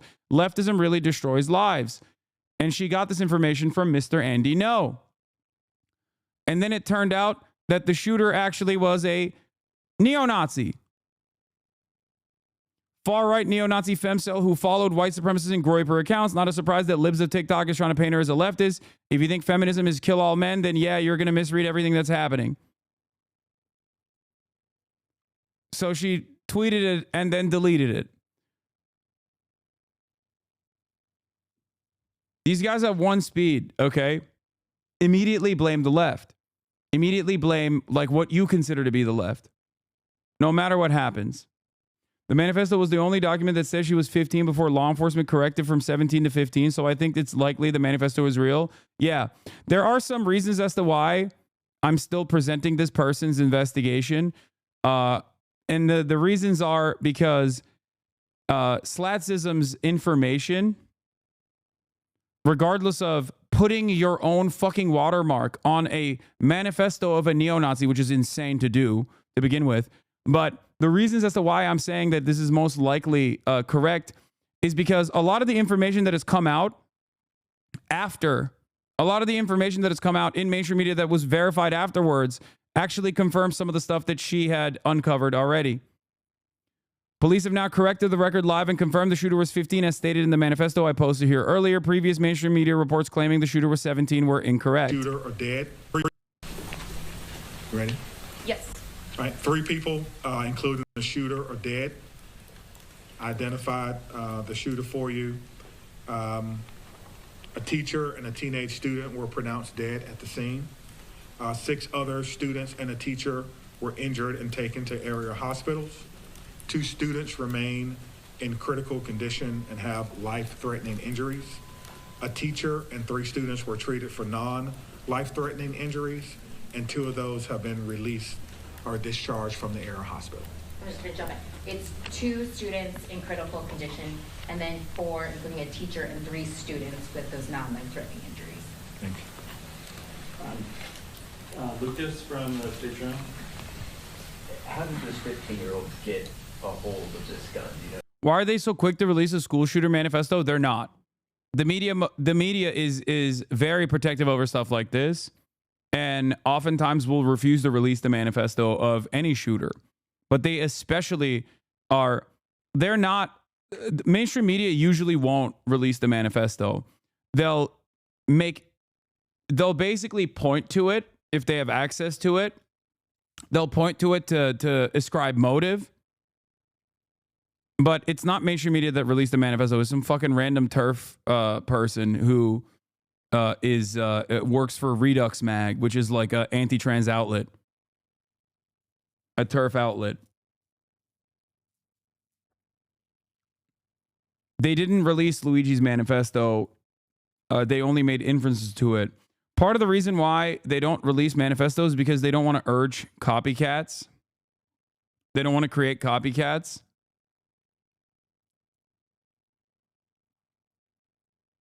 How was Slatsism able to get a hold of this privileged info? I mean, she talks about it here.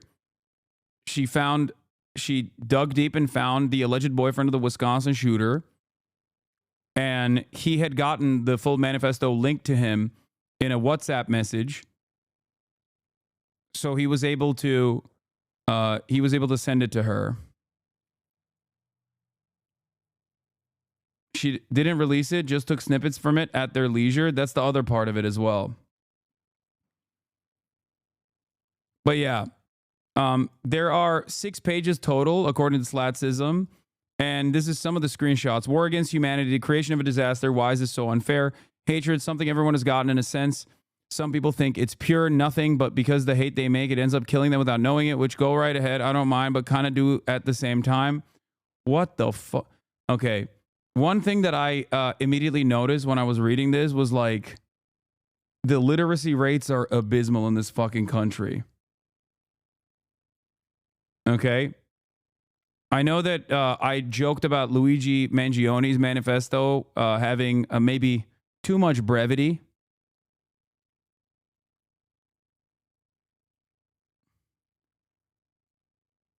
She is 15 years old, so that probably is a part of it, but Jesus Christ.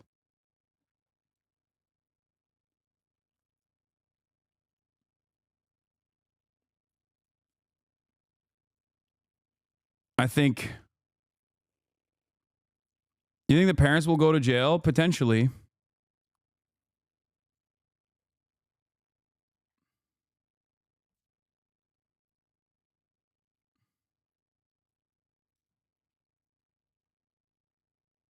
Idaho anarchist here, and you swayed me on gun control. I was already pro gun control, but not very invested in it. That's probably the most you're going to sway anyone from Idaho.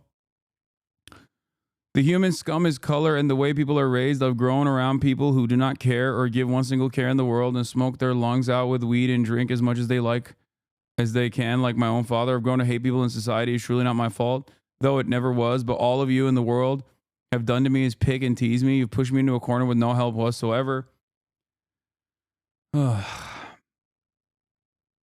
Yeah, it almost reads like it's fucking. It almost reads like it was like written in a different language and then translated through like a shitty AI translator.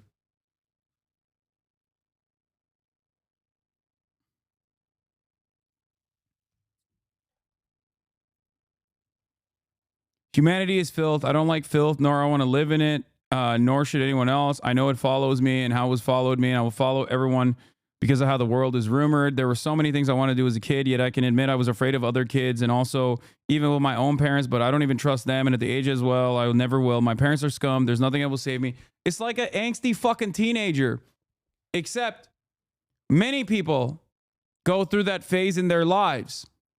They don't end up on fucking pro-terror telegrams and also live in the United States of America so they can go out and get a gun or get their parents to get them a gun and then, you know, shoot people with that gun. That's the problem. Okay? You can't fix all of these issues, but if you want to tackle at least some of the common denominators here, you know, any number of different things will do. This is, as is the case of every other fucking school shooting, as is the case with every other mass shooting in general, virtually all gun violence has one singular common denominator, and that is absolutely the readily available nature of guns in the United States of America. I don't know, not everyone has abused Hassan. Her parents seem extra bad. We don't know anything about her parents. I am not going to make inferences about her parents. I'm not going to make inferences about anything other than tangible things that I can verify. And given if the manifesto is the real manifesto, I think that the tangible things that you could verify are that like she definitely is. I mean, she's definitely fucked up in the head, but also ventured into online spaces that are incredibly fucking far right. But I'm certain that if your 15-year-old has not only become a neo-Nazi, but like straight up is like in Terrorgram, a telegram specifically dedicated to like creating white nationalist race riot accelerationists, like race war accelerationists, then yeah, your parents failed pretty spectacularly. Okay.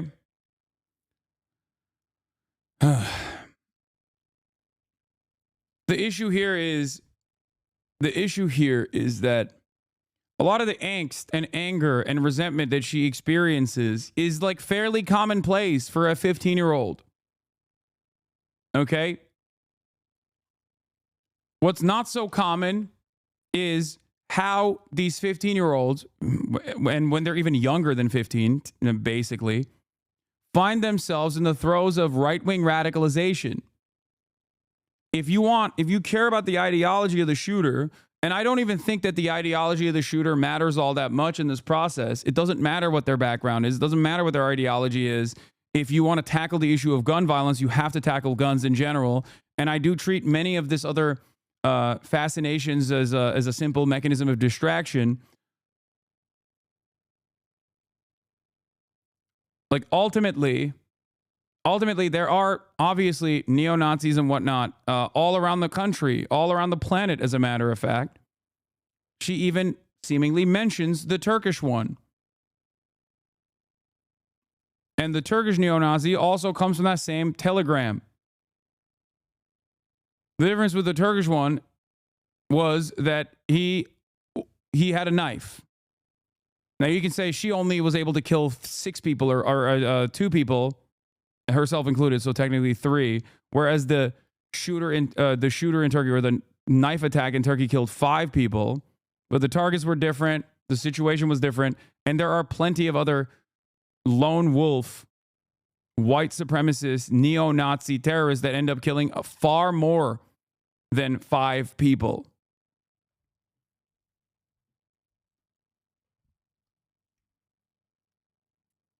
You never count your own like on posts? Yeah. I don't even trust them, and at that age I didn't well, and my parents are scum. There's nothing that will save them to make me think good of them ever again. No family ever trust and never trust society. There's two people and only two people I would trust, one partially and one I would never doubt. I can agree that I don't know what I'm doing in my life, but neither my parents or anyone around me. I've changed and I will not go back to that ever again. I'm hard and I'm different. The situation of a lifetime is get the fuck out moment and don't come back. I will never go back and nag my way through life. It's not even my fault though. It's everyone else's. It has to be theirs and not mine. It's pure idiotic from people to cause this, but it's a good thing that happens. Blah, blah, blah, blah, blah. Holy shit. Maybe you'll see me as a weirdo, a freak, just as some of you do now, but I'm not. I'm not like the others. I would never want to be like them. And then the rest of it has a bunch of N-words peppered into it. Once you know, you'll never be proven guilty on all charges that we should be killed in a good way, in a way that's simple and more painful than anything. Revolution and population. The revolution should be well. The population should be well, but it's not. It never will be. I want to change that, but will I truly? What?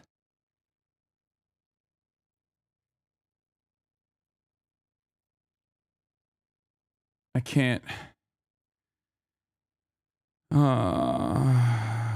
She talks about black people. It's just N-words, though worse. Once you sleep with one, you are one. I don't care who you think you are or what you've done good for this world.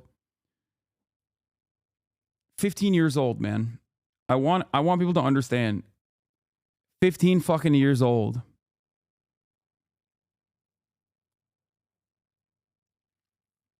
Yeah, it's what's shocking is like having this opinion when you're in fucking Madison, Wisconsin. There are like 300 total black people in Madison, Wisconsin. That's part of the reason. That's part of the problem. Is that segregated communities end up churning out these sorts of unimaginably racist results in general.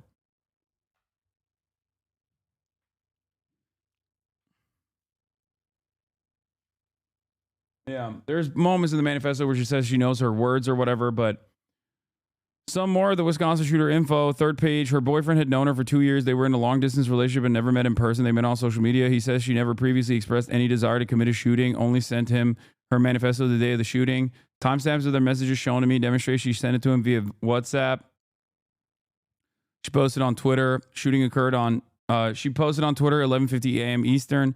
The shooting occurred at 11:57 a.m. Eastern. He did not see her message until 1:12 p.m. Eastern, at which point the act had been committed and she was already deceased. He describes her as being kind, generous towards him, and cheerful. He describes her as always making him gifts and never expecting anything in return. Oh, here are some of the mentions. One true ideal of so-called future, the future plan of revenge from its own inspiration and more, leading more. True inspiration of mind of thought passed on from others rather than rotting. Like everyone else, simply a guy who knew what he was doing, not ruining his life instead. Pekka Erik Auvinen was one of her inspirations. The other one was Arda Küçükyetim, the Turkish stabber. Puts their deaths down as well, like saints. And then 18-year-old Vladislav Rosilyakov.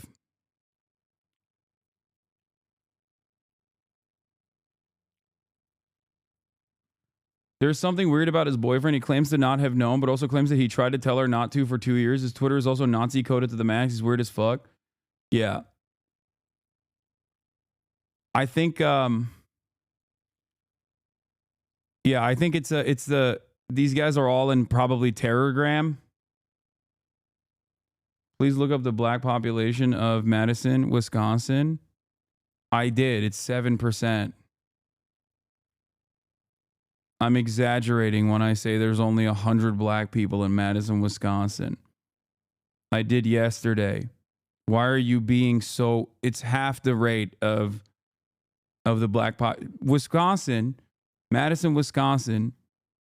No, I didn't say 3%. I said there's probably 1,000 or probably 100 black people in Madison, Wisconsin total. I'm exaggerating. I looked it up yesterday and I said it's 75% white, 7% black.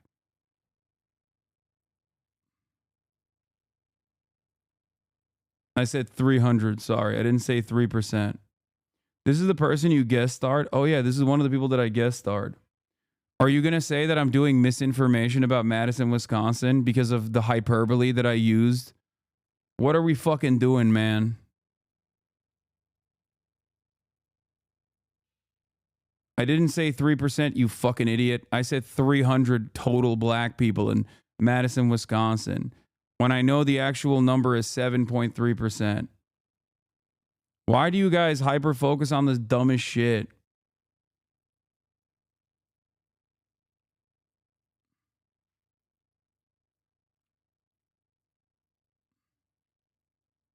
%7 also is half the rate of the national average.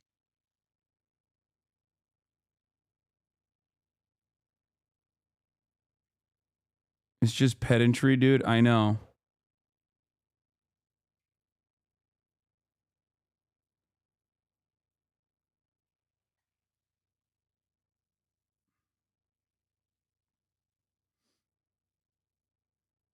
Listening in the periphery.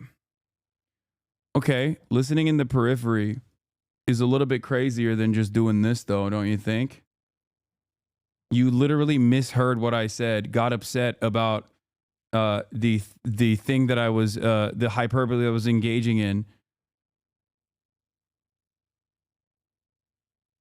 And you spammed it 3 times.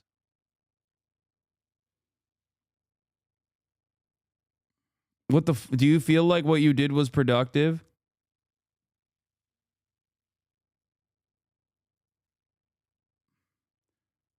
But if a population is 1 million, 3% is different from 7%. Okay, I'm giving you a week off. Because yesterday I covered Madison, Wisconsin's black population at 7%. It is completely, it is like I know what the actual population number is. And I didn't even ever say 3%. You imagined it. You hallucinated me saying that. And you're now being incredibly fucking annoying about it. I hope you understand that not a single person in this chat considers you to be a hypercritical intellectual giant, but instead a fucking annoying derailer for purely selfish purposes.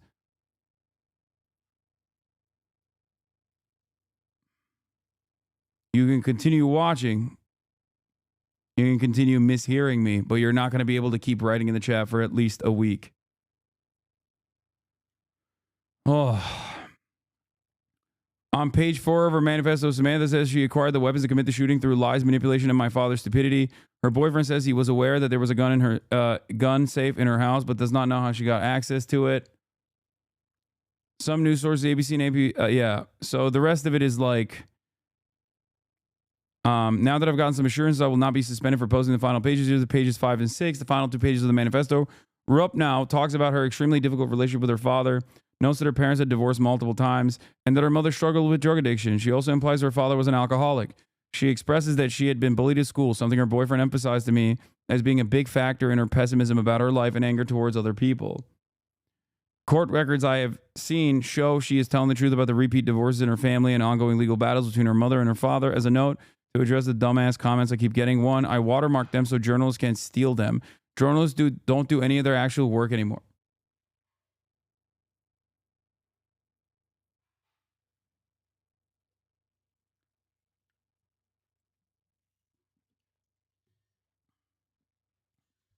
What are you going to do? A DMCA on a fucking neo-Nazis manifesto? What kind of freak-ass shit is this? Like, your journalism in this instance should stand on its own, you know? And I'm obviously, like, I obviously personally am like, I think she did do decent journalism in this story, okay? It's just wild because, once again, when you've got like a Twitter brain, when you're a Twitter brain turf. Here. Shocking is like having this opinion when you're in fucking Madison, Wisconsin. There are like 300 total black people in Madison, Wisconsin. That's part of the reason. That's part of the problem. What's shocking?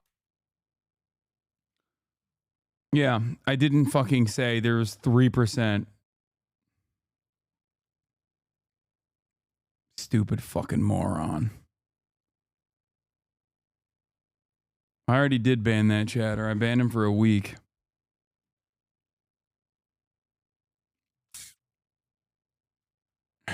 Anyway. It's also obviously not serious. It's not sincere.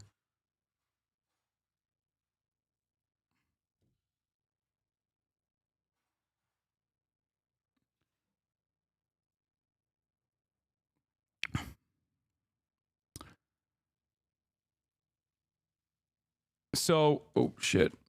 So I guess the point is, another trans Maddie, thank you for the 20 gifted subs. The point is that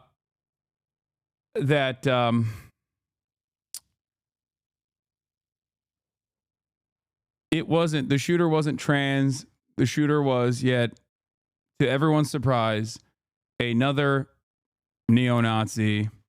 But her political worldview is not, in my opinion, the most important part of the story. If your goal is to actively de-radicalize larger swaths of the population, if your goal is to, even without actively de-radicalizing larger swaths of the population, but to just lower the gun violence metrics, then you have to tackle guns as a part of the problem. Because guns are, regardless of how much you enjoy them,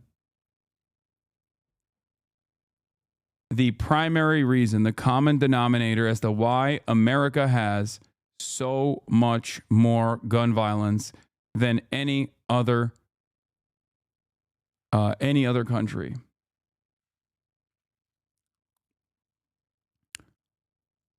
Yeah. Natalie Samantha Rupp now. Reuters has confirmed the identity, and that means that, I mean, this also this is what she had posted before anyone else in mainstream media. So that's what leads me to believe the accuracy of her journalism. I sincerely apologize. Full page 4. I had meant to post this and crop the zoom in the main introduction and realized that in the chaos I didn't do that and upload it. Here's full page 4. She continued to list off killers she admired. There are also others I admire. Eric Harris, Dylan Klebold, Patrick Woods, Crucius, Guilherme Tauchi, plus many, many other people. Many, many more people. I was born November 7th, 2009, exactly 2 years after the Pecos attack.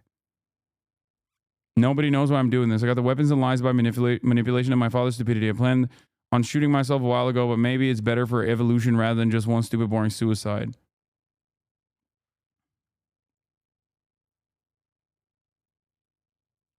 It's crazy that someone born in 2009 is already, you know, getting a weapon and doing school shootings. Like, that's wild.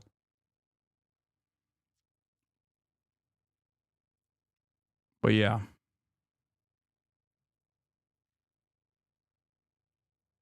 Now let's get back to mainstream coverage. At shooter's home overnight, their parents cooperating and speaking with police.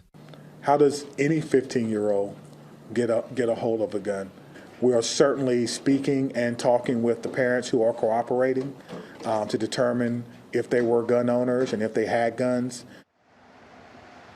And it remains unclear just when this school might reopen. And authorities say, as you just heard, they continue to work to figure out how that 15-year-old got a handgun. George? What do we know about security at the school, Alex?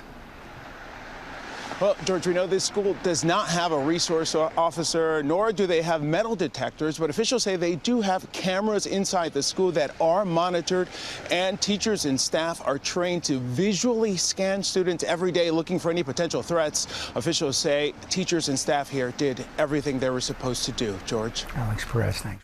Madison Police Chief Sean Barnes joined us earlier to discuss this investigation.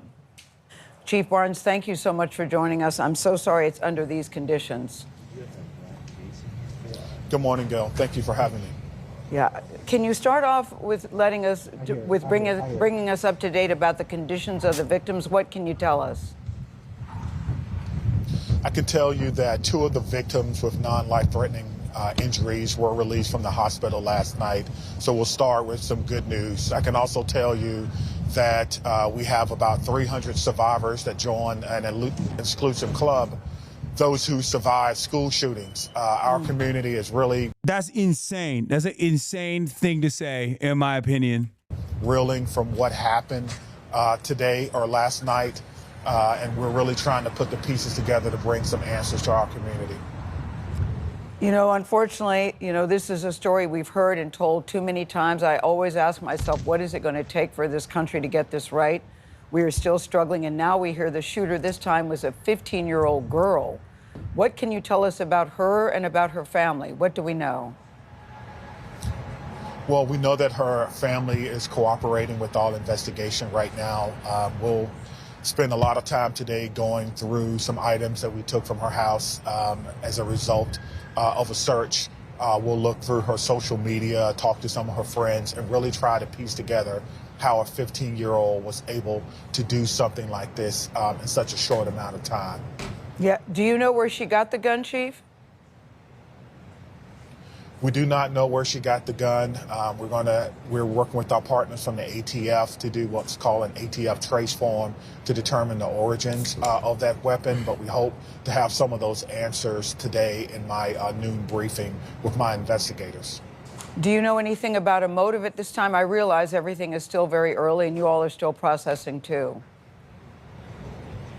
Yeah, there's been a lot on social media posted by people who allege that they're her friends, describing different motives. We're trying to track those people down to talk to them and figure out what happened. But what we do know is... Can you help me understand why a 15-year-old can be on a popular Telegram group called Terragram, but the FBI won't stop the shit despite how much our taxes give them? I know for a fact that the FBI has stopped certain Telegram groups in the past and shuttered them completely and arrested some of the people that operated those Telegram groups. There are many such cases. I suspect that part of the reason why they haven't tackled Terragram is either 1, because it's international, or 2, because they're actively monitoring it so that at the end of the process of yet another fucking, you know, terror attack or whatever, they can turn around and say, this person was on our radar. Telegram is also a Russian-owned platform, so that makes it a little bit trickier. The CEO actually was arrested, if I'm not mistaken, in France. If you remember, he lived in Dubai specifically so that he wouldn't get into trouble. So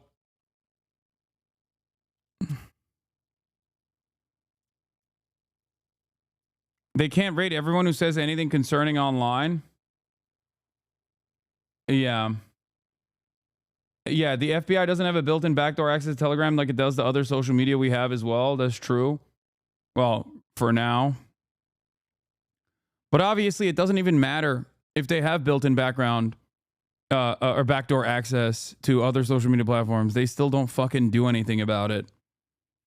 It's not like they use it in the apprehension of you know, people who are about to commit acts of terror. The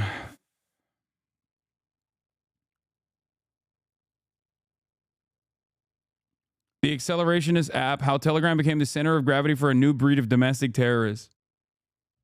Like, Telegram being outside of the sphere of you know, American law enforcement agencies also obviously creates a unique space for them as like the primary primary application that people can use to get information out directly.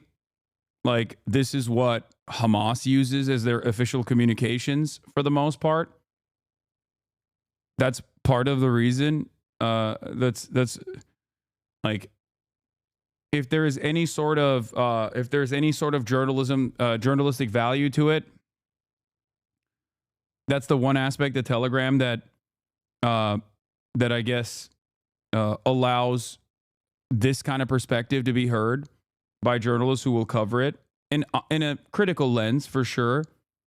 but still utilize it to get information out as quickly as possible. But for the most part, Telegram, I would say, is primarily focused on, you know, some of the most some of the most active terror organization happening on every side of every political equation, good or bad, whatever you personally think. Like, it's just like, famously, Israel had the Telegram group, like the pro-Israeli terror Telegram group, where they would like celebrate the deaths of all the people in Gaza. It was so popular that the Israeli government created their own version of the Telegram group that was a little bit more sanitized, but still played the same purpose. It was not actually sanitized at all. It was still devastating. But yes, many of the far-right neo-Nazi terror groups, many of the far-right neo-Nazi terror groups basically operate on there with free reign. They simply do not comply with the request for access when presented by a foreign government. After the CEO arrest, they began to comply willingly. Yeah. Also, to be noted, Telegram is very well known to be able to shut down so many channels. They see this shit and allow it to fester. Yeah.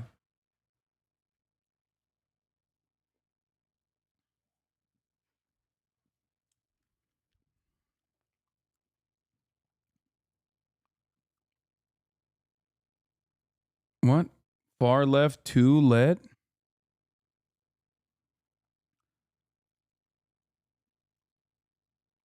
Telegram is also a bunch of groups full of cops just catfishing each other by accident for drug sales, etc. Yeah, that too. How long before they really come after Discord? Discord is nowhere near as much of a Fed bait as Telegram. Discord has very similar groups as well, except Discord in and of itself is an American company. Discord complies with federal law enforcement requests. Telegram does not. That's the major. WhatsApp is cooked. WhatsApp is owned by Facebook. What are we talking about? Of course. Every single social media platform you use to communicate with others, if you're writing shit on there that's illegal, you know, good luck. Have fun. You might as well be writing it directly to a federal law enforcement officer, okay? Anyway, methods of communication aren't the issue here. There are points of radicalization that occur in every space online, okay? YouTube plays a very formative role in radicalizing people and pushing them towards the far right. Discord also plays a role in this. Telegram is the final point of it. It's the 8chan to the 4chan, if that makes sense.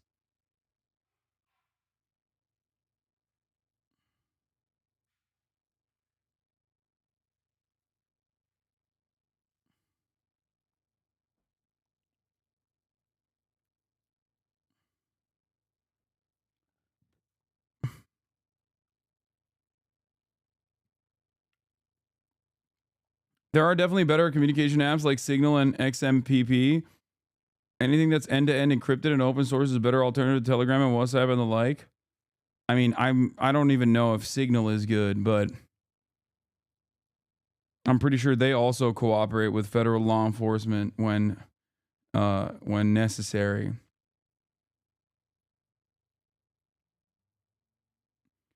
But the point is, yes, there are a shit ton of groups like this online. They exist.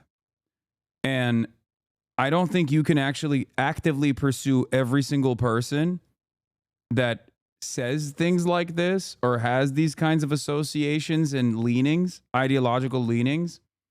And I'm not so certain that the federal government would even want to go after them. I think they're more predisposed with going after, you know, campus protesters against Israel and the like. So it's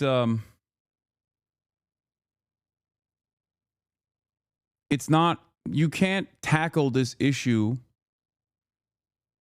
You can't tackle this issue by just like attacking the platforms where this kind of communication happens. It's one aspect of it, and you can certainly undermine it. I will admit, the shutting down of certain Telegram groups, certain prominent neo-Nazi Telegram groups, has certainly been a good thing, okay?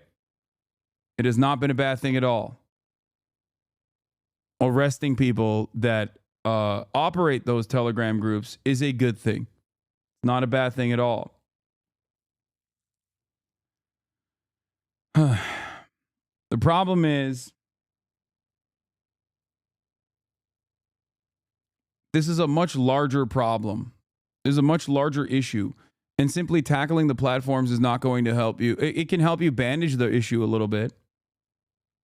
Having said that, however, like when you have so many different markers that predict the likelihood of yet another mass shooting happening from yet another neo-Nazi, regardless of their fucking age, is that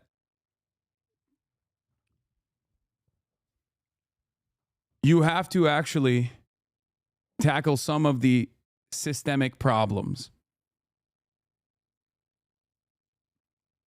Some of that is the universality of healthcare, having it be readily available to all who seek it out.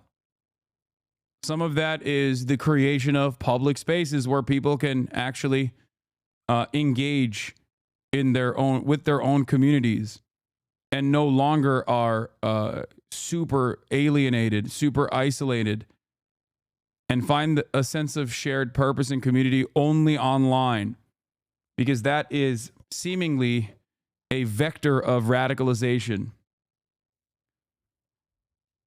Most importantly, however, I would say that the ease of access to weapons and how many weapons are in circulation in the United States of America is one of the most significant problems that must be tackled head on.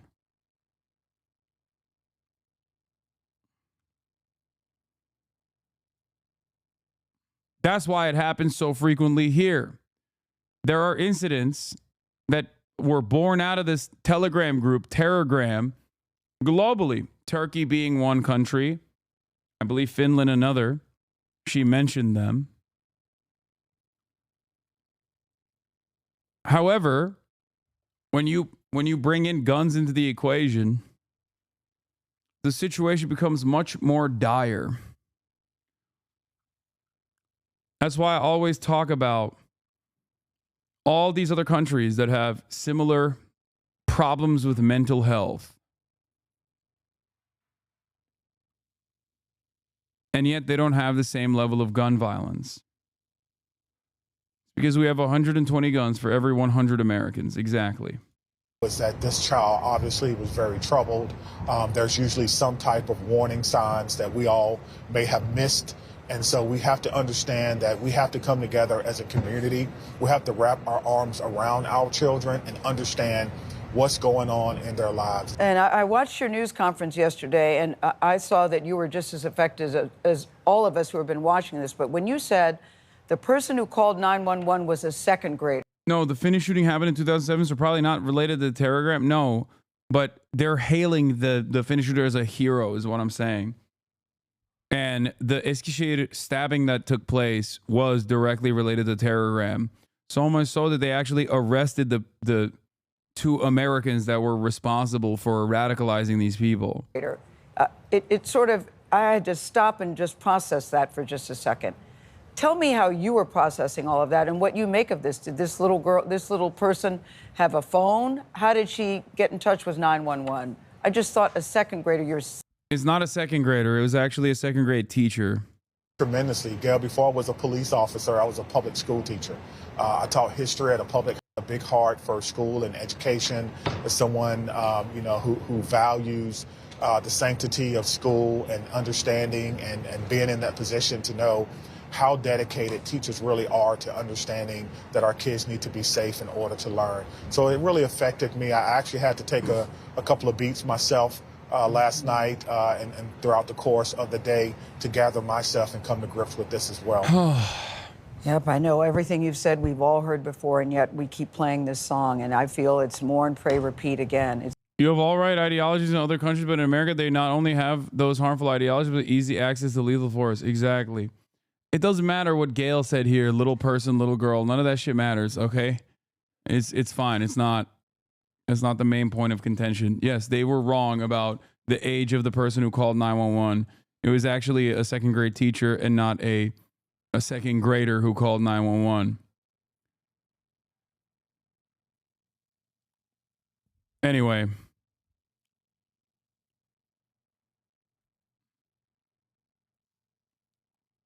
But like I said, the reason why I wanted to dive into the background of the shooter a little bit was specifically because a lot of people were saying that she's trans or she's a leftist, she's a feminist. Okay. No, she was a Groyper neo-Nazi and frequented those spaces online. And clearly, on top of that, had a whole bunch of stuff going on in her own personal life.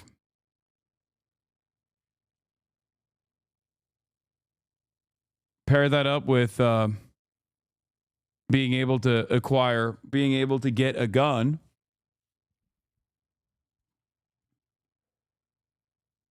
And here we are.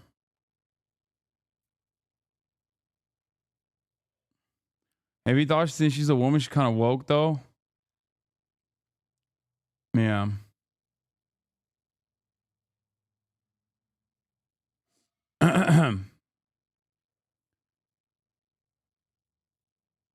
Speaking of the other shooting that took place, which wasn't a mass shooting, but a very targeted, very deliberate shooting.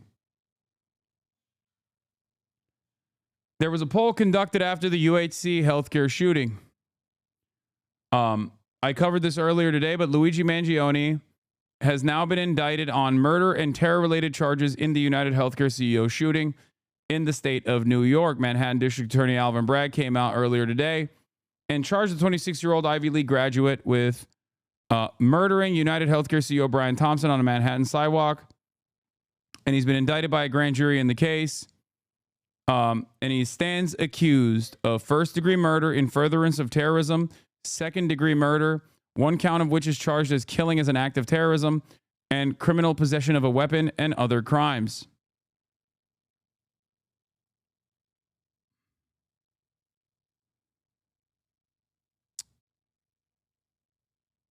Alvin Bragg said, "We allege that Luigi Mangione carried out the brazen, targeted, and fatal shooting of United Healthcare CEO Brian Thompson in Midtown Manhattan. This type of premeditated, targeted gun violence cannot and will not be tolerated, and my office has been working day in and day out to bring the defendant to justice. I want to extend my heartfelt prayers to Mr. Thompson's loved ones as they continue to grieve. This ongoing investigation is a product of an incredible partnership at all levels with the NYPD. And I want to thank Commissioner Tisch and the prosecutors and detectives who worked collaboratively to apprehend Mr. Mangione. He is now charged in a New York State Supreme Court indictment with 3 counts of murder and faces a maximum penalty of life in prison without parole. Prosecutors are working to extradite Mangione from Pennsylvania, where he was arrested on an unrelated weapons charge. I guess technically it's not an unrelated weapons charge, but they want to extradite him to New York City to formally face charges in the 50-year-old health executive's death. The hearing on the matter is scheduled for Thursday. A spokesperson for Governor Kathy Hochul said that the governor plans to issue a warrant for extradition to New York as soon as the indictment against Mangione was handed up. His lawyers had said their client would not plead guilty to charges in both Pennsylvania and New York. Mangione faces life in prison without parole if convicted of the New York charges. 3 lawyers visited Mangione in prison on Friday, including a new attorney on the case, Karen Friedman Agnifilo. She's a longtime veteran of the Manhattan DA's office. She will be representing Mangione on charges that come from New York. A spokesperson for the Pennsylvania Department of Corrections on Friday told Newsweek that Mangione was being held in a small cell and not in solitary confinement. Mangione is not interacting with other inmates at this time and has taken every meal in his cell, she said. He has gotten mail, though. A spokesperson says Mangione received 33 emails and 6 pieces of mail as of Tuesday morning. She says he also received 153 deposit entries into his commissary account. According to Inmate Handbook, inmates may order commissary items like toilet articles and snacks on a weekly basis.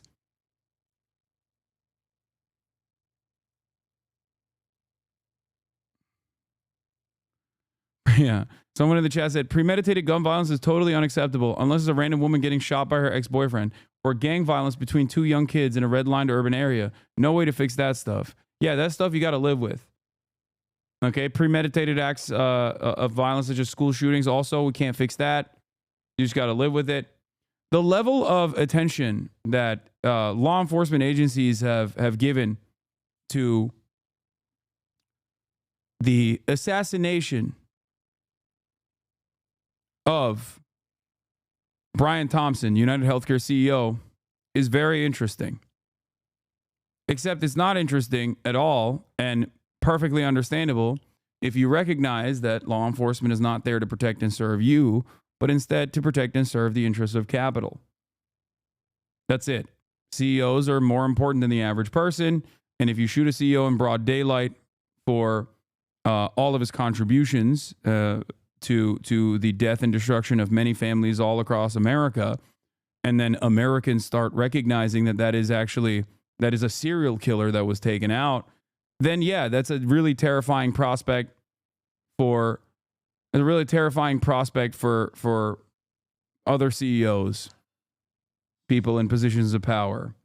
All of our instruments of justice and all of our institutions like mainstream media and the like are tasked and designed with making sure that everybody understands that is completely unacceptable. Okay? Do your normie friends understand what mainstream media is doing, or have they moved on already? I don't think they give a shit that much. They understand where the anger and resentment comes from towards Brian Thompson, and that's pretty much it.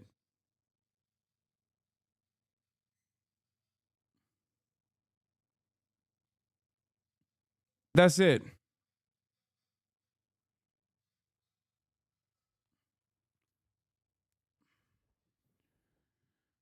Meanwhile, a poll was conducted, and it found that 41% of adults under 30 consider the killing of United Healthcare CEO Brian Thompson acceptable. More than 40% in that demographic who consider it unacceptable. Anger over health insurance companies has been in the spotlight after Thompson was fatally shot December 4th in New York City. Luigi Mangione, a 26-year-old, was arrested last week in Pennsylvania and faces charges of Thompson's killing. Survey came from Emerson College polling, found that 68% of all respondents found the actions of the person who shot and killed Thompson to be unacceptable.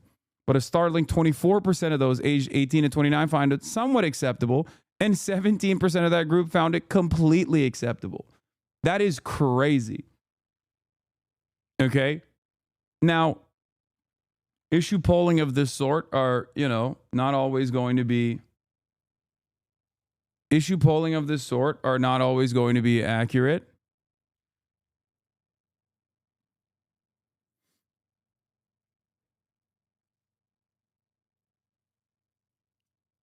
Okay? But it's still fucking insane that they were able to call up, investigate enough people within the age range of 18 to 29 that was like, yeah, I think that shit was awesome.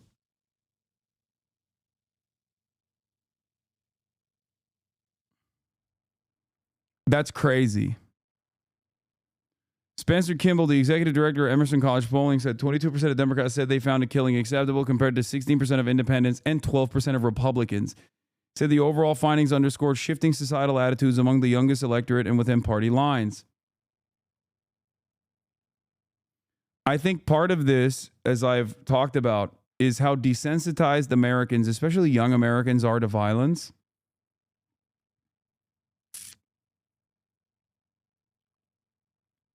I will say that. But also,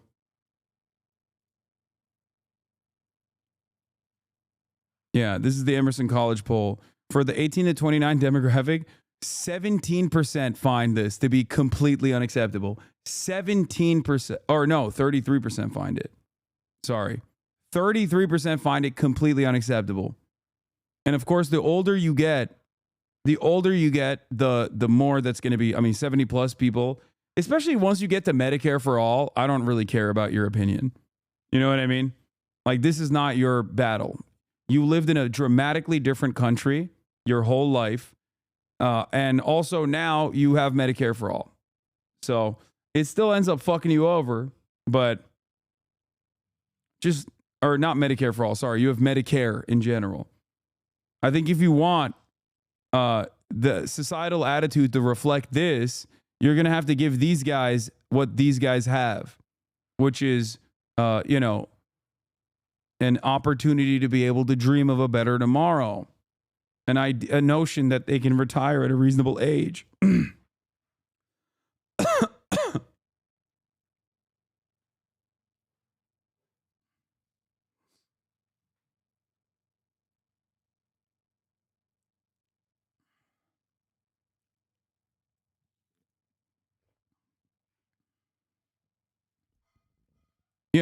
Healthcare.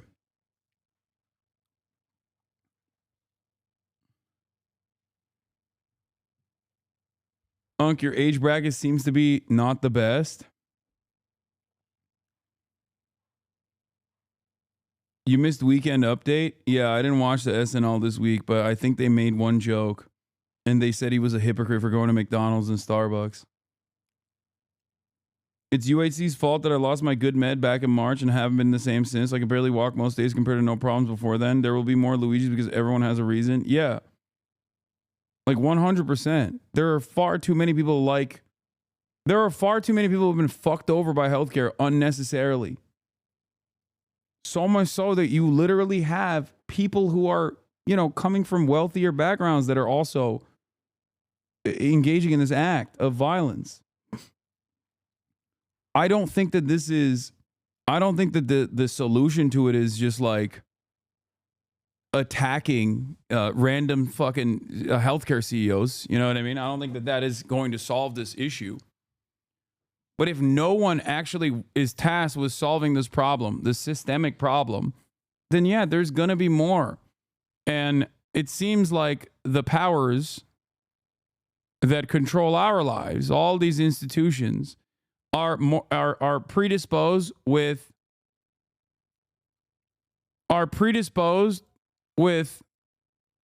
not trying to tackle the systemic harms, but instead engaging in new methods of apprehension for those who speak out of turn. Because it's far too difficult to solve the healthcare crisis in this country.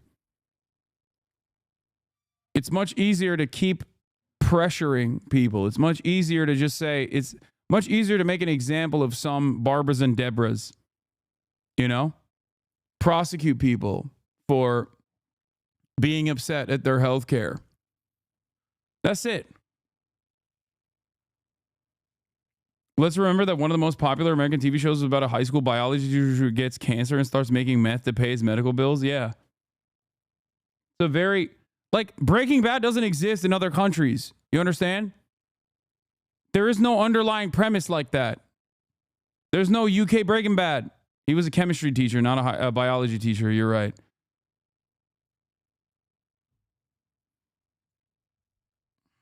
Sorry. I read that in the chat. They said it wrong. It's fine. You were on Philly D today?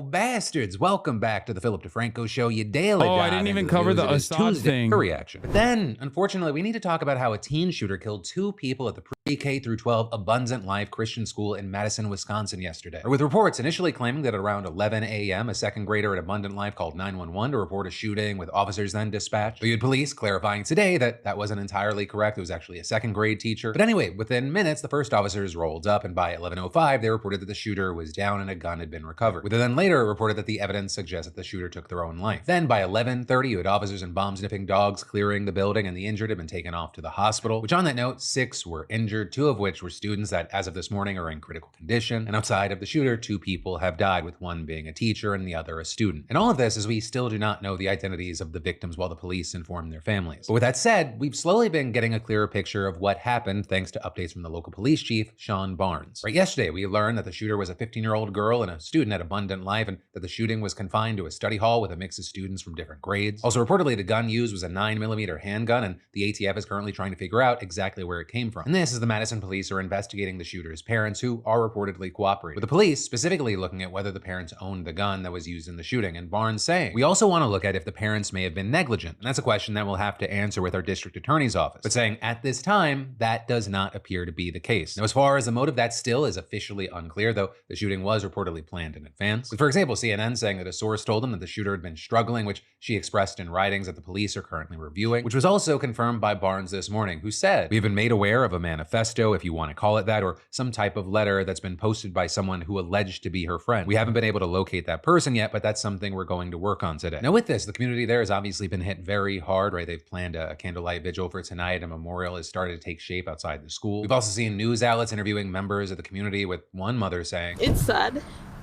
you know, to be home and then somebody call you and say your kids school in like down and shooting and you didn't know where they are. And thank God they were safe.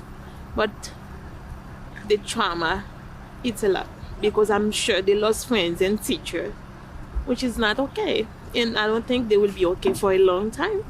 And I'm not. Also, with all this, we've seen kind of the general aftermath that we normally see with a situation like this. Right? Many politicians pointing to Madison today and their calls for gun control. With, for example, Wisconsin Representative Mark Pocan saying, I've sat through so many moments of silence on the floors of Congress that are followed by 0 moments of action. But then also adding that he even had a media appearance get canceled because the number of deaths was corrected and dropped to 2. With him saying, if that is a societal response, we are screwed. We have to do more as a society. We have to be more outraged that you drop your kid off to a school and you're not sure they're going to be safe. That's completely unacceptable, and we all need to speak out much louder. Right? And there has been a lot of conversation surrounding both the media coverage of the school shootings and the overall response to them. Right? Like with CNN specifically, they got some heat for interviewing students who were in the building at the time of the shooting, with a number of people responding by saying things like, just seen an 8-year-old girl getting interviewed about the school shooting in Madison, clearly traumatized after seeing her teacher shot. Why are you shoving a mic and camera into these babies' faces? And as a journalist, y'all need to draw the line and stop interviewing children. They don't need to relive the trauma. L for every journalist involved. With also big online commentators in the space like Hassan Piker chiming in, reacting to the CNN clip. 1 week before Christmas, a young student has been killed, a teacher has been killed. How will Madison, Wisconsin even begin to deal with this horrific day? An area leader will join us next. Dude, this is wild stuff. I swear. It's always like, it's just so commonplace. It's just so commonplace at this point where it's like we have streamlined the coverage. We've streamlined the coverage immediately. With them then later adding, now we have like additional industries tasked with, designed with the purpose of extracting some kind of profit out of tragedies like this. And yet we always seemingly find a reasonable market solution. And that doesn't mean that we're actually eliminating the problem. It's never about eliminating the problem. It's about trying to triage and I guess like stop the bleeding by, you know, making more money. Yeah, one man's tragedy is another man's opportunity. Right, he's not alone there. Many have taken issue with people seemingly trying to profit, whether monetarily or with attention from this shooting specifically. With, I mean, just one example being that someone... I was actually talking about like industries that are tasked with like doing therapy for school shooting victims and whatnot. I guess it also suits the purpose of like mainstream media as well.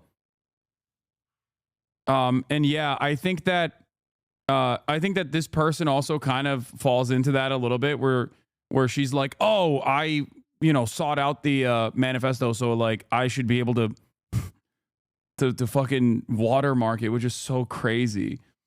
But I can't help but remember this bulletproof room that that they were trying to sell it for American schools, like bulletproof backpacks and bulletproof rooms. You know what I'm talking about?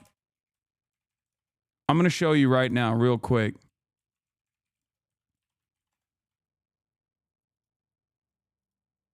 This. Like, it seems like a joke, but it's not a joke. An Alabama company has created a safe room it believes will save lives during a school shooting. It's a fold-out panic room. We can't control policy. We can't control politics. We're just a small company that has, I feel like, innovative ideas that can pass the test of time. And we wanted to bring our version of gun control to the nation. We have a deployable unit that folds into the wall and then comes out. It deploys in under 10 seconds, and the entire classroom can be in this and locked into a safe place within their classroom in a matter of 30 seconds or less. And then we have a fully deployed unit that is stationary and it stays. Anything helps? No. Brother, what are we doing, man? What are we doing? What do you mean anything helps? This is just like... This is giving up. Okay? This is just giving up.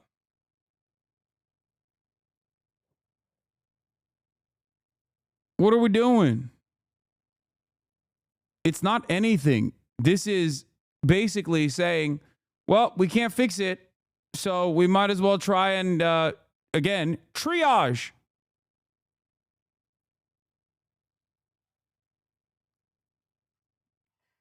Yeah, it's a Band-Aid on a artery that is bleeding out. Out all the time, and it's actually mounted. It's like the ship is sinking and you're poking your finger in one of the holes and you're like, this is fine. Anything helps. The ship's sinking. It's solidly, and it's not deployable.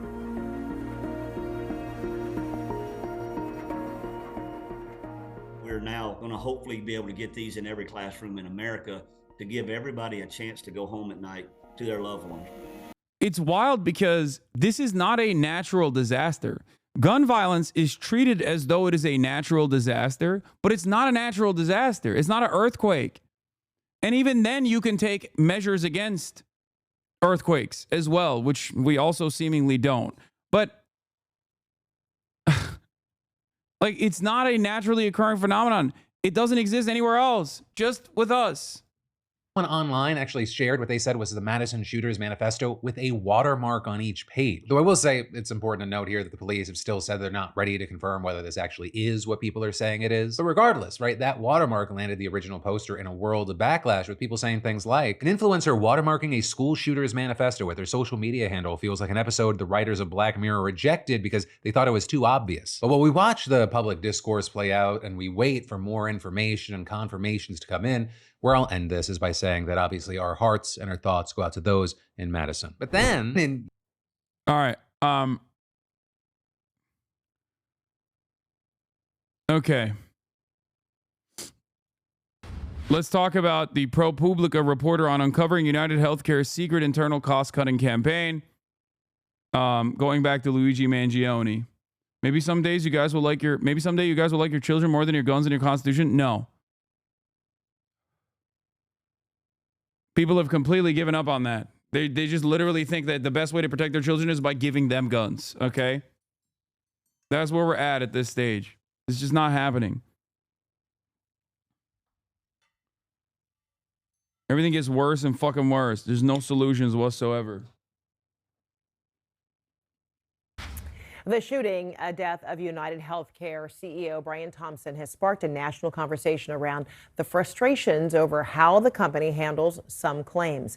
In a new investigation, ProPublica looked into the claims of one Louisiana mother who says United Healthcare is limiting access to autism therapy for her son.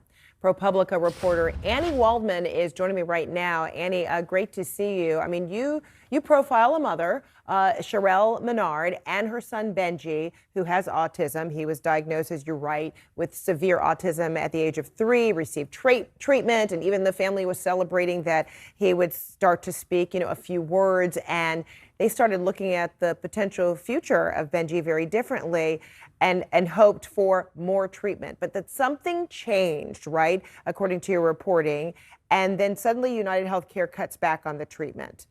And then there was a discovery of some sort of secret internal cost-cutting campaign.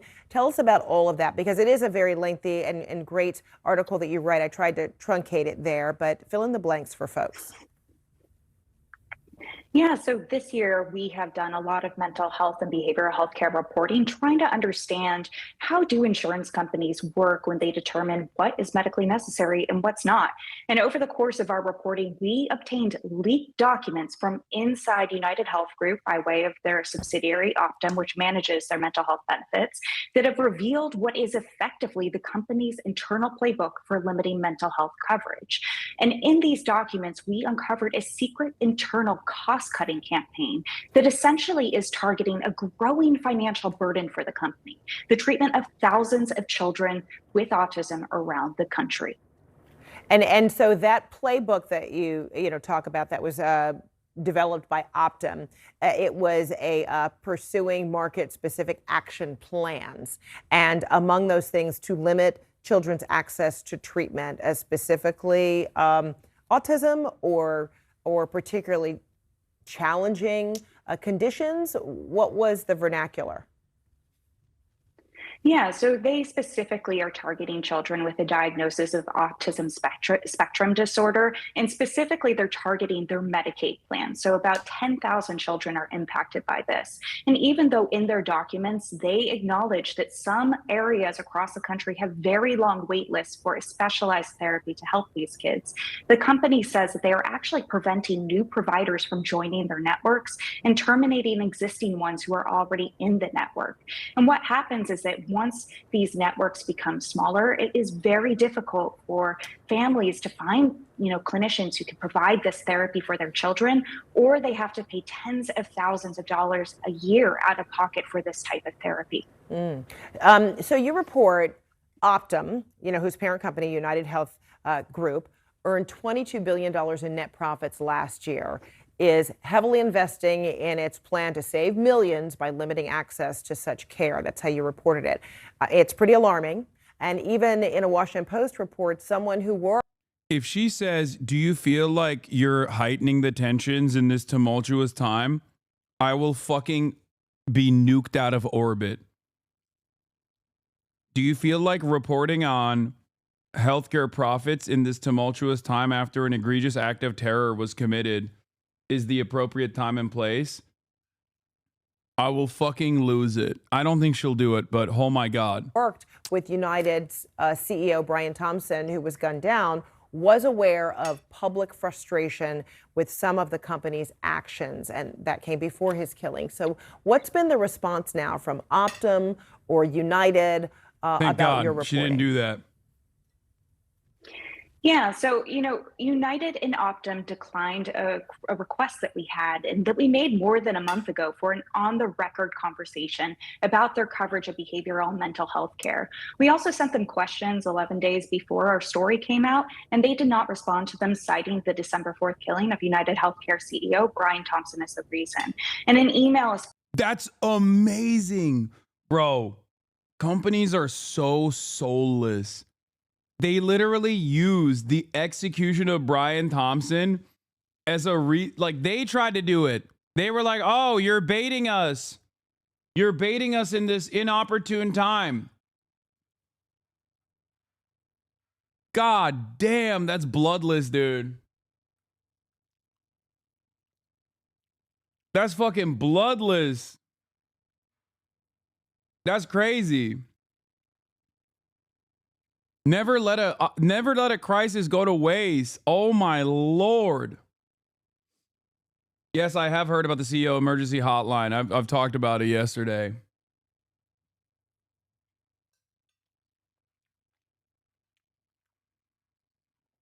To be fair, that's what Brian would have wanted to increase shareholder value. You're not wrong. They could turn around and say, we're doing this for Brian. Using his death to ensure we protect our shareholders.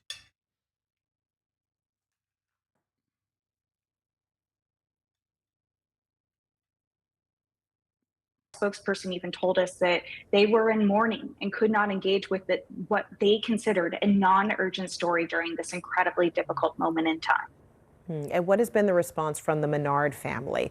I mean, how are they now navigating what has become an even more complicated, I guess, health journey for them? Yeah, you know, what the mother told me, Sherelle, is that if her son doesn't get his therapy, she worries that as he ages, he won't develop the skills that he needs to keep himself safe and help him advocate for himself. So his clinical team, which is based in Lafayette, Louisiana, they are fighting this denial. In fact, they have to go to an administrative law hearing in January to try to get this denial overturned. If it's not overturned, like many families, they may not be able to afford this therapy out of pocket, and Benji will have to scale back the hours that he needs. You know, and this is not just Benji and Sherelle. There are likely hundreds, if not thousands, of families who are dealing with issues with insurance companies trying to get coverage of this type of care. Annie Waldman, glad you could be with us. And of course, folks, if you want to read the ProPublica story reported by Annie, it is on CNN.com and you can see it there. And obviously, you just underscored, you believe it's a microcosm of what a lot of American families are experiencing right now. Thank you so much, Annie. Thanks for having me. More than $135,000 has been raised for Luigi Mangioni's legal defense fund. It's a crowdfunding effort started by a group called the December 4th Legal Committee. Their total fundraising goal as of now, $500,000, and they just might get there. The organizers, alluding to the date United Healthcare CEO Brian Thompson was gunned down on the streets of Manhattan. But they say it's not about the violence from that day. They write, this is a preemptive legal fundraiser for the suspect allegedly involved in the shooting of United Healthcare CEO. We are not here to celebrate violence, but we do believe in the constitutional right of fair legal representation, unquote. But as for the people donating, well, some of them are full on celebrating Mangioni's actions, and the donations are coming in at all sorts of amounts, from the highest at $1,300, some as low as $5. One person writes under their $10 donation, and I'm quoting here, "The shot heard around the nation. We cannot let it be in vain. You made the first stand. Thank you." Another person donated $500 writing this, "I hope this entire event leads to a They're going to arrest your moms and dads, dude. I'm not even kidding.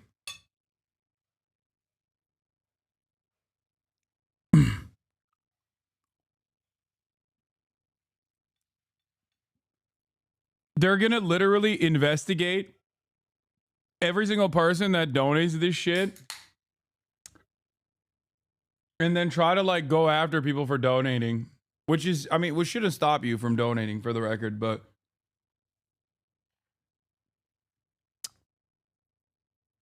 this never happened when Rittenhouse killed that guy. I wonder what's the difference. Yeah,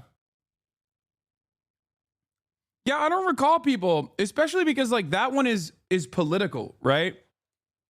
That one is political. There was a very obvious like political motivation behind it.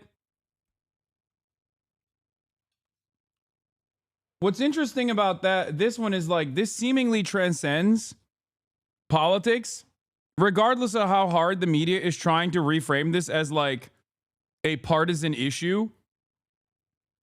Like, I don't think the Debras and the Barbaras that are fucking angry at United Healthcare or their own private healthcare are like, yeah, I'm a card-carrying leftist, you know?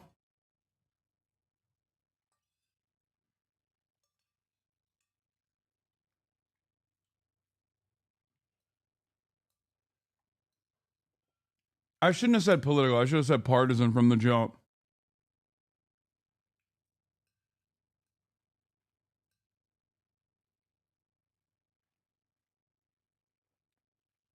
It's interesting because I think there are probably plenty of people who liked Kyle Rittenhouse and donated to Kyle Rittenhouse's defense fund. Ironically, also are fond of Luigi Mangione. Or at the very least, don't give a shit about what Luigi Mangione did. So no, I don't think this is like a partisan issue. I don't think you can analyze this or interpret this from the lens of partisanship.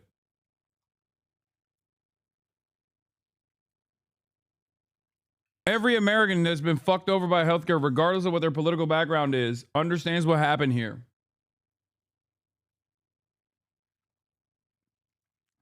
And no matter how much the media tries to, hand wave away all of that, or tries to claim that this is like a bunch of lefties or whatever, a bunch of loony lefties,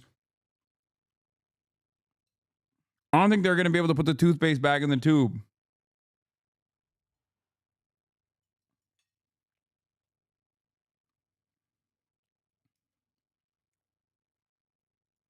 Thinking of the wealthy people running this country. Health insurance has been a scam for far too long, and it needs to change. Stop talking about it and do something.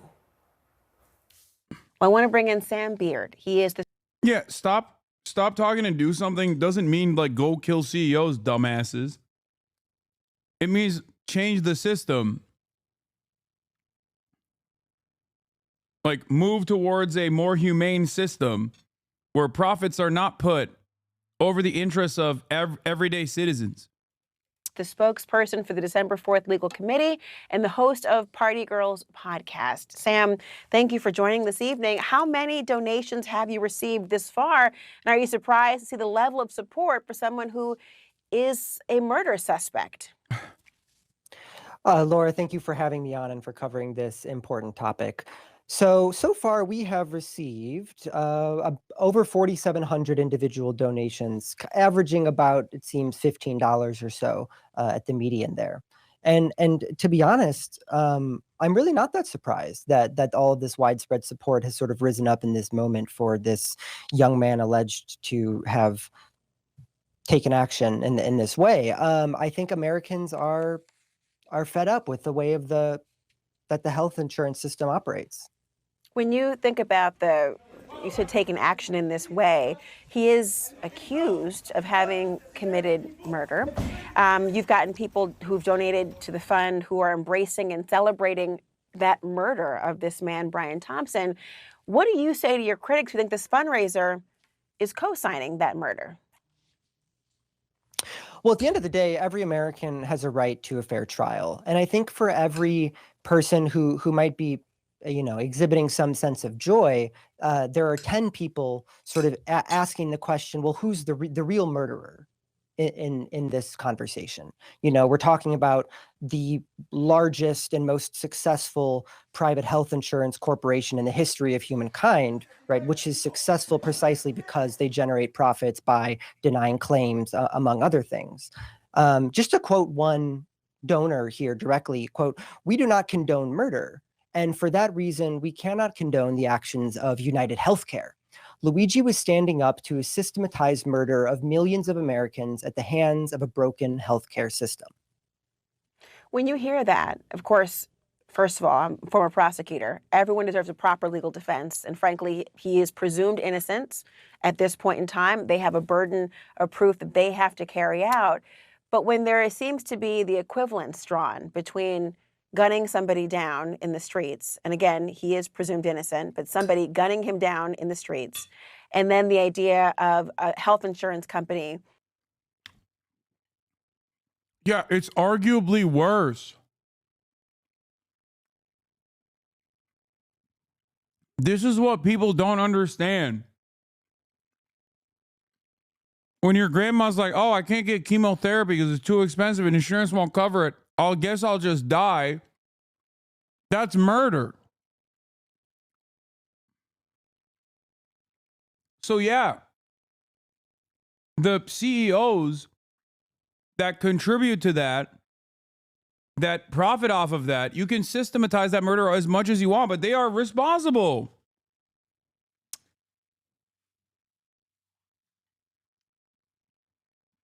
That's so crazy that these guys are like, but what do you mean? This is just a person that's behaving in the way that they're supposed to, that's behaving within the that's behaving under the capitalist constructs that we exist under. One is different than the other, don't you think? And it's like, to the average person who has experienced the death of a loved one because of this, they don't give a fuck. They still died. To the average person whose life was ruined because they had to go through medical bankruptcy, they don't give a fuck. Oh, that's just the way the system is? Okay, well, I guess we live in a cruel system, so there's nothing you can do about it. You know? Behaving in the way that has led to, you believe, the deaths of people as well. Are you concerned that that sort of equivalence is going to instigate further harm? Yeah, that's a good question. As a moral matter, it's horrible when anybody has their life cut short by another person, especially when it could have been prevented, right? But that same logic has to apply both ways. A CEO had his life short, a world-renowned CEO for being very effective in his field, mind you, but he was effective because he profited from denying people's claims, which cut their lives short. So we can't just apply a simple moral rule without acknowledging that we're in an immoral system that degrades the value of some lives while elevating the value of others. And I think what's sort of plain as day at this point is challenging that is, above all, a political act. This is a great take.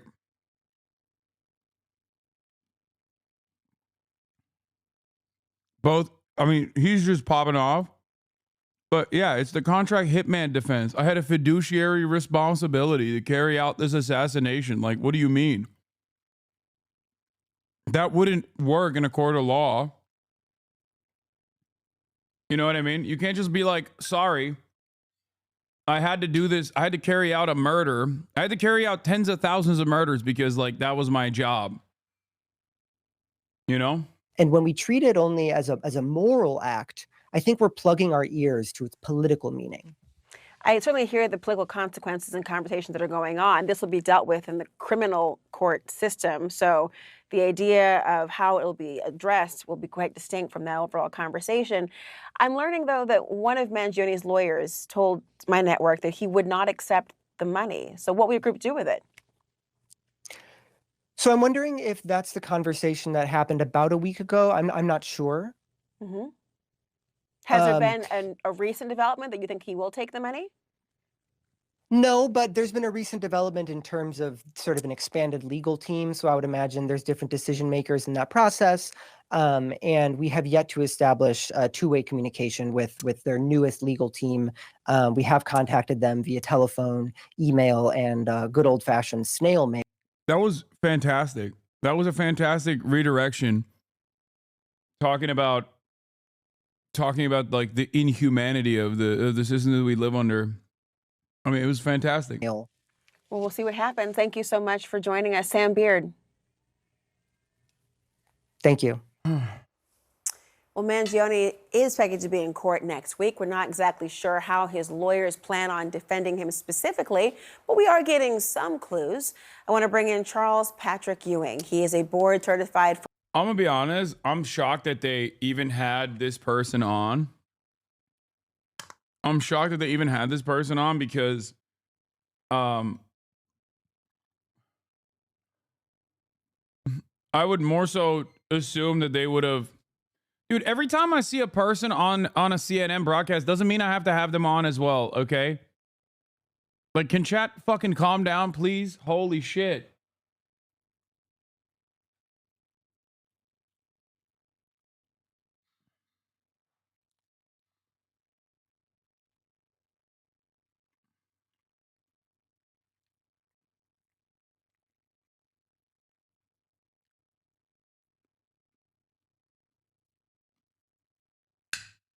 Calm down.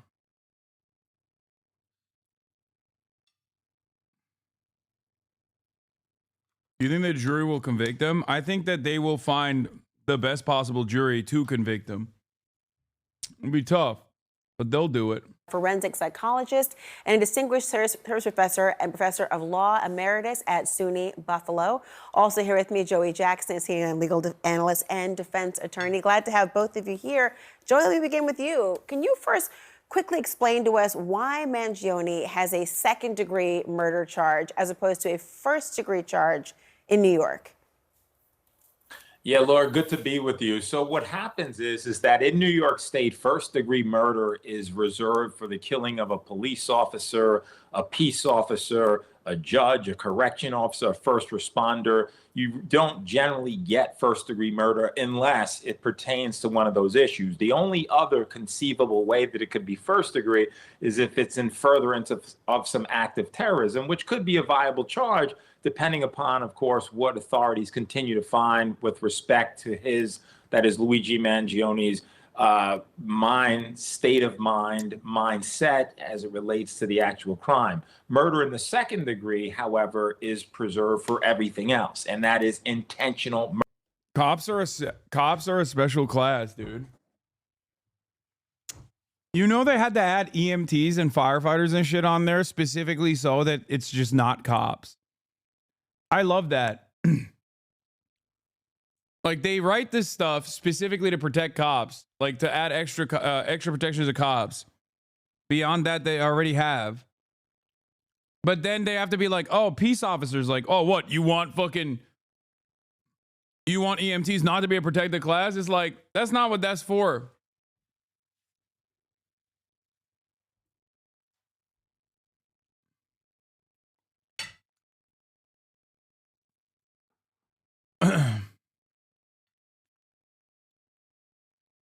Murder. And so generally people who are charged in New York State with murder are charged with murder in the second degree, absent one of those delineated consequences or actions that I noted before. Really important to get that distinction. Thanks, Joey. Let me turn to you, Charles. We're getting some hints as to what Mangione's defense could possibly look like. A former CNN contributor, Karen Agnifilo, just signed on to represent him. A few days earlier, here's what she told CNN. And so it'll be interesting, it'll be interesting to see where the opportunities are for him to defend himself. And it's looking more and more like I think he could potentially mount a psychiatric defense. And I think what Marianne was just saying is exactly right, because was he playing to the cameras versus is he having some sort of psychiatric event happening right as we speak, and are we watching it in real time on TV? Those are some of the things that will come into play, I think, in this case. Charles, how hard is it to get this kind of insanity plea or an extreme emotional disturbance plea, if he gets offered a plea at all, to have this line of thinking? Well, it's extremely difficult to make out an insanity defense, especially in New York State. In New York State, the burden of proof is on the defendant to prove, first of all, that he was suffering from a mental illness or from a mental defect, as the law says, which would be the equivalent of an intellectual disability. That's just the beginning. Once you have that, then you have to establish to the jury's satisfaction that you either did not know the nature and consequences of your acts, or you did not know that your acts were wrong.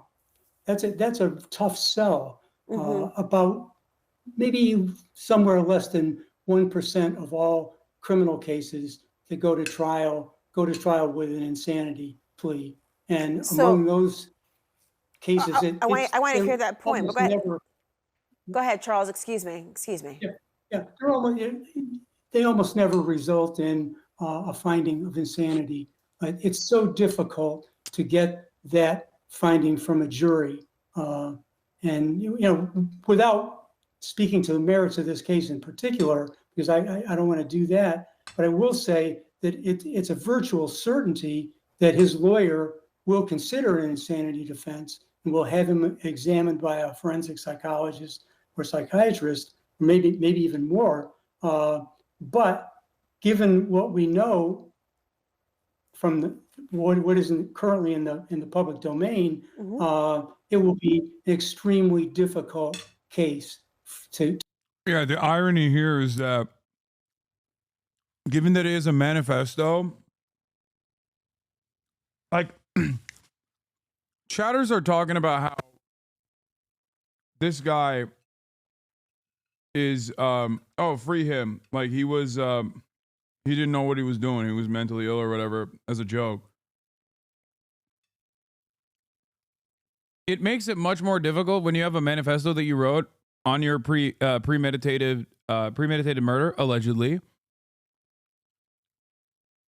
Especially if the manifesto itself features like fairly commonplace problems. Like you could have a manifesto, allegedly,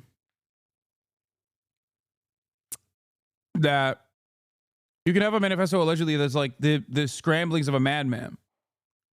Even that 15-year-old girl could probably, you could make a case that like, that further proves that this person was not mentally sane. Problem is his manifesto is too sane.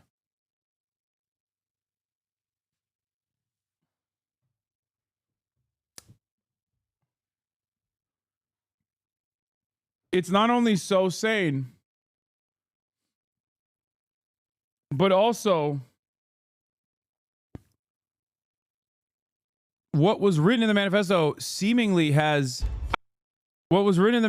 seemingly captured the attention of many Americans. I don't understand why people are celebrating him being killed, because at the end of the day, like I said yesterday, he's dead. His kids don't got no father. That 26-year-old Luigi or whatever his name is, he's gonna be in jail for the rest of his life. And the healthcare system is still the same today. Nothing changes. The healthcare company's still denying claims and everything today. So what did that accomplish? And why are you happy about him being gunned down like that? Good question. Charlemagne the God there ripping those seen as celebrating the suspect accused of murdering the United Healthcare CEO, Brian Thompson. Some people online casting Luigi Mangione in a positive light as they air their grievances with the industry. Barry Weiss, editor of the Free Press, is here now. Good morning to you. Oh, no. Barry Weiss? Free speech, Barry Weiss? Barry free speech, but not like that, Barry Weiss?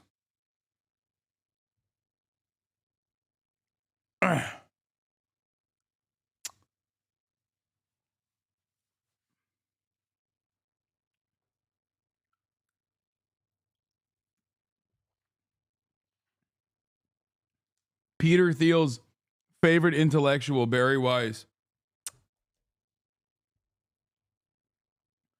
I'll tell you what it is. It's not that people celebrate the act of murder. They understand that it's instability. Murder in broad daylight is a symptom of a deeply unstable society. The problem is they also are living in a deeply unstable society where social murder is commonplace. So for them, this is just a pressure valve. For many people, they see this as a moment to be like, oh, well, I don't give a fuck. They fucked me over. So who cares? That's it. It's that simple.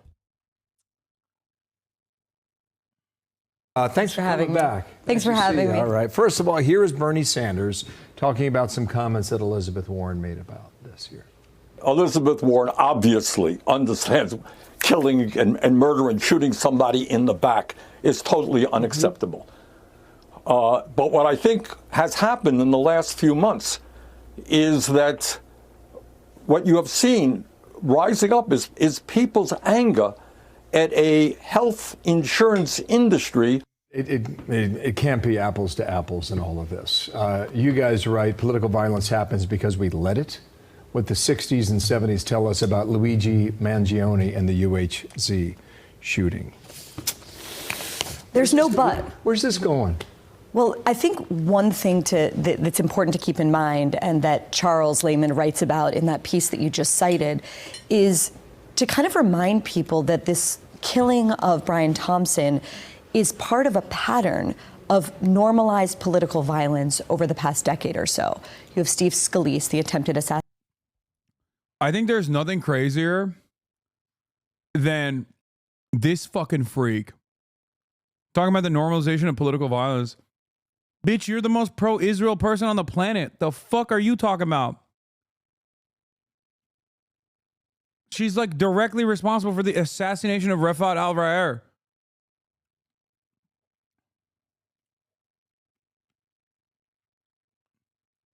That's crazy.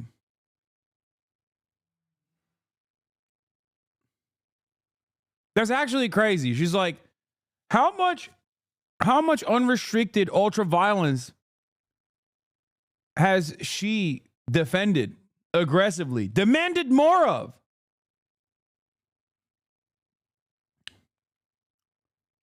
It's crazy. Assassination. You have Gabby Giffords. You have the violent rioting of the BLM summer that was normalized as fiery but mostly peaceful.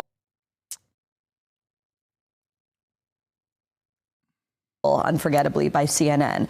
You have, of course, January 6th. You have the pro-Hamas riots. You have protests. Pro-Hamas riots? The fuck are you talking about?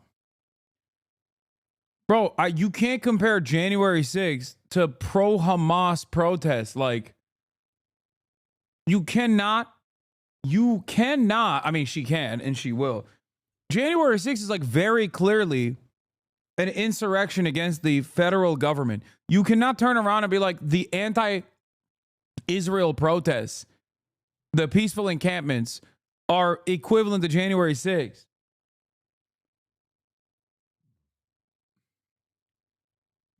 She literally said, wait, hold on. What did she call January 6th? Of course, January 6th. You have the pro-Hamas riots. Like, oh, you have January 6th, you have the pro-Hamas riots. You have protests regularly now at the homes of Supreme Court justices. You have even people like a liberal museum curator in Brooklyn whose apartment building was targeted and attacked. Why? Because she's Jewish and therefore a Zionist and therefore... Yeah, okay, dude. To be honest, you can't even compare Palestine protests to BLM protests. Yeah, I know. Unacceptable. My point is that we have normalized an ideology that suggests... I like that she's saying, like, things are either objectively violent or I just disagree with the protests and therefore I will call them riots.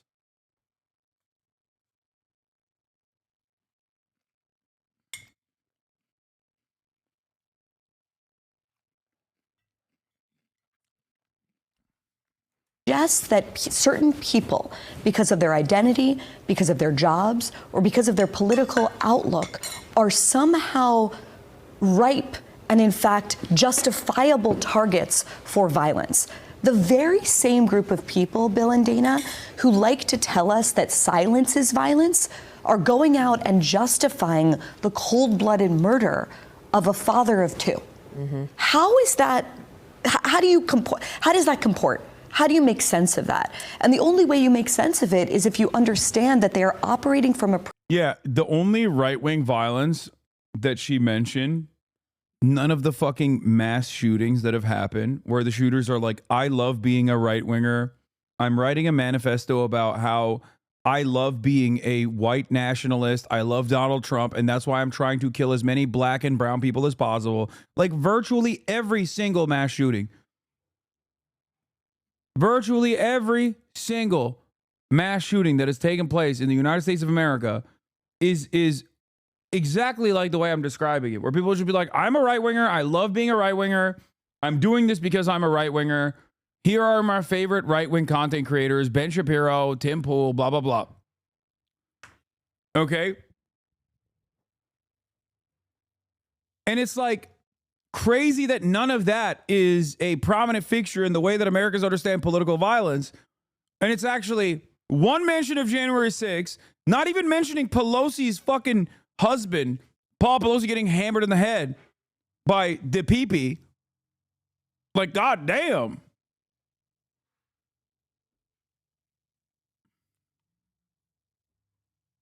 LOL! Chicago mass shootings every weekend are right-wingers?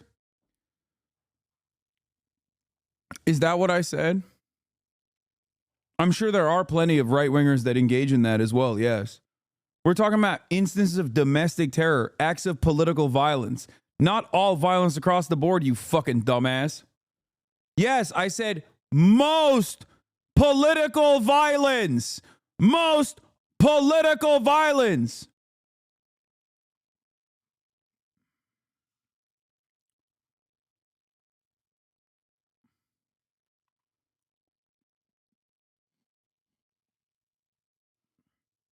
I love how fucking stupid racists are. You know who else agrees with you? Chicago mass shootings every weekend or right-wingers? No, dude. They're poor people, okay? Victims of systematic poverty. Victims of systematic racism, okay? Ironically enough, in spite of all of that, Illinois' gun violence metrics are still far better than most Republican states. Oh, victim, shut the fuck up. Yes, it's true. What do you mean? Oh, victim, shut the fuck up. I grew up in project housing. I am what? Thoden Priol? I grew up in project housing. I don't care what you grew up in.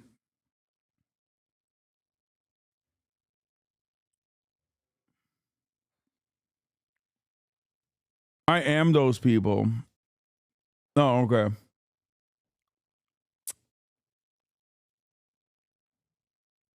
Yeah, Hogg's standpoint theory is always funny. It's like, excuse me, I'm doing a bodies in spaces in an effort to talk about, when I'm talking about fucking right-wing, when I'm talking about right-wing political violence, this dumb fuck literally was like, what about black people in Chicago?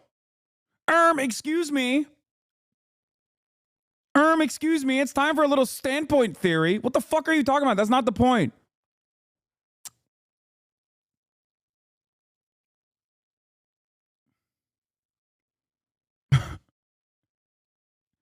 I love when dudes who have never once said black nor mentioned race. Why did you assume that all of the fucking gun violence in Chicago, all the mass shootings every weekend in Chicago are not right-wingers then? What were you using that as a catch-all term? My response to that was, maybe some of them are right-wingers, but that's not what we're talking about right now. We're talking about political violence. Why did you assume race? Come on, chatters. Please, we're not dense here, are we? I know a lot of you are purposely trying to fucking behave like you're a dense person. He brought up Chicago when I'm talking about right-wing political violence, specifically to say, as a standout term, for black people. It is a very obvious bad face substitute for black people. All right, we'll take a week off. Chicago is a liberal city. Man, shut the fuck up. Shut up, you fucking dumb bitch.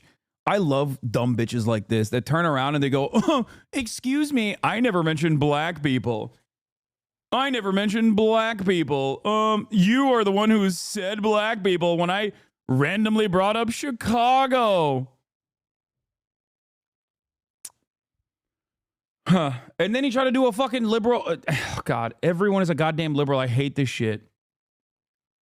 I hate it. I hate dealing with it. I hate dealing with like members in my own community that annoyingly do this purposely obtuse nonsense to be like, I don't really fully understand what you're saying, so I'm just going to take the worst possible uncharitable interpretation.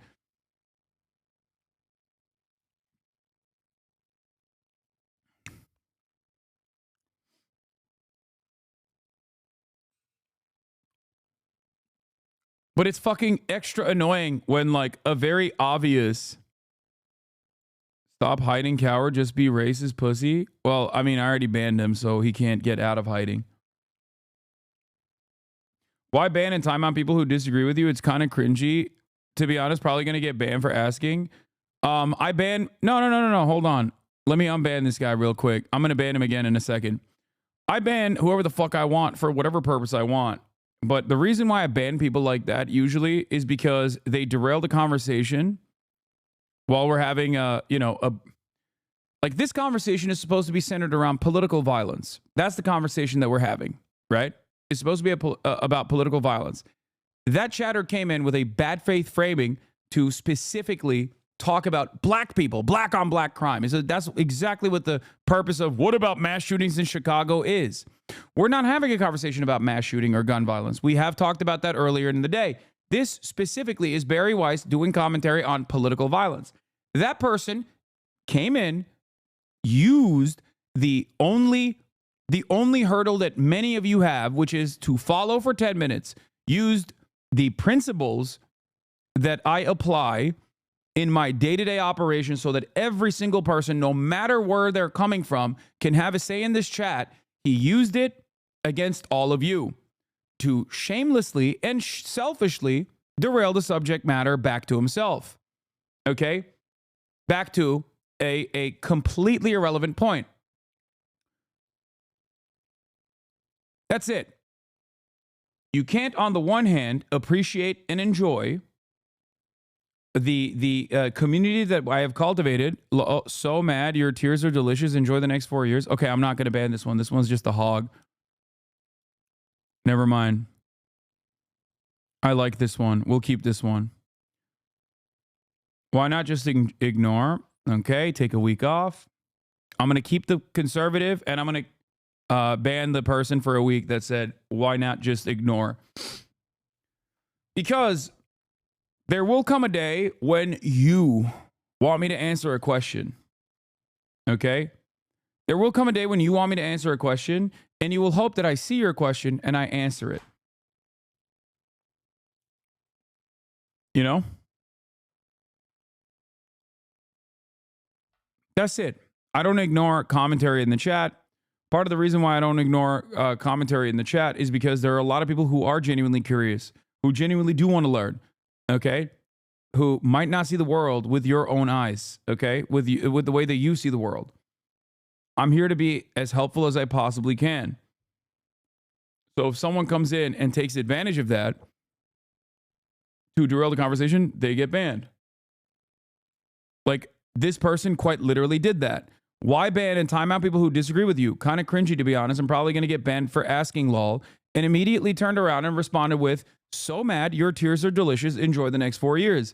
This, for everyone in the chat that's wondering, like, Hassan, why do you ban people? This is the reason why we ban people.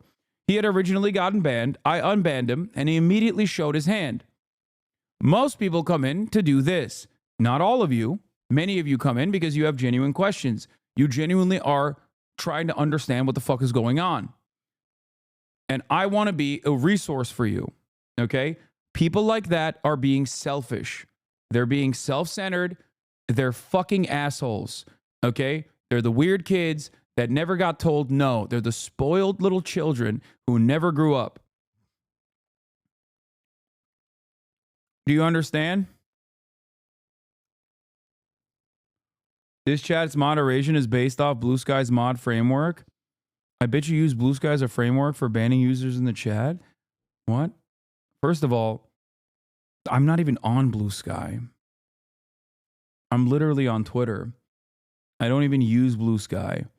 And secondly, I don't think many of my mods do either. What the fuck is Blue Sky's framework? How the fuck would we know what Blue Sky's framework is? Why are you even thinking about Blue Sky? Are you okay? Like, if you're a right-winger and you're mad that you're not allowed to be on a place where there's like a bunch of annoying rad libs, why the fuck are you in my chat complaining about it when I'm not even on it?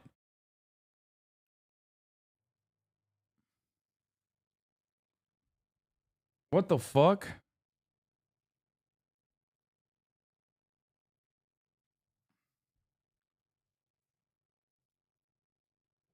Anyway, this is the original purpose why I banned that person, and also usually will ban derailers in general. Because I read one comment and as many people as possible see that as an opportunity to fucking start going, ooh, we got him. We can piss him off. So now, instead of continuing to read the chat, I'm going to go back to Barry Weiss. In which certain groups are acceptable targets and other groups are are unacceptable ones. Other groups are protected. And this is kind of a Manichaean view of the world that is absolutely unacceptable. Either political violence is wrong or it isn't. What we know for sure is that you cannot have a functioning liberal democracy like the one we have and accept that certain people are allowed to be murdered in the streets of Manhattan. Just to put a fine point on it, this is what Charles writes about. He says political violence cannot coexist with a functioning democracy. Yes. Democracy depends on peaceful liberation, allowing each person to have her say, while violence replaces the ballot box with the bullet. If we want the latter, we must be unambiguous in our condemnation of the former, end quote. And also, let's wait a second and just find out, like, what really went on with this man. Right. The suspected killer. He didn't have United Health Insurance. But he hadn't denied a claim. But even if he did, right? The idea, I agree. Right. It's the idea that I saw this unbelievable tweet that was going viral. Maybe you guys saw it. There was some DJ that had it set over the weekend, and there were just giant flashing photos of Luigi Mangione, Terrible. and the crowd is going wild for it. Right. There's something like very, very rotten in a culture where that has become not just acceptable, but somehow like cool and So chic. how do we turn it around? We re-stigmatize political violence, and we shame, frankly, any person that is trying to contextualize. Yeah, Barry Weiss gets to say that while simultaneously championing Israel's genocide, by the way. Because that's not considered political violence. That's just foreign policy. You know, that's just American foreign policy. It's the norm. It has to happen. This is so stupid, dude. You can't expect people to not feel a sense of vengeance and relief. It's not correct. I understand it on principle. Unlike Barry Weiss, I am a humanitarian. Okay? But I'm also not shocked by this reality. I'm not shocked that people look to someone like Brian Thompson as a placeholder for the violence that they've experienced in their lives. Okay? That's it. Oh, we got to shame this. We got to stigmatize it. Like, you can't. It's not going to work. No one gives a fuck.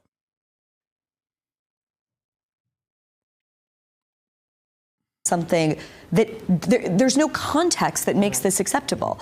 You murdered a person that is the father of two. People like you Full talk stop. about. That's Yeah. it. Yeah, Osama bin Laden had kids too, man. He was also a dad. You think I give a fuck what happens to him? Suck my dick.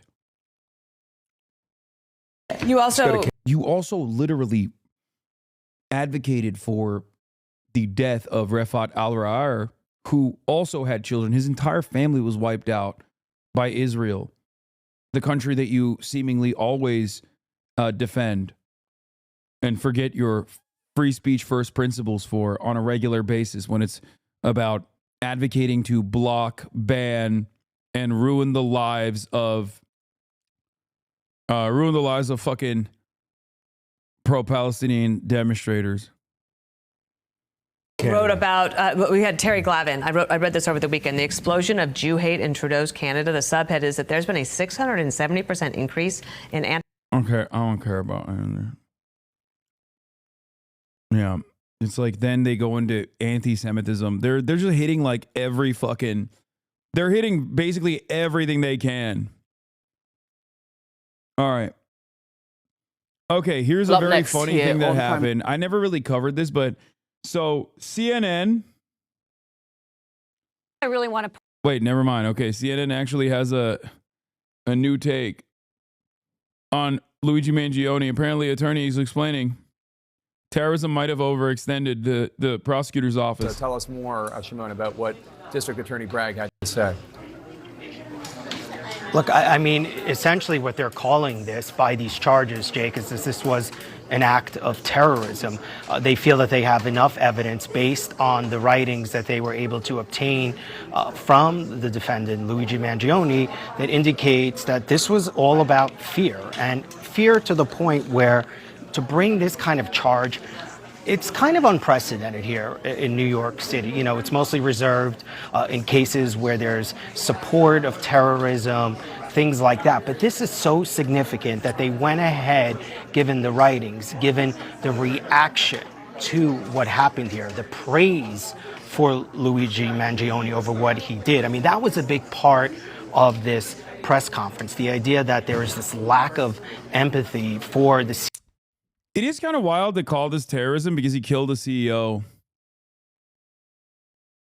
Like, violence against CEOs is an act of terror now. CEO Brian Thompson, and just violence against the one visceral particular sort of violence against one particular CEO is an act of terror. the way people have reacted, and so all of that, the DA says, led them here. They believe that this was now an act of terrorism, that this murder was committed in the furtherance of terrorism as the statute calls for. And specifically, I asked the DA about that statute, and he said quite simply, when you look at what it says, it's intent to intimidate or coerce a civilian population, influence policy, or affect the conduct of a unit of government by murder or assassination. And that is exactly what the DA and the prosecutors here and investigators feel happened. I mean, when you look at the language that the DA used, saying, quote, this was a killing intended to invoke terror, talking about the way in which Mangione went about this murder, the planning, the calculated nature, the vicious nature of what they allege he did here. And the other thing really here, and I think the DA hit on this, and what's forgotten so much is the victim here, Brian Thompson. I mean, the police commissioner held up a New York Post cover here to show just how people have reacted to what has happened here, and so much hate towards CEOs and so much concern now over the threats that are facing CEOs. So all of that brought us here today, and I do think this is so unprecedented to see this kind of charge being brought here from the DA's office in Manhattan. But there's still a lot more work to do here, and the DA, of course, reminding folks not to forget about Brian Thompson and his family. And Shimon, we're also here. Bro, this is like, I know I was joking about people of means, like people of wealth, being like a subcategory, an additional protected class, but we kind of are getting there.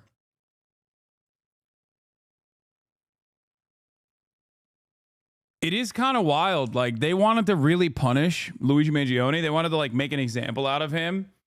So they kind of hit him with the book. And I guess the argument will revolve around terrorism.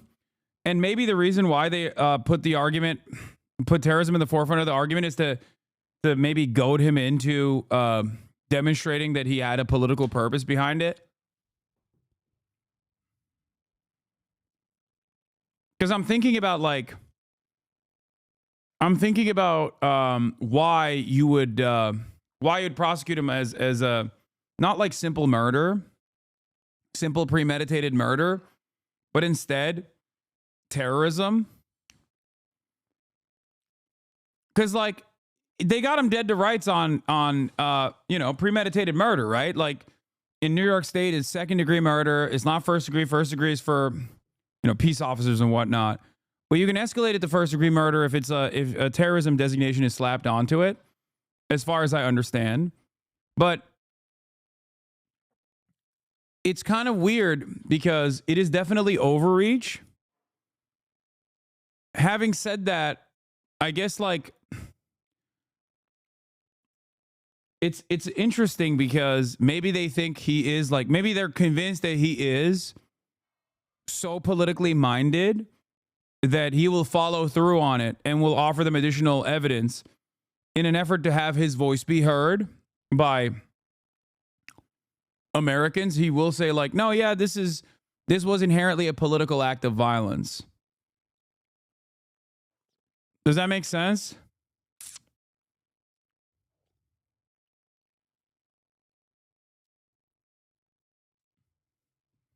Terrorism charge is almost not at all about him as an attempt to deter possible future copycats. Yeah. Because in order to defeat the terrorism charge, he has to kind of destroy, he has to kind of just be like, I don't know why I was writing that fucking piece of paper, the manifesto or whatever. Right? Does that make sense? Because if he stands by the manifesto, then that gives him further that gives gives them the allowance to lean into the terrorism charge. Because like you wrote that because you wanted copycats. You wrote that because you wanted to terrify the public or whatever. But then again, I don't know how the prosecution of terrorism really works because, as I've said before, it is a political designation that has no legal standing, like no real, well-definable legal standing. That's why dumbasses like XUC will like write under my Twitter post about Luigi Mangione getting a slap with terrorism charges, a Google definition of it. You know what I mean? Because like, yeah, he said, after thorough research, I found this. Terrorism is a technically meaningless classification. There is no real, universally definable, applicable standard of terrorism.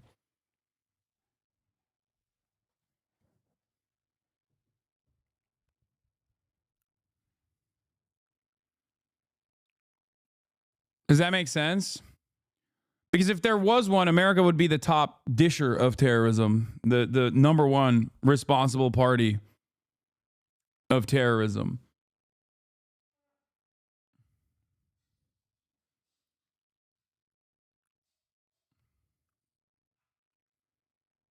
Take the El Hassan law. What? Yeah, I know. I took the L here. I haven't spent countless hours and an endless amount of reading on the political designation of terror and how it is used as a mechanism to deny habeas corpus from the average person that is apprehended by the American state, and how it is an arbitrary distinction, which is precisely the reason why even most legal bodies will not offer the designation of terrorism with the same willingness that like the United States of America applies certain militant groups the classification of terrorism. Even having said that, though, this standard is hard to apply to Luigi Mangione as well.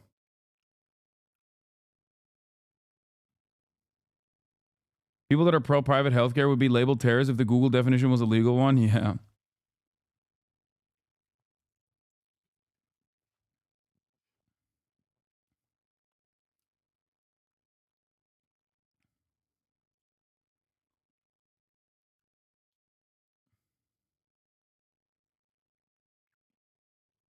First-degree murder is a prosecutorial overreach, but could so easily backfire. The prosecution now has to make that case, and in doing so, healthcare is now an issue at trial.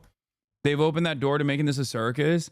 I know, which is why I said in the immediate aftermath of the shooting, before we knew the motive, before we knew anything, just the victim, I said that arresting this person and then putting forth a highly publicized, highly televised trial will inevitably make this a much larger issue for healthcare in this country, for-profit healthcare in this country, because when people immediately looked at the situation, they understood what the motives were before they even knew what the motives were.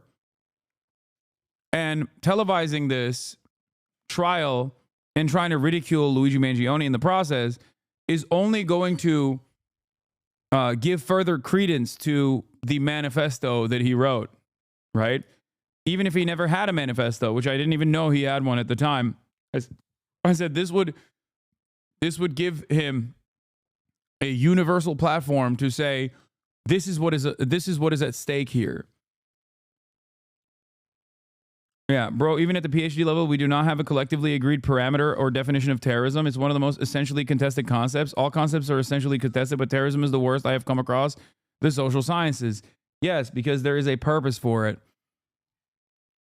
That is the reason why America's standards for what constitutes a terror organization is far different than even the global standards or any other international standard. That's it.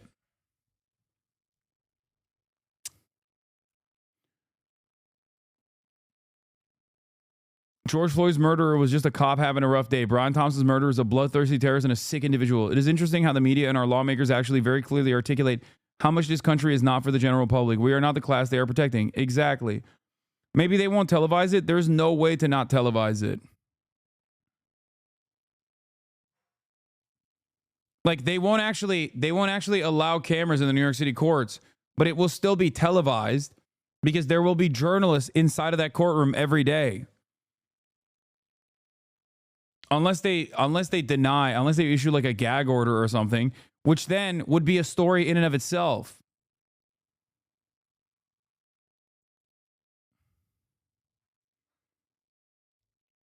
Yeah, it's a New York State court case. It's up to the judge's discretion, I think, to allow the entire process to be televised or not.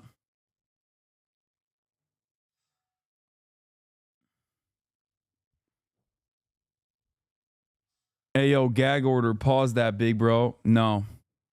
You're gagging on it. Let's continue. Hearing from the suspect's lawyer on the New York extradition. That's right. So his newly hired lawyer here in Manhattan, Karen Friedman Agnifilo, is telling us that he is not going to fight extradition. So it could be, Jake, that on Thursday we expect to see Luigi Mangione in court. Here, if you want to understand, like, the nature of language, the nature of political language, and how sometimes certain designations are used to hide and omit key details. This photo in and of itself is a perfect definition or a perfect demonstration of what I'm talking about. Taking advantage of the downtime between electoral college meetings to work on advancing my bill to make sure no political flags are flown in government buildings. If you know, you know. He's standing in front of an Israeli flag.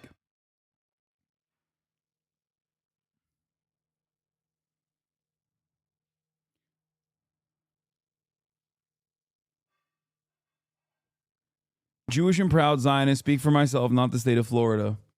Senator Randy Fine.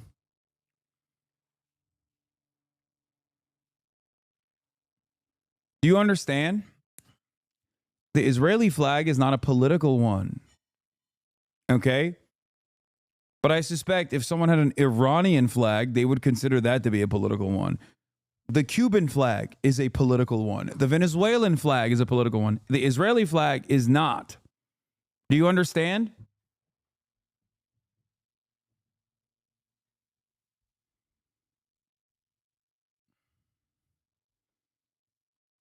Yeah, he means pride flags, Palestinian flags. Confederate flags or the Israeli flag aren't political, they're historical. They're flags of a state.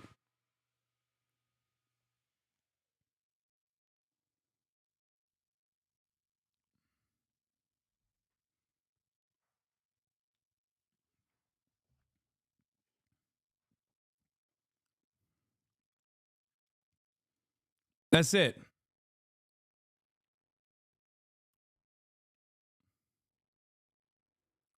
Also, I don't know what flag is not political. I guess the only flag I can think of that's not political is the one that what's her face?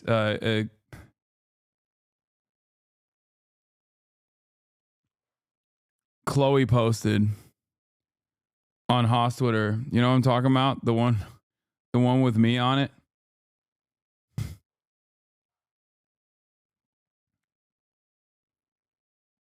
Nautical flags. Least political flags is Six Flags. One of them is literally the Confederate flag, dude. New images of Luigi with a holstered gun. Okay, calm down. Oh, it wasn't Chloe. It was Clancy. My bad.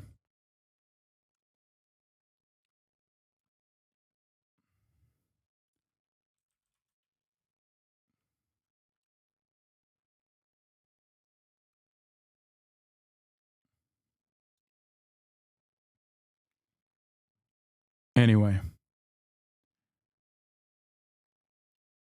let's continue.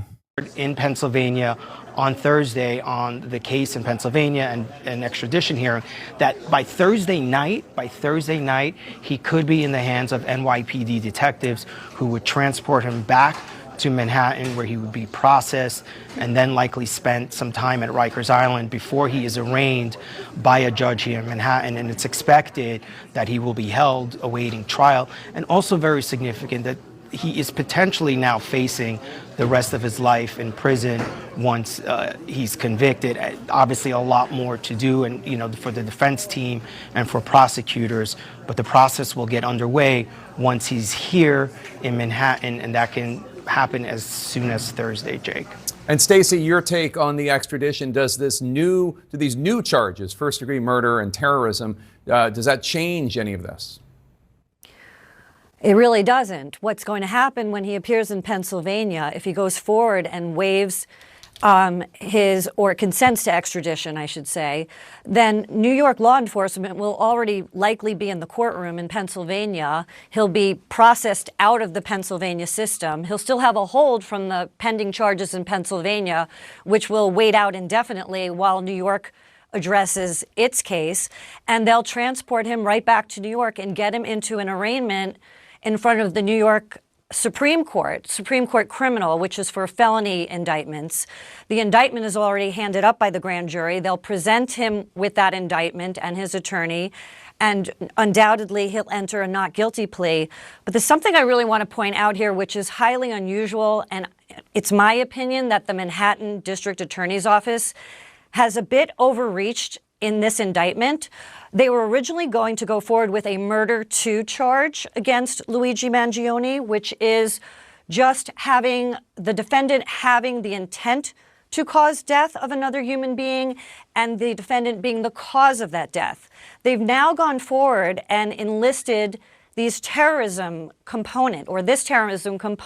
Yeah, tell me more. They overcharged, to a murder baby. Let's 1 go. indictment, which means they presented evidence in front of the grand jury, which is a group of 24 people from the community, without a judge in place, just a district attorney and a group of 24 grand jurors who hear evidence. It is undoubted, or I believe that the DA presented that alleged manifesto to try to get this terrorism charge added on as murder 1, but they're going to have a harder time proving that in court for one reason, and I'll make it fast. This victim was shot in the back of the head, not in the front of the head, on a quiet sidewalk early in the morning in the dark, and it doesn't appear from a defense attorney's perspective that this was intended to be a terroristic type of murder. So one other thing I want to ask is just I want you to take a listen from moments ago. The Manhattan District Attorney Alvin Bragg. Let's roll that tape. 1 count of murder in the first degree is a killing in furtherance of terrorism. 2 counts of murder in the second degree. 1 charging that the killing was done as an act of terrorism, and the second pertaining to the fact that the killing was intentional. So, Stacey, you think a defense attorney would disagree with that and with what Shimon laid out, that the prosecution will explain is that because he was targeted, Mr. Thompson, for being a CEO of a health insurance company, and this does appear to be politically motivated in a sense, but you disagree with those charges, or you think a defense attorney would take issue? I think his defense attorney is going to. How is killing a CEO supposed to cause fear in the minds of the public? Maybe I'm fucking brain broken. Yeah, I ain't fearful. I don't know. I'm the public. I'm not afraid. I know what his fucking intentions were. I don't know.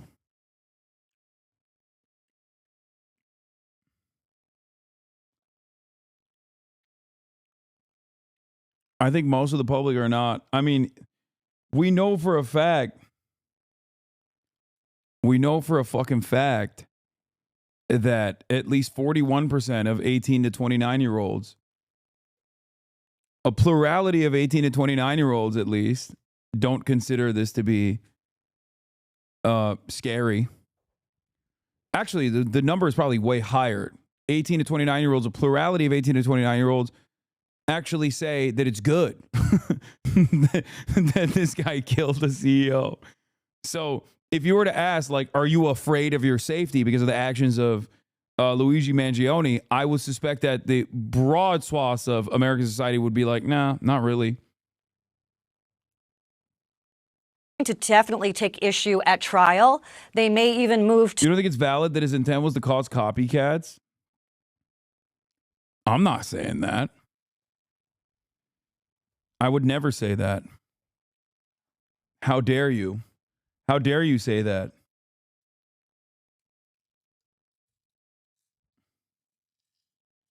It's crazy, chatter. Good luck proving that in a court of law to a jury of Luigi Mangione's peers.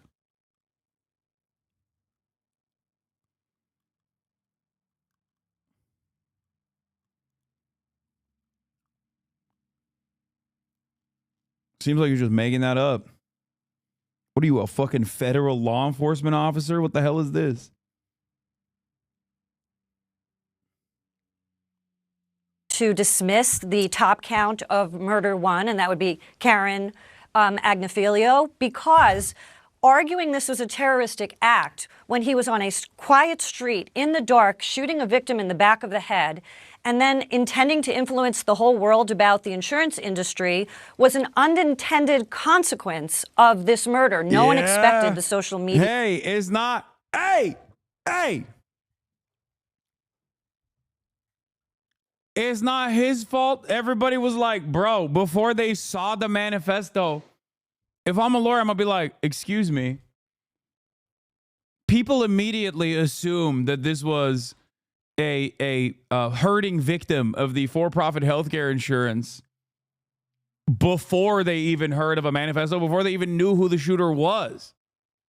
All they needed to know was the victim. It ain't his fault. Cooking. The outpouring, the disturbing social media outpouring from this act, and to have the district attorney and law enforcement from New York mention that there was a social media outcry in relation to a terroristic act is putting the cart before the horse. I mean, the murder happened first, the outcry was second, and totally unpredictable. So I think this might be a case of overreaching on a murder one. I could see why they have enough evidence, or they believe, law enforcement, that they have enough evidence for murder to. Didn't his manifesto literally state he chose to shoot because he was concerned about bystanders? That would be premeditation to not do terrorism. Yeah, basically, they're trying to say that, like, this person wanted other people to be copycats and go out and shoot other for-profit healthcare CEOs, and therefore creating an unstable environment. That's what the argument is from the prosecution. But like, it is a bit of an overreach in my opinion. So it's win-win regardless, because if they hit it on that angle, which they obviously are, then all of a sudden, the party that's supposed to represent the quote unquote people, right, the prosecutors, are going to have to defend the healthcare industry and for-profit healthcare CEOs.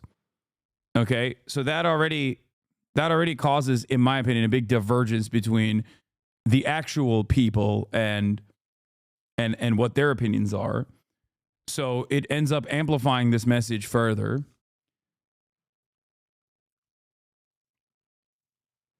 And also, it gives more opportunity to his defense to create reasonable doubt. Too, but this is going to be a very interesting turn. John Miller, I want to play for you. Listen to the NYPD Commissioner Jessica Tisch just moments ago. The New York Post reported that some extreme activists were circulating a deck of cards with other most wanted CEOs to be targeted for assassination.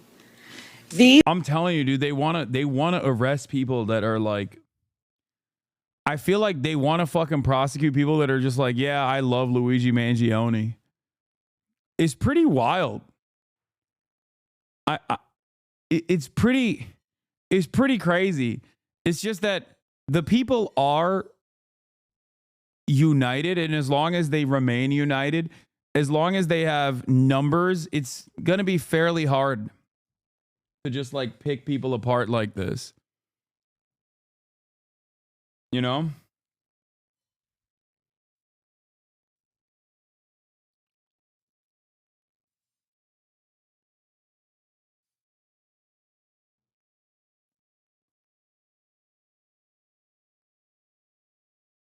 Thought crimes are making a comeback.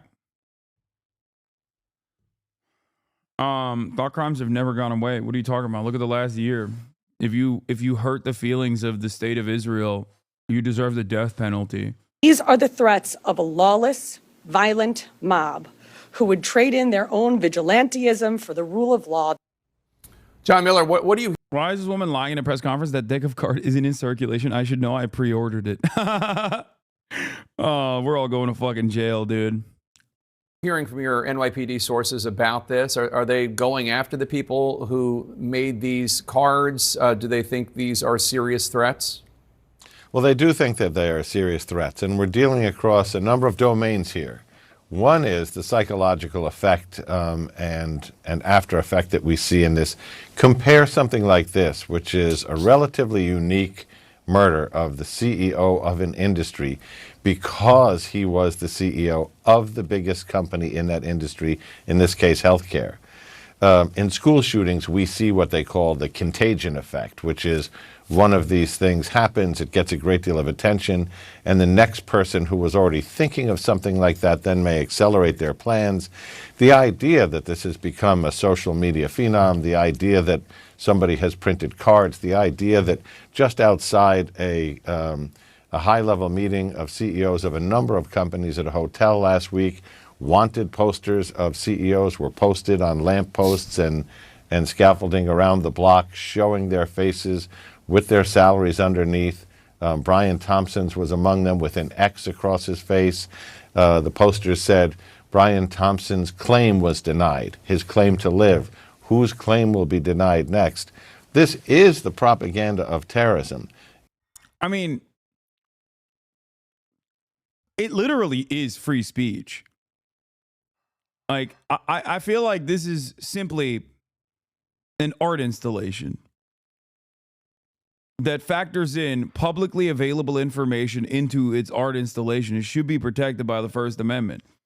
The idea that this is like a call to violence to like kill CEOs, like I get the I get why you can feature it like that, but it's no different than like fucking what do you call it? Kathy Griffin cutting a fake Trump's head.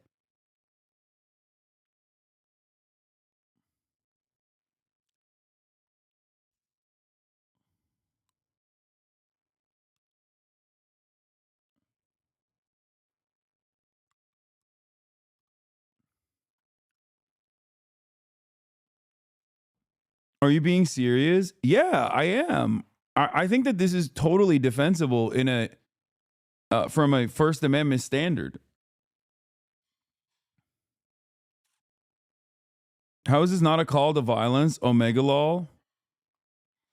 I mean, all matter of art has a call to violence featuring in it. It's not, now you are declaring that a piece of art or any kind of propaganda is inherently violent.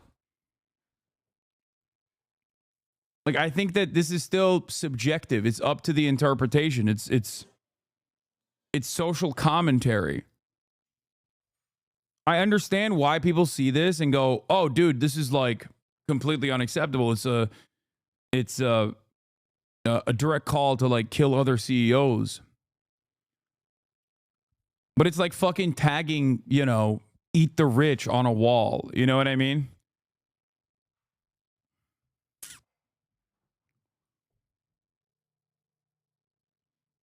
You got motherfuckers that only play COD and Halo saying that art has no call to violence. Yeah.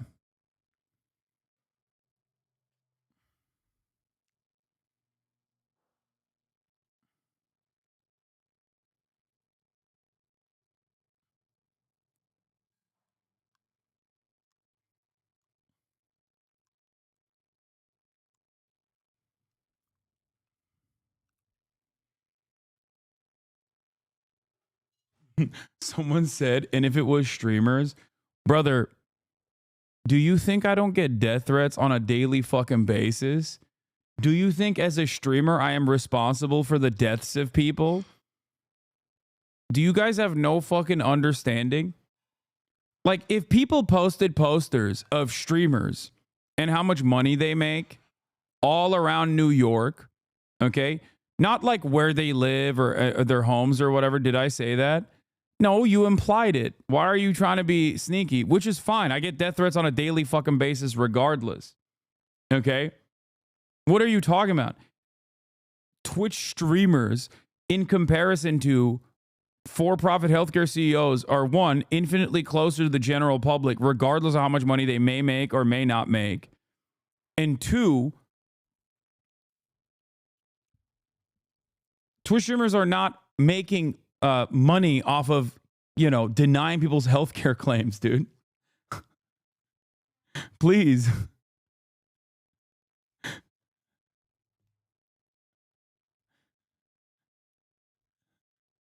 That's crazy. Having said that, I have entire websites dedicated, made by people and their communities, like content creators who have literally demanded for my death. You know what I mean?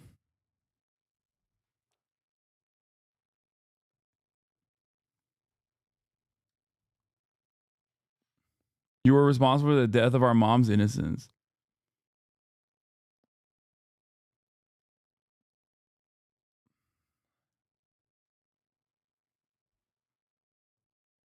What New York considers second degree is what most of the states would call first degree. Many of the amplifying circumstances don't really apply to this case.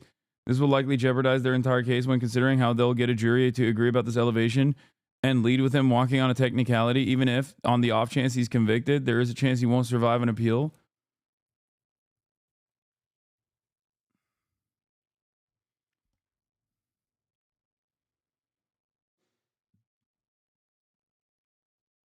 I couldn't get healthcare because Hassan has a house. A wild statement I expect to hear from now on. I know.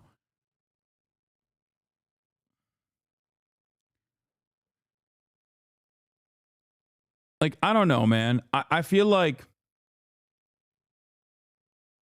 D literally said in so many words that he hopes you die. Yeah, he has, time and time again. Not much I can do about that.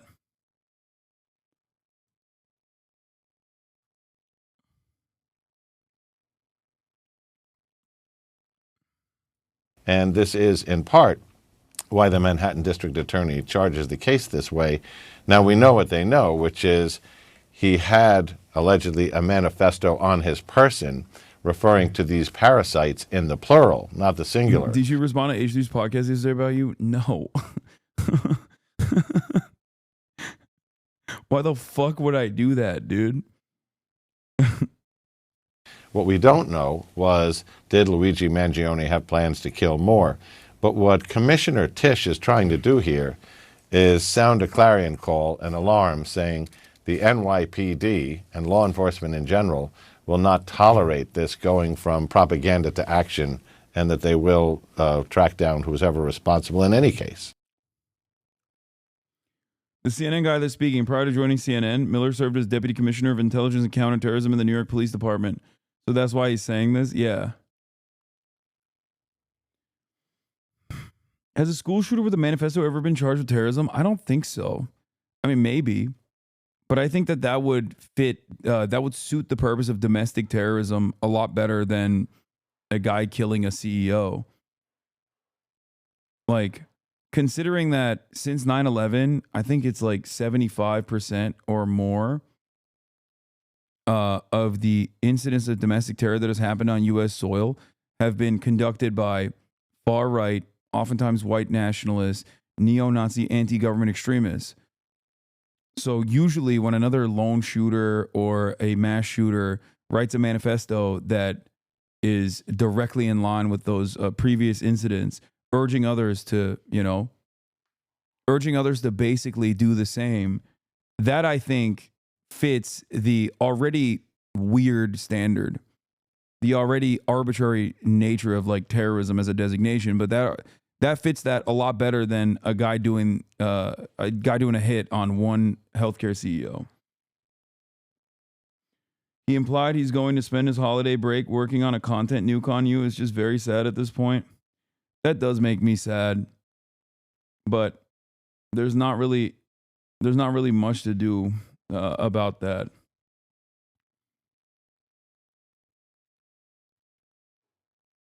Why are y'all bringing this up? Holy hell. I'm timing out anyone that's talking about it still? Okay.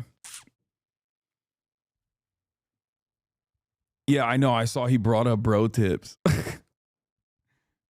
A satirical show from, 13 years ago that was deleted off of the internet 12 years ago that I have used as a formative experience talking about how my personal political journey and my personal political ideology has changed.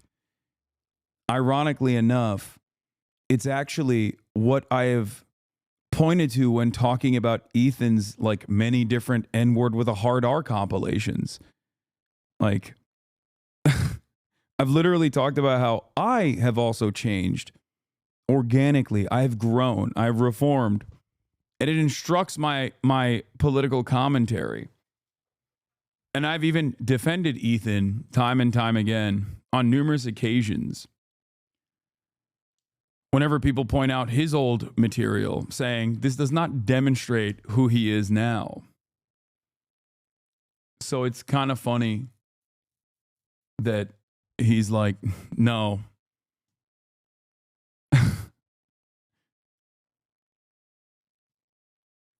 Look at his older clips from a time where like it looks like it was like Vaseline on the lens.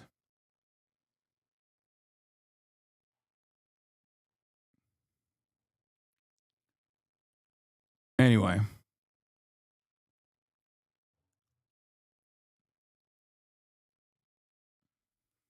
Don't let the drama perverts win. Yeah, I know.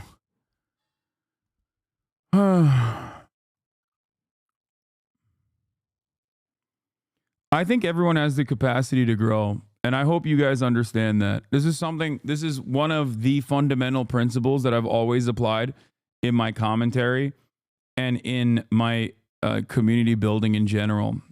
There are a shit ton of people in this chat right now that have reformed, that have changed their minds, that have a different perspective, that maybe even feel embarrassed about what they once represented themselves as online or in their, personal experiences. And there's nothing wrong with that. We're all imperfect. That's it. I will always be an advocate for rehabilitation. I will always be an advocate for growth and change. That's a very important part of why I do what I do. Okay? Just so you understand. The only instance where I will, and this is straightforward, this is something that I talk about quite a bit when like talking about Ben Shapiro, for example. The only instance where I will ever use someone's like old commentary is if they have not changed their perspective from that commentary whatsoever. If it's something that a person like iDubbbz is a perfect example of this. Like, I defended iDubbbz organically changing and recognizing the error in his ways, right? I've defended him time and time again. People were hella fucking mad at me. Then stop lying and farming the drama? What? What do you mean? The only instance where like someone's past statements are I think appropriate is if it's like something that you're still advocating for. That's it. So no, I don't think that the Brotiv stuff, especially considering that it was a shitty attempt at satire to mirror the existing like PUA style format. is appropriate.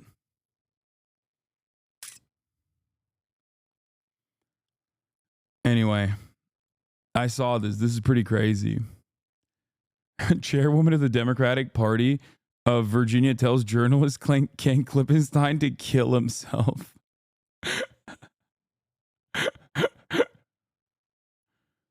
Delete your account, and Jerry Connolly's going to kick cancer's ass. That's pretty crazy. I wish the Democrats had like a fraction of the smoke against the Republicans.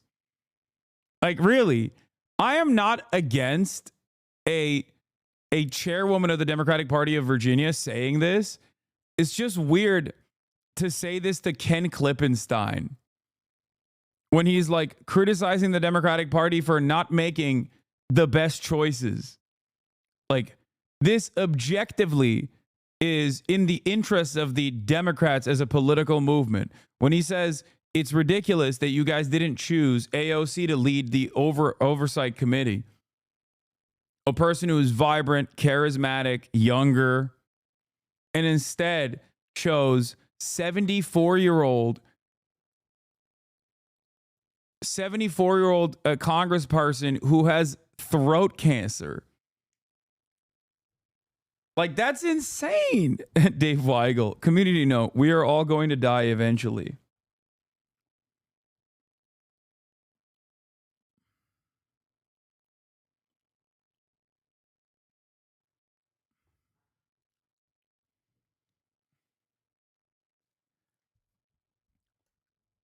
Like, that's yelling at a person who is arguably writing this article that is supposed to make the Democratic Party better and criticizing their horrible decision-making process.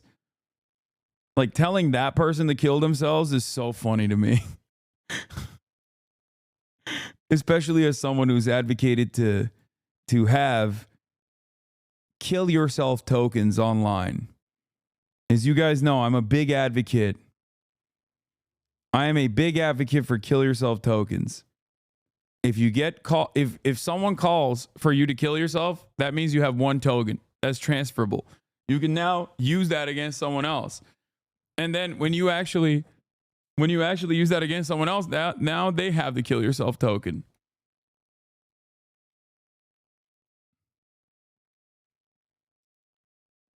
To your previous point, I was quite pro-Israel before watching your stream. Day by day, my philosophy changed based on your evidence. Really disliked you at first, but kept an open mind about your options or your opinions, and I'm very happy I did. Hell yeah, chatter. We love growth here. We celebrate it, okay? This is not like one of those other fucking communities where I believe that, like, human beings are intrinsically evil and have, like, unchangeable convictions, and that those convictions are coming from a place of being evil in general. I am very understanding of growth. Not only have I demonstrated in my own life, but I also hope that others can in this community every single day. And not only that, but also I understand where that starts, where the starting point is. We are all, at the end of the day, susceptible to social conditioning. And this is something that I criticize the left on quite a bit.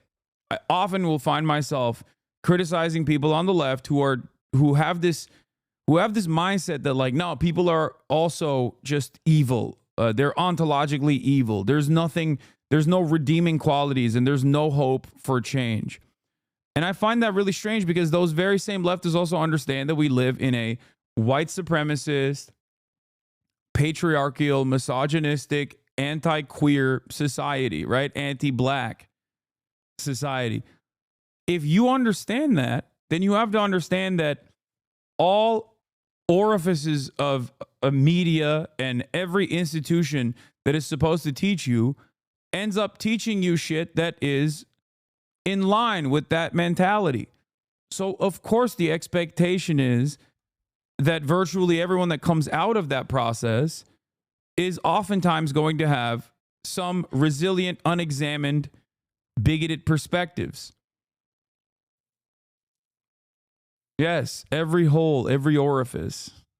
Yeah, you heard me right. This is something that most people don't want to contend with. I don't know why. I do know why, actually. The left also loves to act like a single mistake at any point summarizes a person's entire existence. That too, I think is silly. And it's also not a standard that people apply. It's not a standard that people evenly apply to others.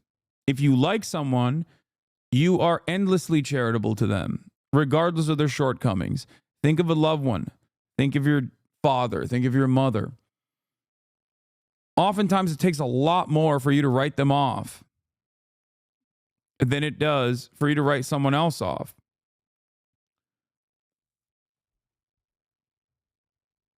You have to always demonstrate charitability and forgiveness and be understanding of where people's starting point is. That's it. And I do that all the time, especially to content creators. And people get very mad at me in the process where they're like, no, you don't understand. Like, there's a point of no return. And I agree, there is a point of no return, right? There certainly is. I guess my point is much higher than the average person. And there's a tactical reason for it as well. I think part of that is because I understand that as long as they are charitable back to me, I can get across to them. I can cut across the noise and potentially get them to understand the world from my framework. And also, if these conversations are being held in public, or even if they change their attitude to a certain degree, then they will be able to change the opinions of their own of their own fan bases.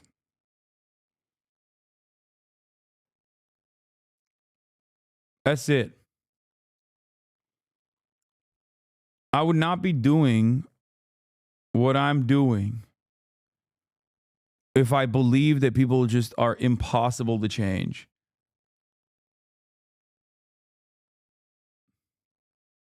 That's it. When I recommend your content to people, a point that I always make is that what makes your approach to commentary special, especially in the current political climate, is that you meet people where they are and make it okay to be learning. There's not a lot of space on the left that do that. Then how do we expect people to change? I think it's the most important part of what you're doing. Yes.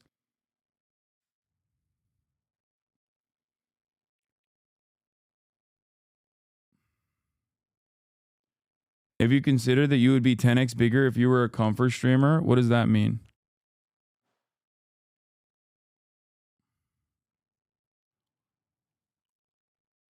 A comfort streamer?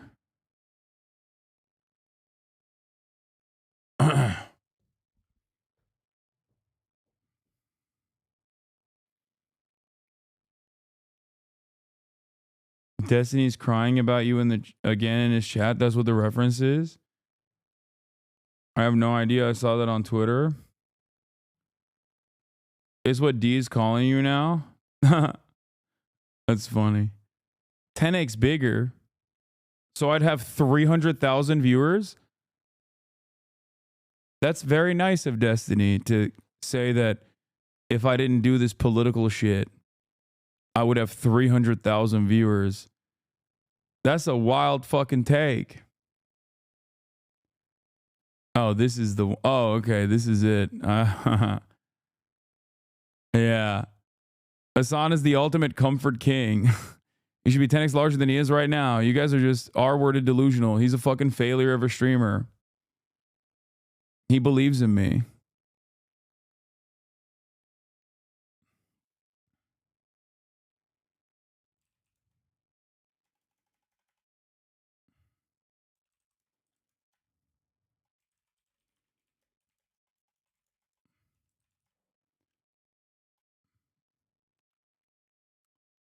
Top 10 streamer for the past 5 years. Wish I was that level of failure. I know. What a failure I've been.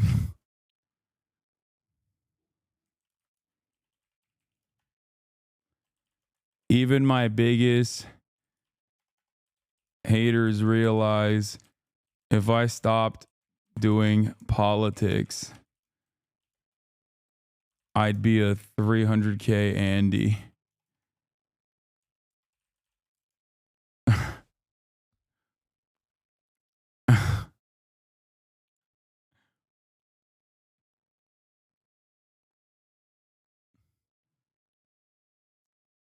I just checked his logs. Chatter's right. He's malding hard.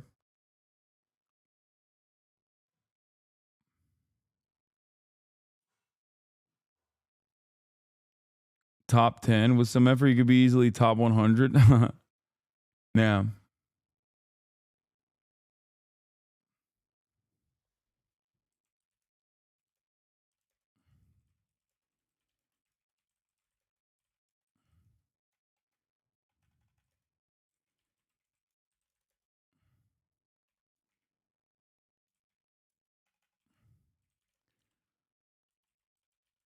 Live concurrent streamer.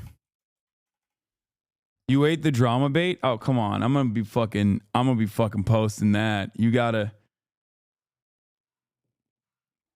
Nice of my biggest hater to imagine my potential as a 350K live concurrent streamer. Come on.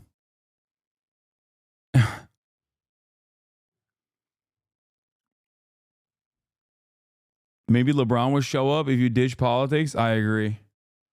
Potentially. Rivals time. I've already implemented the steps to potentially put together a lobby.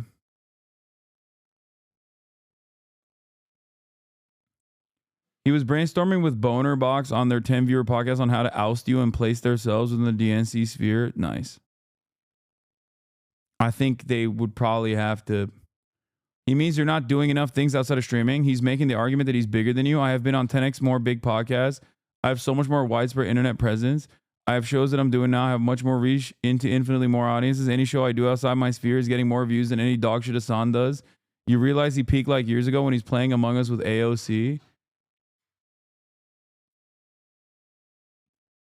I mean, I think numbers on the board, I'm doing pretty fine.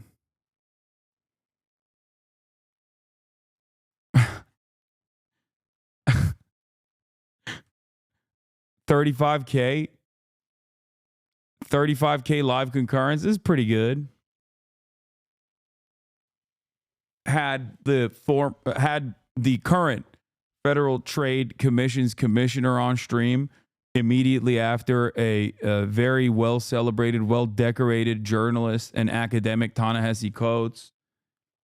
I feel like I'm doing all right, you know? It's not just like that I went to the DNC or get positive coverage from CNN, NPR, and numerous other outlets.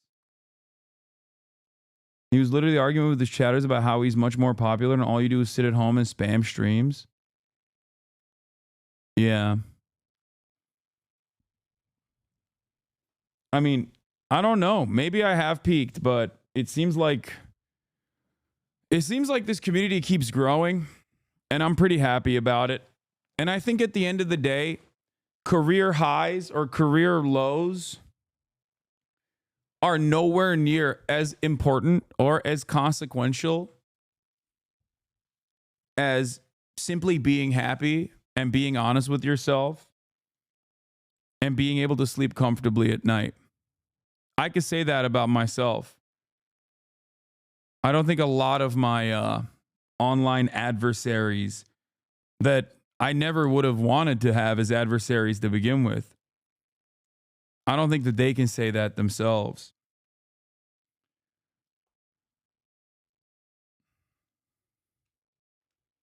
You know what I mean?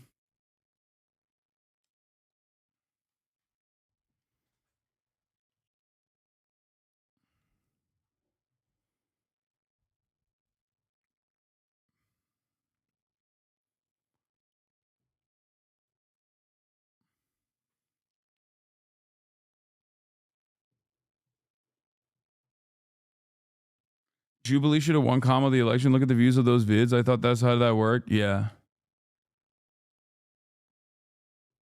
The fact that you left Stavi off that list, the real gravitas of the day, is disturbing. I agree.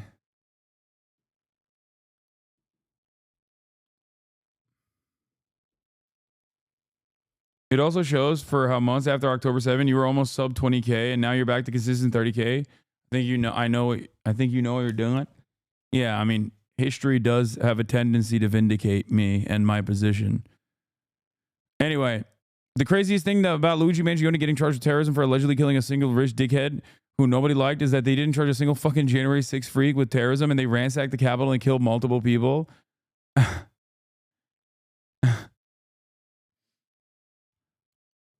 That is wild. Like,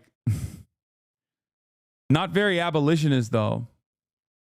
Not very abolitionist of Lolo to hit that line. R.I.P. Ashley Babbitt. Gone too soon. A political hero. Miss Paris is our daily segment, Truth or Fake, and I'm joined in the studio by Catalina Marchand de Abreu. Good to see you, Catalina. So in today's edition... This story is wild. Okay? This story is wild. Clarissa Ward goes into a Syrian prison. Okay? And the situation is odd because I never really covered this, but it was like weird because the prisoner that was supposedly in prison had like clothing that wasn't tattered. He didn't look like he was actually in these horrifying conditions that we've seen Syrian prisoners in. Okay? Normally, people are just like taking Syrian prisoners out of prison and like these guys haven't seen fucking daylight for like 10 years. Okay? It's crazy. This one, on the other hand, she's walking into the jail and the dude's got like a groomed beard. Okay? He looked fresh and everyone was like, this is fucking fake. Like, what the hell's going on? And I thought it was suspicious. I didn't really have time to cover it. I thought it was odd though, because there are a million, like there are thousands, not a million, but there are tens of thousands of real stories of people who have been falsely imprisoned in Syrian prisons for fucking years, right? And I kind of want to show you the OG coverage. I don't think they're going to show the OG coverage, but it was weird. It was like a very weird situation because like she walks up, the guy that she's with is like, oh, this door is locked. And then the camera pans away and then the guard shoots the soldier shoots the door. Okay. Oh, here it is. Let's watch. Finally see the sky. After 3 months in a windowless cell, he can finally see the sky. My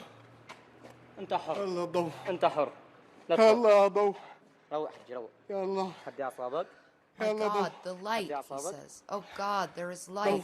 Like, come on, bro. He looks like he's faking it.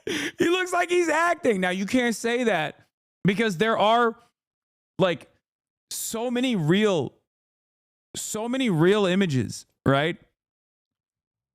It's just that this one was like particularly wild because of how it came about, right? And he doesn't look like the fucking tens of thousands of prisoners that have been released from prison so far.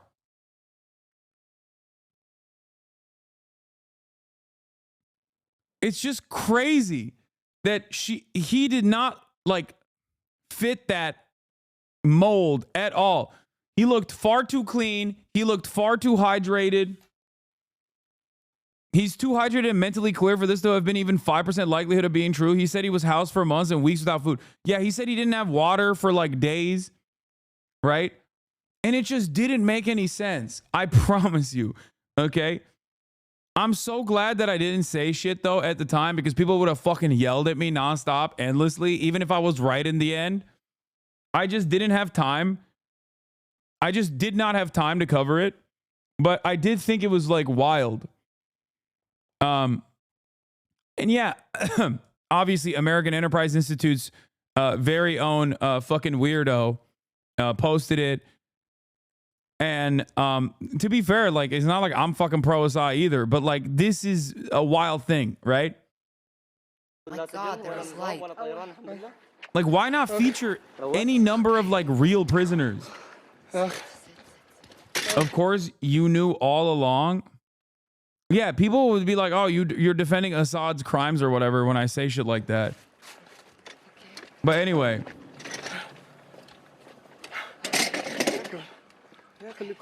Stay with me. Stay with me. He repeats again and again.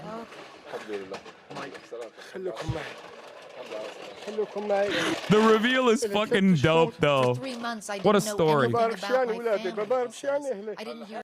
Yeah, here's how the here's how the real fucking, here's how the story starts. Tell me this is not staged. Tell me Calista Ward is not a soap actor. Tell me CNN's blah, blah, blah, blah, blah, whatever, right? Wait, where is it? Where's the original? Oh, here is the scene. Here's how it starts. Okay, I wanted to show this. But it's the only cell that's locked. Is he gonna shoot it?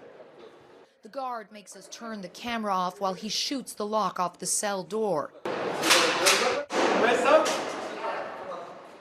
We go in to get a closer look. It's still not clear if there is something under the blanket. Oh, it moved. Is there someone there? I thought I saw it move. Is someone there? Or is it just a blanket? I don't know. I think it's someone. Hello? Okay, it's just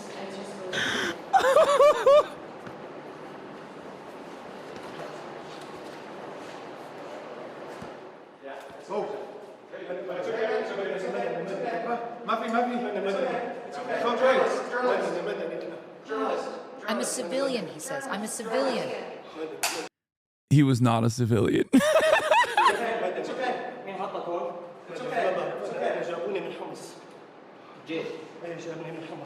He tells the fighter he's from the city of Humps and has been in the cell for 3 months. Okay, you're okay. You're okay. You're okay. You're okay. He clutches my arm tightly with both hands. Okay. Does anyone have any water? Water.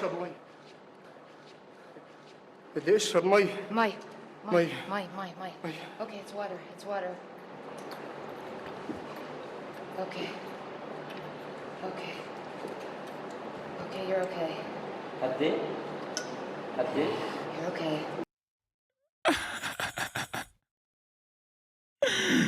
Oh, I Chatter said, what if he was a pro-Assad guy in hiding, lol? What if, Chatter? What if that was the case? Because something about this is a little fishy. My man's far too clean cut. What if, Chatter? Anything about my children.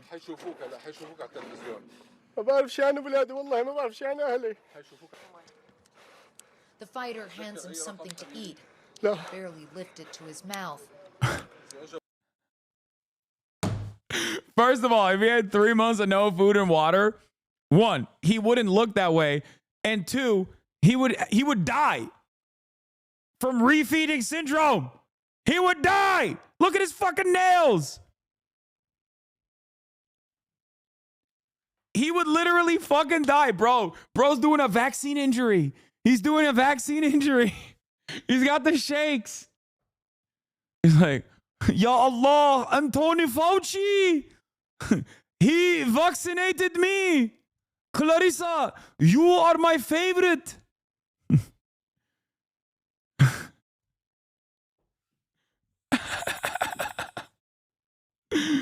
I did the vaccine.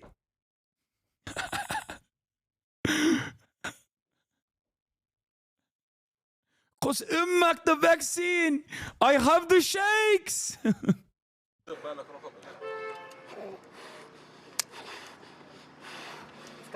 Okay. But his body can't handle it. Okay, you're okay. His captors fled during the fall of Damascus, leaving him with no food or water. That was at least 4 days ago.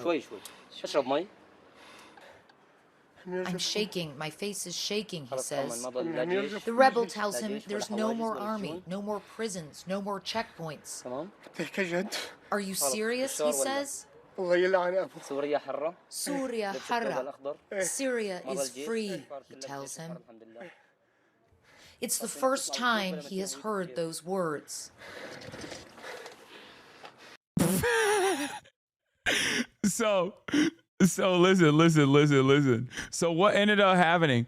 What ended up happening was, first of all, I don't think that like Clarissa Ward staged this. I just think she's too horny to like get a fucking a Pulitzer. Okay? So in that moment, I'm fairly certain that she was just like not exercising normal critical thinking. Like, any sort of like journalistic due diligence, any sort of process here that would have been like, can we fact check this guy? Can we see what his background is? That literally is what you're supposed to do. I'm going to tell you something, okay? I've had many articles written about me. Profile pieces, puff pieces, even fucking hit pieces. What journalists are supposed to do, they have entire units dedicated to fact checking, okay? And fact checkers will constantly fucking harass you through the process to be like, you said this. We wanted to verify it. You know, we couldn't find any evidence. Can you show us any evidence about this? The very fact that as far as like foreign policy pieces goes, as long as it's like in line with America's State Department, like whatever their interests are in any particular fucking region, they just don't even, you know, they don't even do any sort of fucking fact check. Like, it's crazy. And what's extra crazy is that this person who didn't pass the smell test for many other people, this person that didn't pass the smell test for many other people for obvious reasons, like he looks in far too good of a shape, especially when there are literally tens of thousands of people that you could have interviewed after they got released from prison. I've seen hundreds of videos where people are being broken out of prison. Assad's notoriously cruel prisons, where they're just like, you see them, their faces, the way that they've been harmed, like it very clearly is different than a guy wearing like a nice fucking leather coat with fur inlining. And when I say the smell test, I mean literally the smell test as well, not figuratively. Like, this dude doesn't look like he hasn't showered in fucking 3 months. He does not look like he hasn't had a haircut in 3 months. He does not look like he hasn't eaten in 3 months. You would straight up be victim to severe malnutrition if his story was correct. Yeah, not one speck of fucking dirt under his manicured nails, man. And a lot of people were yelling about the story because a lot of people hate CNN. So a lot of people were shitting on Clarissa Ward, being like, you staged this, you staged this, you staged this. The fuck's wrong with you? You staged this. And all of those people, all of the people that are not necessarily just like anti-Assad, but also pro-America State Department people. And there's many of them because there's so many anti-Assad people. But then there are a lot of people who are not only anti-Assad, but pro-American empire. Okay.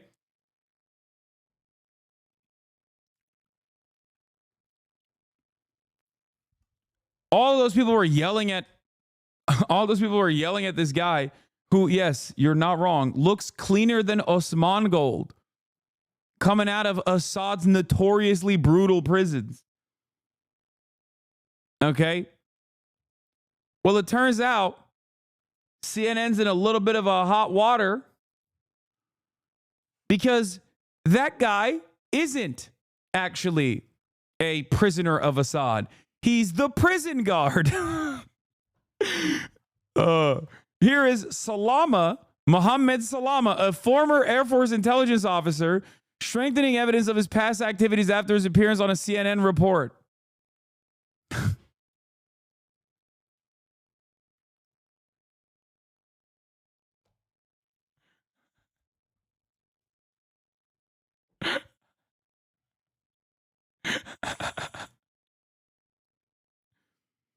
CNN confirmed the identity of freed Syrian prisoner Assad intelligence officer Salama Mohammed Salama, with local residents saying he operated checkpoints in Homs notorious for their abuses. What's crazy is like, first of all, Osama bin Laden, 6'7", he should have balled. Okay, he was worried about the wrong towers. Okay. Osama been balling. This guy, he should have been acting. Okay? He clearly has a proclivity for it. He has a natural talent for it. Okay?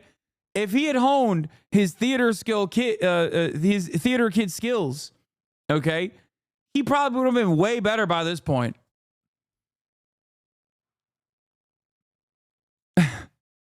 He looks like the TikTok dad, the TikTok actor. What's more crazy is she hasn't even acknowledged it yet. We confirmed the real identity of the man from our story last Wednesday is Salama Muhammad Salama. Wait.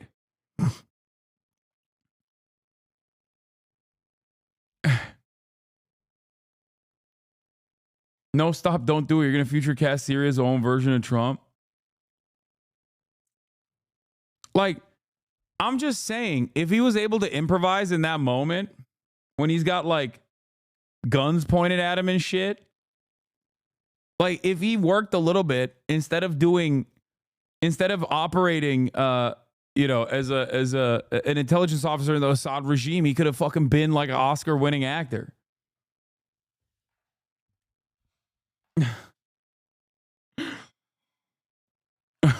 Bro came out of the prison.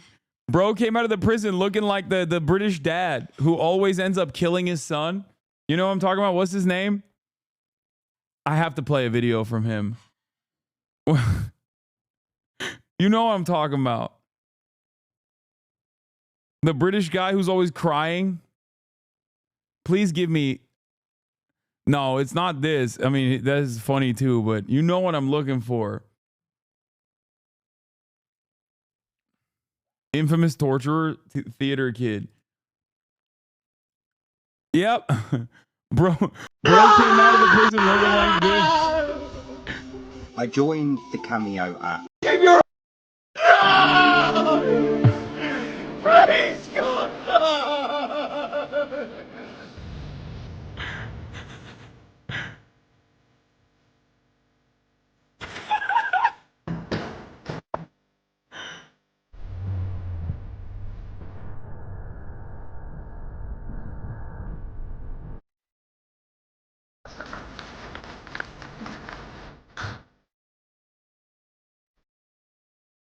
What is this slow-mo, dude? It's crazy. God, Lewis Anderson never ceases to amaze, dude. He is God. He's got a face made for silver screen.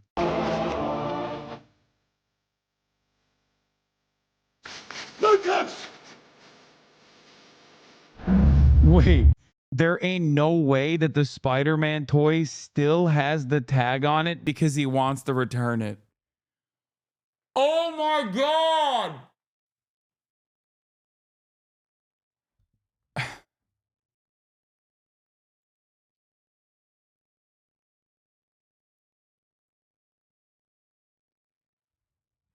His brilliant mind.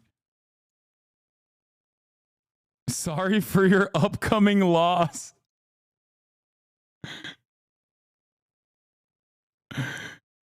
Oh my God. Oh my God. It's fantastic. Dude, nothing compares to his work. It's cinema.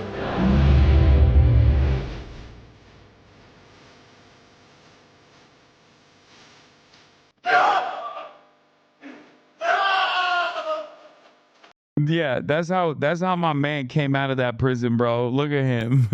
Oh, finally the light. You guys don't understand. I fucking hate that Assad guy, man. I hate that guy. He's a real piece of shit.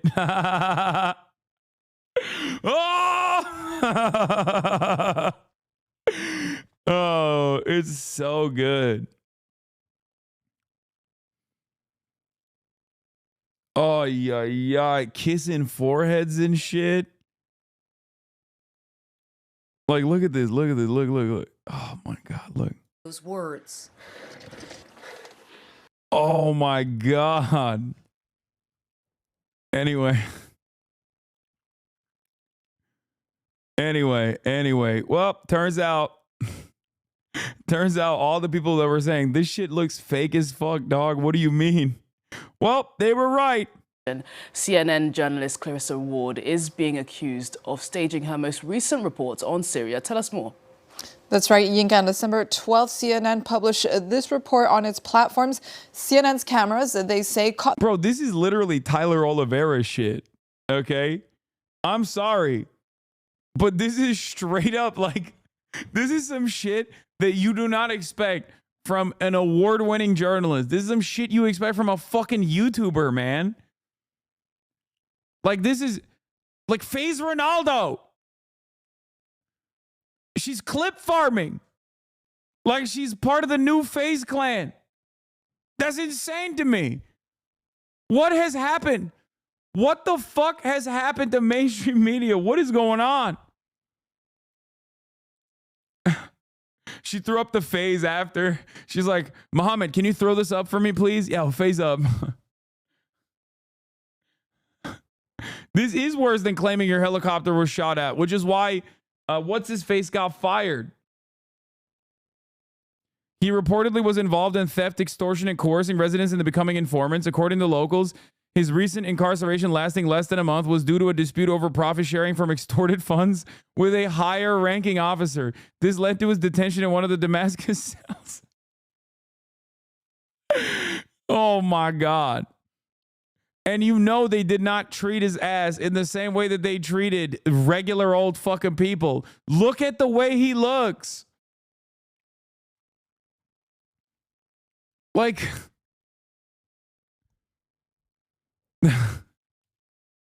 so he was a prisoner vindicated? Brother.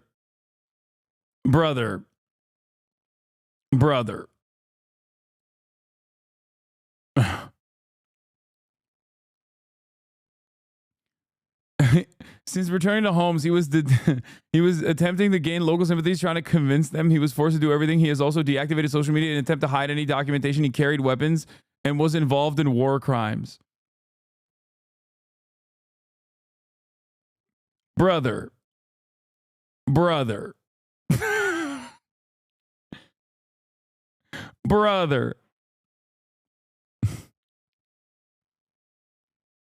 Yeah. He's the one guy you're supposed to keep in prison? Yeah. His only pick looks like a supervillain. Yeah. CNN reporter Clarissa Ward takes cover. Oh, this was really funny. Amid rocket fire in Israel, and then there's just like people casually walking behind her. Yeah. Is this that one? Yeah.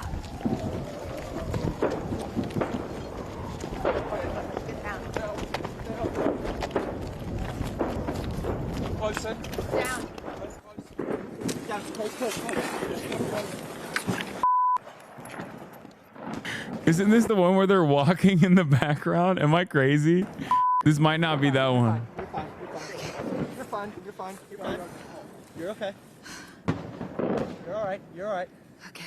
That's the Iron Dome. Okay. That's the Iron Dome. Yeah. You're fine. That's why we want to pull back short the gun. Yep. Move. Guys. Are you seeing our situation, guys? Yes. Okay. Right, still going. Can you hear the show? Stay down. Stay down. Like, Israelis were clowning on her, dude. Like, oh, God. We have to stay here. We have to stay here. Guys, come to us.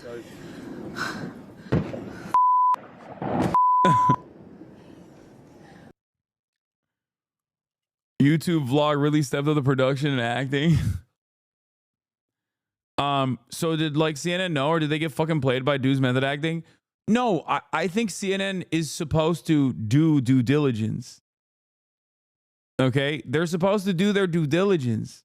How are you gonna fucking release a Assad torturer and be like, oh, he's a victim too? Like, you can't do that. You can't fucking do that. That's crazy. Like, look at his outfit. Like, even if he spent any time in that prison, look at his fucking outfit. Look at the way he looks versus the tens of thousands of prisoners that were released in the fucking days prior. Like, those dudes were actually fucking malnourished. This dude is in his own prison cell in a clean fit.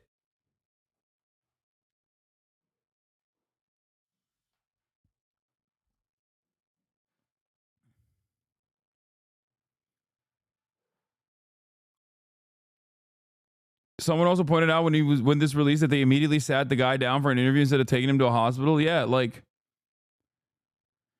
Anyway.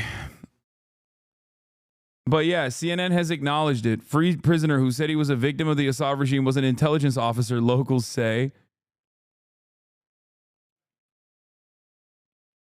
Oopsie. Like, why do you release that video? Why are you so horny to put that out there without doing this due diligence? Like, it shouldn't be up to a fucking Syrian verification service to like actually figure out that the person you have released from prison is like probably the one guy who should stay in prison.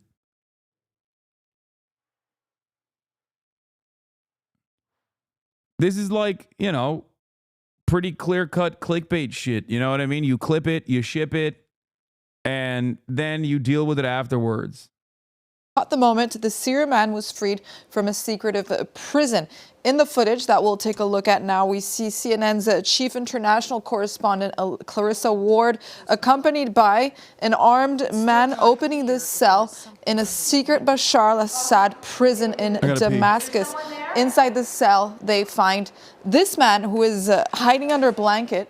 He finally reacts and he says, "I'm a civilian," apparently unaware of Assad's ouster. And more on this man. In the report, they say his name is Abdel Garbal from Homs. He claims he was arrested 3 months earlier for having his phone searched.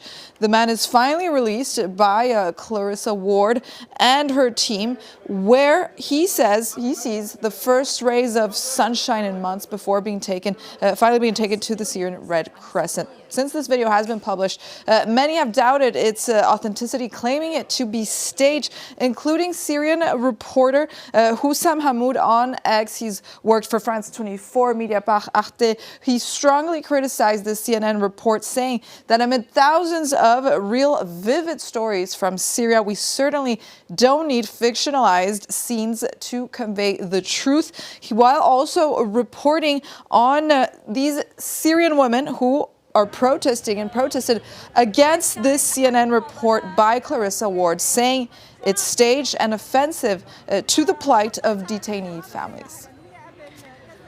Catalina, tell us what we know about the man in that video. Well, Yinka, Syrian fact checkers verified this report by Clarissa Ward. They've actually found that this man is not who he really says he is. Verify SY, a Syrian fact checking outlet, indicated that they had obtained new information about the identity of this man, presented on CNN as Adel Garbal, who Verify SY says he lies about his identity, and even worse, he actually served the Bashar al-Assad regime. According to the Verify SY investigation, this man's real name is actually Salama Mohammed Salama, a detail that brought many shocking details to light. Salama, who is best known as Abu Hamza, is first lieutenant of the Syrian Air Force Intelligence, notorious for his corrupt activities in Homs. Verify SY actually collected testimonies from residents of the Al Bayada neighborhood, including these anonymous audios that they add in their report. The residents identify this man as frequently stationed at a checkpoint in the area's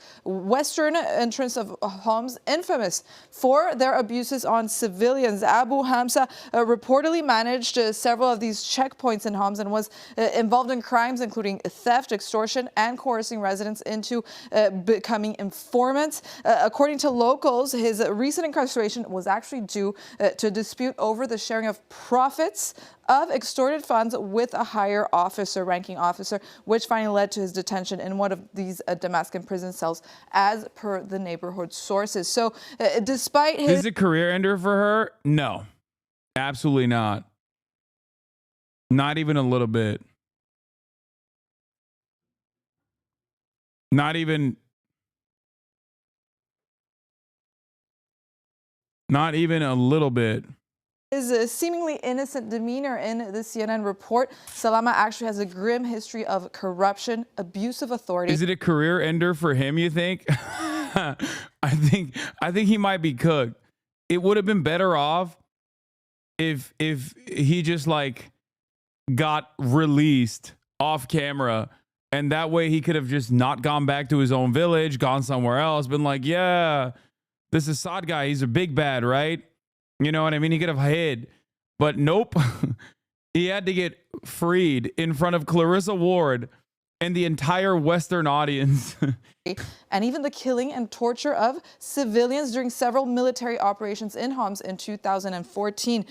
These Syrian reporters hence beg the question, did CNN deliberately mislead its audience, or did it fall victim to misinformation?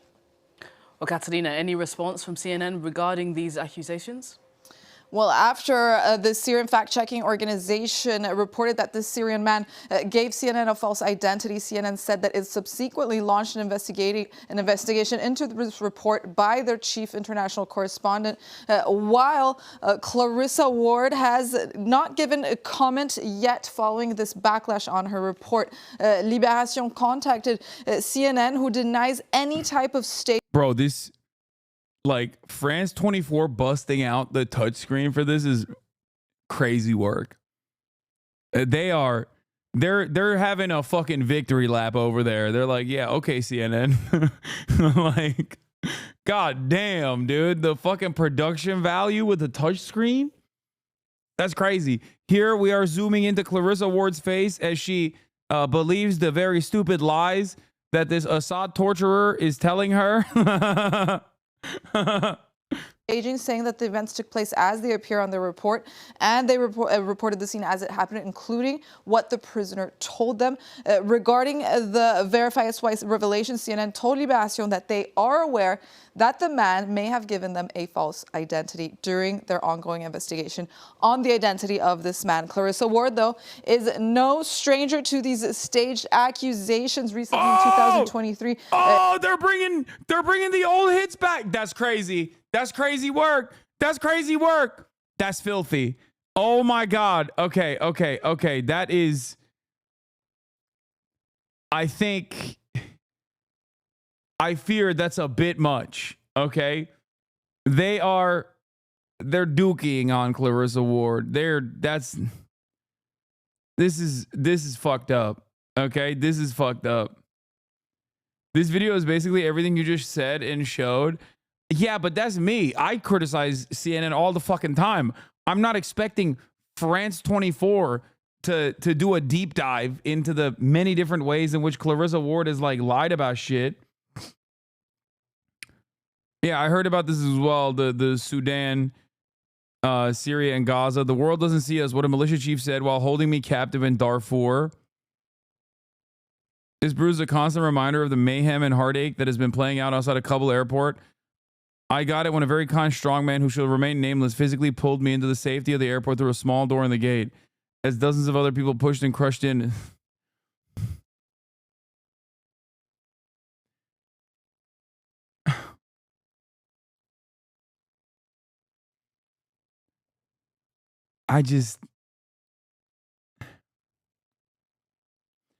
It's crazy because Clarissa Ward also is that bitch. And I mean that in a positive way. She literally snuck in with I believe it was a Qatari medical team, and got like the first ever Western press from inside of the makeshift Palestinian hospitals. So it's like it's crazy that she does this, but then she also does that. And you're like, what are you doing? You know what I mean? She snuck into Gaza, chat. She fucking snuck into Gaza. And I gave her flowers back then. Like, that requires a lot of respect. Okay? That is actually unironically brave. Infinitely braver than fucking ducking for the cameras when there is a massive barrage of rockets near the Israel-Gaza border.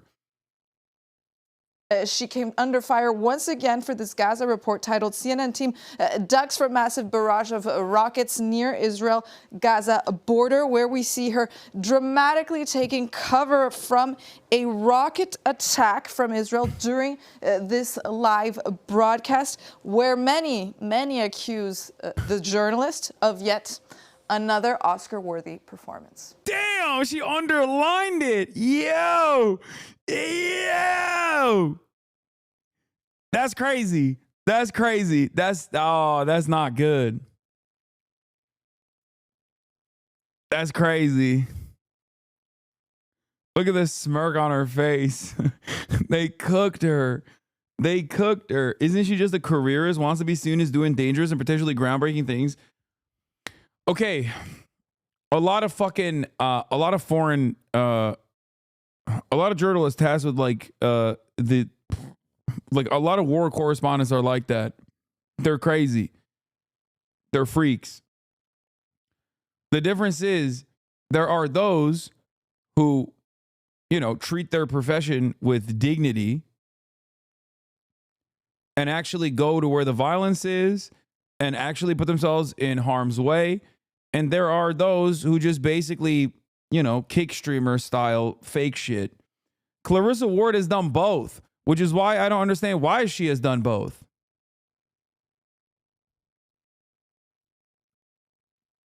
Does that not make sense?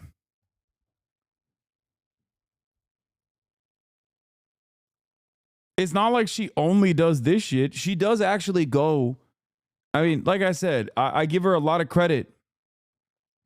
I give her a lot of credit for being one of the first, if not the only Western journalist to actually sneak into Gaza to get direct footage. To get direct footage from inside of the hospital tents inside of Gaza. That's when you were actually under fire. Like, that's not a joke. That's like when you are directly under fire. You have all of a sudden put yourself in the crosshairs of a nation state that will kill you and not even think twice about it. Sneak in. She was let in by Israel. It was all scripted. I don't think Israel would allow her to go into the fucking field hospitals. That did not look good for Israel at all. If anything, Israel's more likely to kill her when they find out that she's in the field hospitals. They'll be like, oops, I can't believe that happened. Oh, fuck. Oh, well, it was Hamas. We thought she was Hamas. Yeah. I don't think it's in Israel's favor for her to interview 5-year-olds who have been fucking amputated, okay?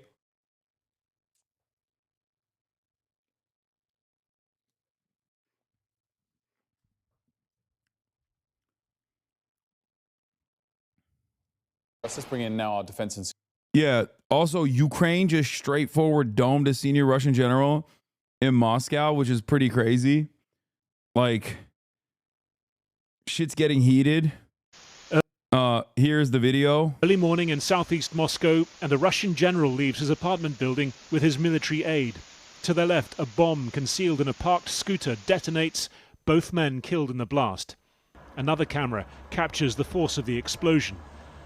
It shatters windows, punctures walls, terrifies neighbors. My wife and I were woken by a loud explosion. At first, we thought it was a drone. Right now you see a lot of police, but usually everything is open. Anybody can go in and out. Minimal security then for a high-profile member of Russia's military. Lieutenant General Igor Kirillov was head of the radiological, biological and chemical protection troops, and had just been charged by Kiev in his absence with responsibility for what it says are nearly 5,000 instances of chemical weapons use on the battlefield. Sources within Ukraine's security service have been quoted claiming responsibility for the attack. What the fuck is Lula doing there, bro? Yo! Why is Lula there? Lula, get out of there!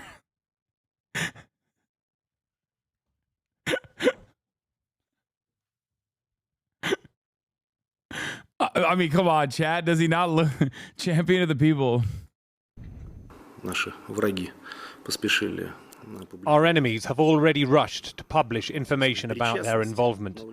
The investigators must find the killers in Russia, and we must do everything to destroy the patrons who are in Kyiv. Lula's bricked up for bricks, baby.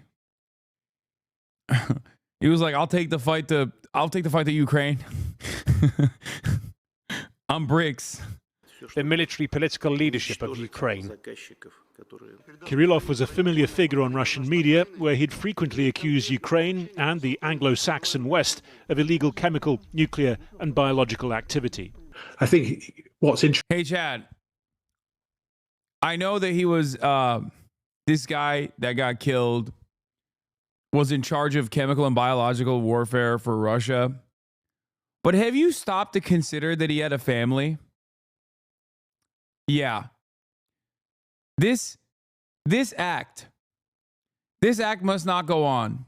Ukraine is the greatest enemy of mankind. America must apologize to Ukraine. I mean, to Russia. I couldn't even say it wrong. Yeah.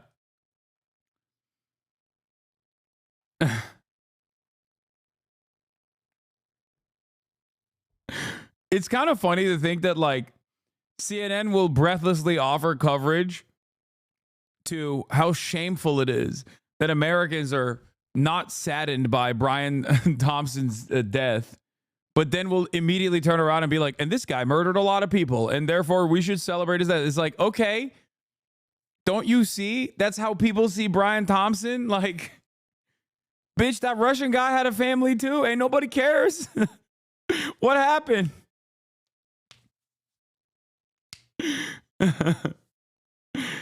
It's good stuff. It's good stuff overall, you know? Interesting is why he's been targeted. It's not just by the Ukrainians, if we assume the Ukrainians, to take action against the man who's being responsible for use of chemical weapons against their troops in Ukraine, but I think also as a figurehead for the sort of lies being pushed out, and also to send a message to the wider Russian state that no one is beyond reach of the Ukrainian special forces. On the battlefield, Russia has been assaulting Ukrainian positions occupying Russian territory in the Kursk region. Ukrainian units posting these images say they show North Korean troops being targeted, as many as 50 men killed over the course of 3 days. For the third day, the enemy is conducting... I saw that. I saw only like the snapshot where I saw his face. I don't know why they're blurring his face. He's not dead. I mean, they might have killed him afterwards. But the problem is, you can't tell if that's like a North Korean guy or just like an Asian dude that also is Russian. You know what I mean? There's hella Asian dudes. There's hella Asian dudes in Russia. Like, I feel like they just keep pointing to Russian, to Asian dudes and being like, that's the Korean. Now, I don't know. I'm not saying that like that there aren't North Korean troops deployed at all. But it is funny when they're just like, they're doing this thing where they're trying to do race science. Is this guy Siberian? Is this guy Turkic? Or is he North Korean?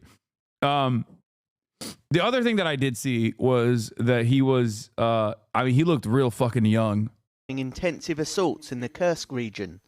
North Korean army units are being actively engaged. Their mercenaries have already suffered big losses.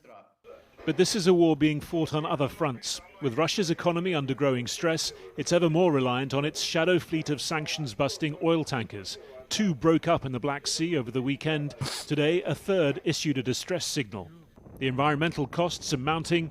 There are reports that shortened riverine vessels, unsuitable for heavy seas, are being used. The Prime Minister in Estonia promising to sanction 2 Russian maritime companies and 20 ghost tankers, less forthcoming on this morning's attack in Moscow. I think that's a developing situation, but this morning's discussion was very clear about the strategic need for NATO to stand as we do with Ukraine in this critical period. critical as both sides seek advantage, take risks, with just over a month before the return of Donald Trump to the White House and his pledge to impose a swift end on this war. And after months of deadlock, Israel and... I think it's kind of wild that, like, they're presenting this as, like, Donald Trump wants to seek an end to the war.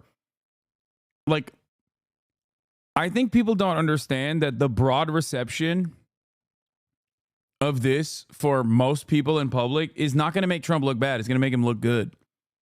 Maybe I'm crazy, but, like, most people don't have the same, most people, like normal people, don't look at this in the same vein. Maybe in Estonia or, you know, Lithuania, maybe in the Baltics, like, people are very aggro and understandably fearful of Russian incursion or whatever.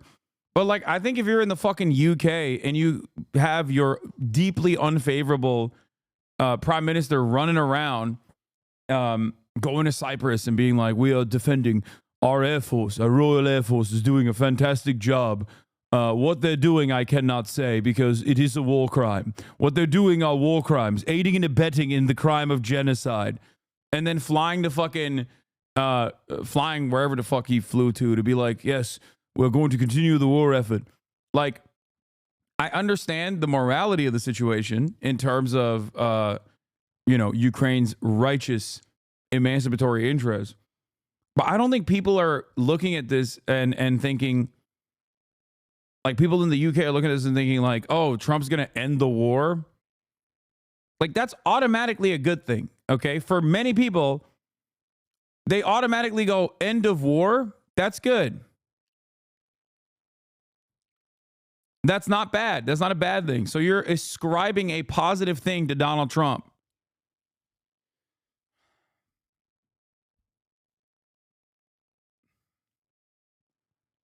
New North Korean troops fighting with the Russians versus Ukraine in Kursk has suffered several hundred casualties, killed and wounded. Those are not battle-hardened troops. They've not been in combat before, per U.S. military officials. Some of that is showing. Casualties among North Korean troops fighting with Russia versus Ukraine in Kursk spread across all ranks, per the senior U.S. military official. North Korean troops fighting in Russia in Kursk are primarily special operations forces being employed for light infantry type tasks. Overall fighting in Kursk remains difficult, per the U.S. For the senior U.S. military official. The Russian counteroffensive has caused the Ukrainians to cede some of this territory they had back in Kursk to the Russian forces. Russia's main effort appears to be in the Donetsk region. They continue to make incremental progress. But as the Ukrainians get to more defensible positions, we think they'll be able to shore up defenses and last for some amount of time. In Kursk, it will be a hard fight for the Ukrainians to hold what they have. I have no doubt that they can hold it for a period of time that extends at least a few months into the future. Why would you take the Pentagon's word for it? Yeah, I mean, I don't know. I mean, this guy literally is a voice for America guy. So this is directly the State Department. But I also don't understand what purpose it serves to be like North Korea is really a player in this.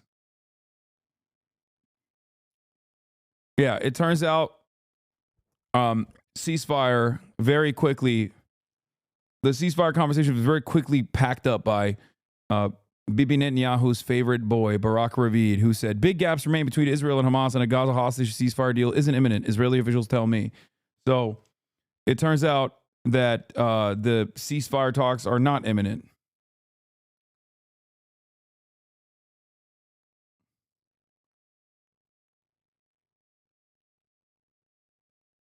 Moldova Mama Liga is back.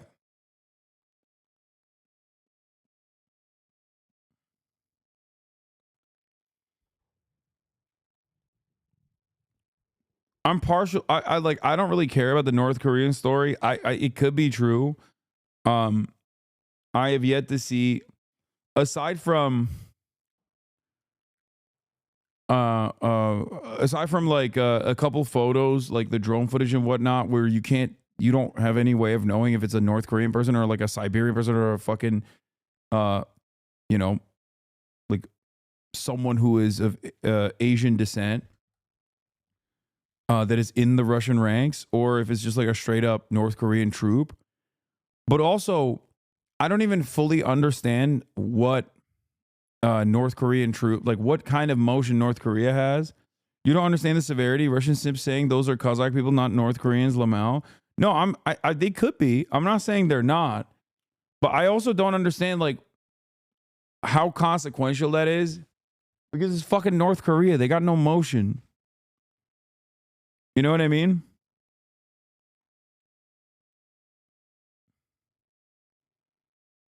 No, you can see right away they wear mittens.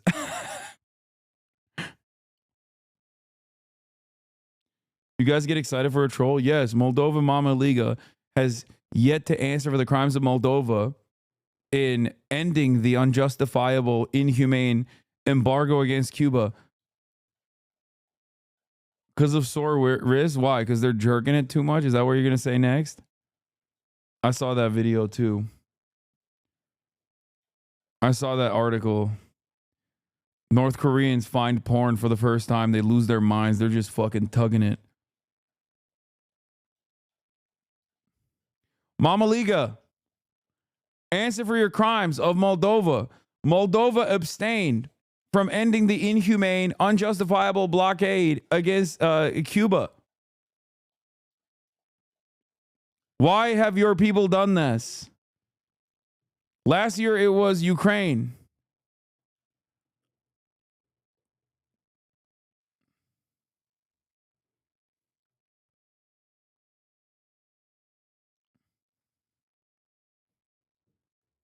We overcame.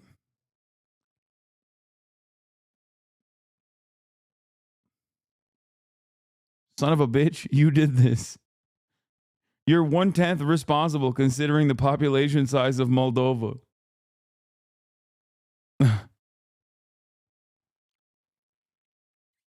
Yeah, your silence is deafening. Damn, didn't know Moldova is in the Security Council? Yes, dude, he's one of the 10 people that live in Moldova. See, he didn't even know. They didn't even, bro, Moldova Mama Liga, ever since he escaped to America to come back to Moldova stronger with 2 cows so that they can have even more defense against possible Russian incursion, he has lost track of all Moldovan affairs. He was about to double their defenses by 2 cows, not 1. Moldova, I was infiltrating Vatican and Indiana Jones in the past 10 days. Yeah, Moldova voted to abstain. For the 32nd time, the world demands an end to the U.S. blockade on Cuba by UN resolution. In favor, 187 nations. Against 2 nations, United States and Israel. Abstention 1, Moldova. Oh, all of a sudden, you're not familiar.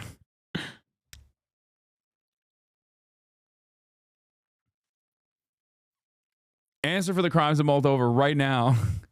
I will take away your extra cow. You will not be able to bring it back to Moldova.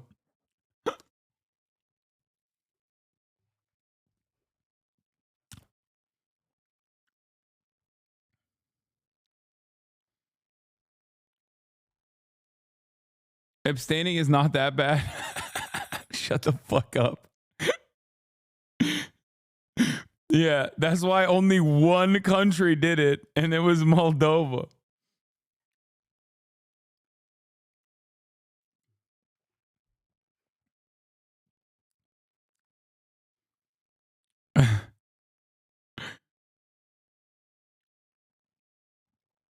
Anyway. Donald Trump is going to potentially protect TikTok.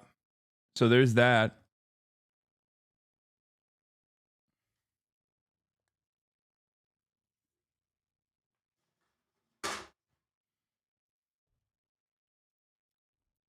Moldova, you keep this energy up, we will recognize Transnistria, okay? You understand me?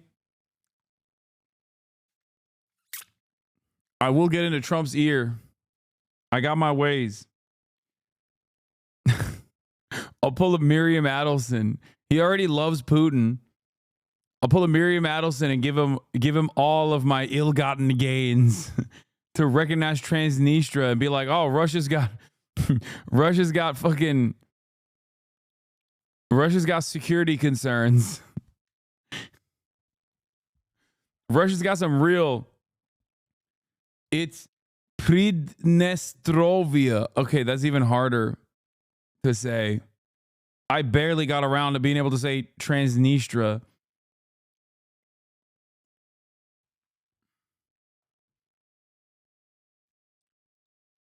And now you're telling me it's Prigozhin or whatever? What the fuck?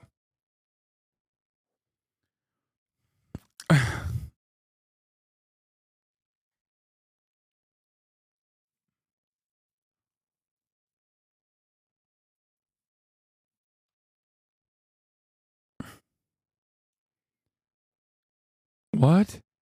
North Korean soldiers react to grand best moments? Shut the fuck up. Why a North Korean woman was shocked for the first time? America? North Korean female officers react to loving America. Loving American dads the first time. What are these fucking videos, man? What the hell is this fucking slop?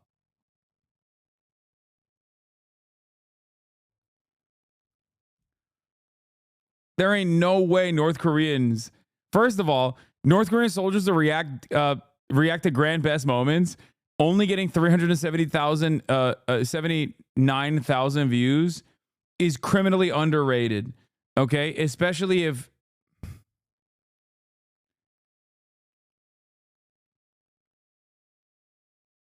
this other video got 3 million views. You're a beautiful brother, but your glasses remind me of Jeff Dahmer. Okay, good.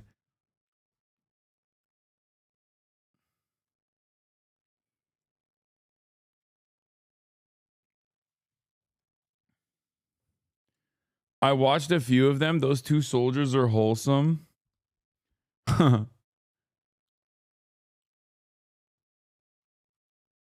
There ain't no way that's real, man. Okay, let's see.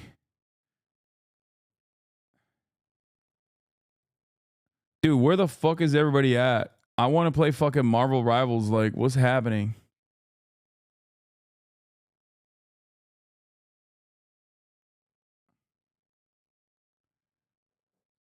It's madness. Check the comments. There's a North Korean archive page that will react negatively to anything that paints North Korea in a bad way.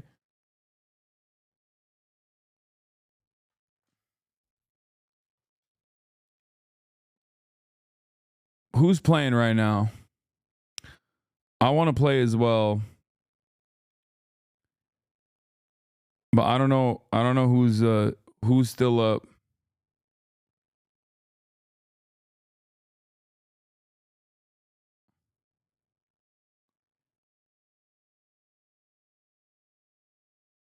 Okay. Oh shit. Connor? Which Connor? Sea Dog Va or the pant eating kind? Oh shit. I just found something out. I got wild chips because you and Austin said they were good. They're so ass and so expensive. Wait, hold on.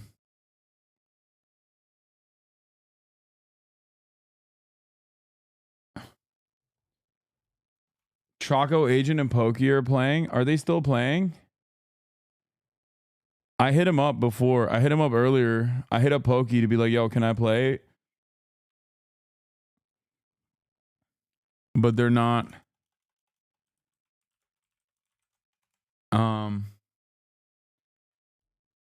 Thoughts on Dubai chocolate? It's great.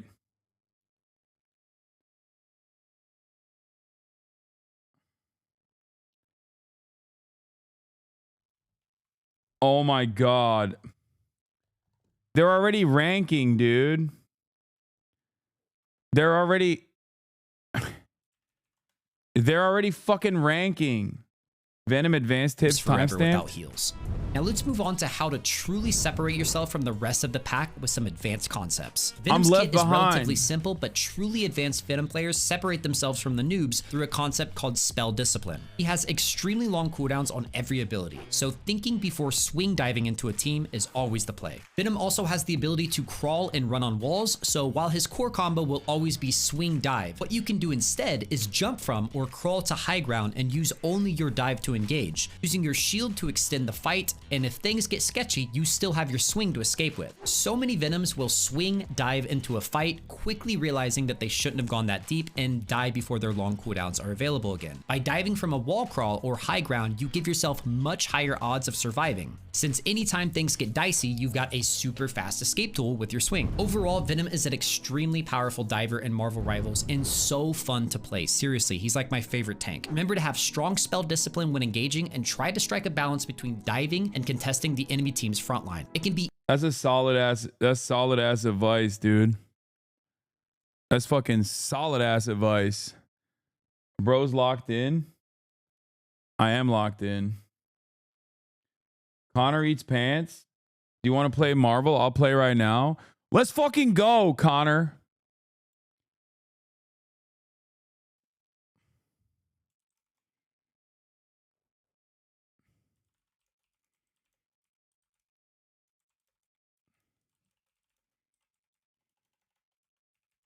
That's crazy. I've already been left behind. I'm a child left behind. I'm calling Connor, also a child left behind. Actually, hello? Are you ranked already? Yeah.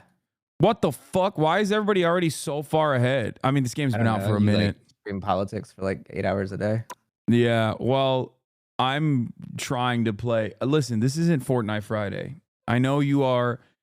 I know you've had only respectable guests on your stream from the realm of politics.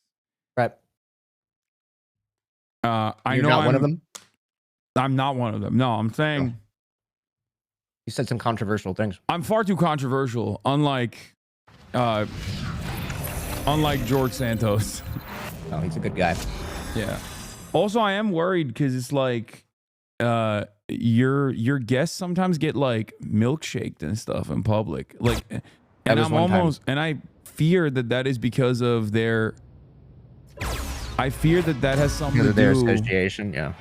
Yeah. Yeah, no, I think so too. But it only happened one time. If it happens a second time, that's when I'll have to start doing something. Okay, well, what's your username? Write it in the chat so I can add you, so we can dive in. Face of Deadlock. What? Face of Deadlock is my name. Okay, you have to write it in the chat, and also. Put it. Oh, it's face of. I thought it was phase up. Oh no, that'd be a lot cooler though. That would be a lot cooler, but it's all good. Okay. Invite. Oh, is that? Oh, you're real Hassan. Oh, I just added somebody else I thought was you. Did you add Hasanabi? No, I just added you. You're in my game now. I added UHC CEO Shooter in all caps is who added me. That's not me, man. What the fuck? Sorry. Damn, we both have the same skin. That's crazy. What do you play? What do you main? I play everybody. I love learning everybody. Okay. Do we go quick match? Yeah, let's do it. And then quick match. I can't do competitive anyway. And then do we talk to the people? We can. I love talking to people in the game. Me too, but I don't know how to do that. Like, what do I have to change? What button do I press? There's I think it's in like communication settings or something. You have to like change your like push to talk key too. You'll need a top-notch team to What's your push to talk key?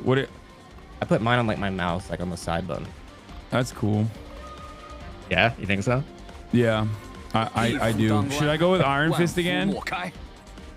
I like Iron Fist, but he might be difficult to start with. Punisher. I've been playing with him. I've been playing with him. I feel like Punisher would be good to start with because it's just. I've been playing with Iron Fist. I've been cooking with Iron Fist. Try Punisher or something. Okay, you want me to do Punisher? Fuck it. I'll do Punisher. Wait, half the team is not even in yet. Anybody got a mic in here? Anybody got a microphone? Message from Spider Zero. Get ready. No one's talking.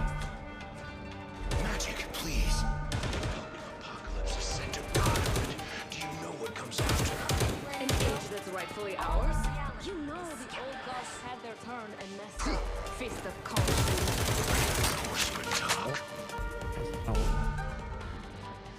The battle starts in Bro, 5, everyone is muted. 4, 3. I know they're not talking in game. Wait, what is this game mode? I don't know what to do, Connor. Don't forget. Right, it's just securing it's the like you mission play area Overwatch. is your top priority. No. Okay, so we have to capture the point over there, and then we get to push the little robot. You just stand there, but we have to capture the point first. I'll patch you up. Eat unlimited ammo. Someone scratch my back. Got him, bitch. It's like the first game you've been trying to play in a minute. No, I just thought I just asked, and immediately you hit me up, so it was Yeah, perfect. someone told me. I messaged everybody earlier. I was like, guys, I'm ready for Marvel, and everybody had a group already. I like solo queuing anyways. I feel like it's the most honest way to play.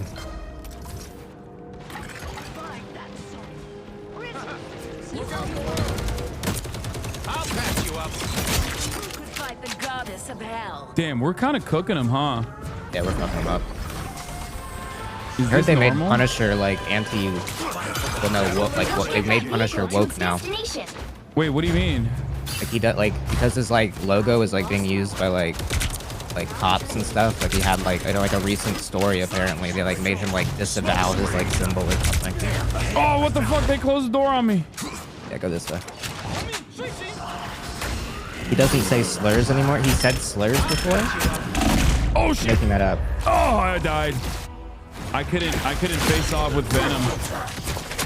Yeah, Venom's annoying. He'll just like jump in and do a bunch of shit, and then he just. No, I like Venom. I've played Venom. Yeah, he's pretty simple. Yeah. He is pretty simple.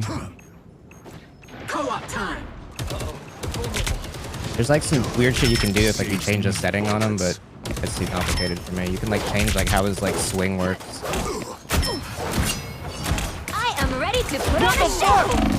I'm healing you. You're good. You're good. Thank God. That character, when she's on you, she like she does like self heal. Like the more damage she does, she'll just keep healing up. You have a Venom behind you. Wait, how am I not able to kill him? Oh, I got him. Bitch.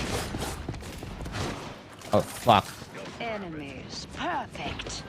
Everybody needs a hand sometimes. I'm nowhere near my fucking. Oh, I have my ult. I'm not done. Do something funny. I'm playing with Hassan, dude. That's funny enough. We'll get jokes later. Hope you filled the tank, Zero. It's go time. You're halfway there. What is that huge jump? Fuck.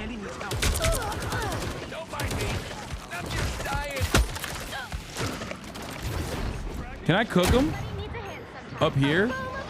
If you jump in this thing I throw, you get unlimited ammo. What?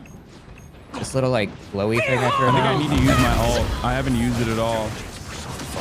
Judge, jury, executioner.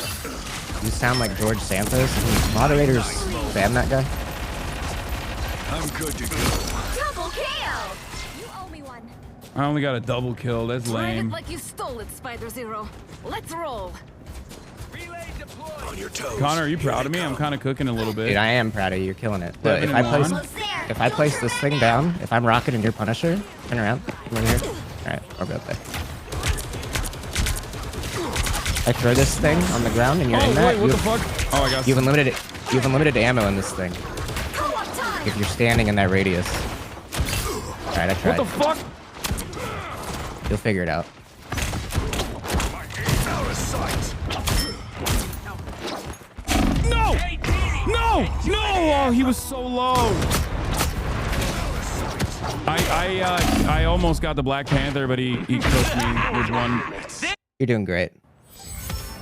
The vehicle reached a checkpoint. I get unlimited ammo when I stand in that thing. That's nice. Scarlet Witch might be more your speed too. Or Squirrel Girl. I am ready to put on a show.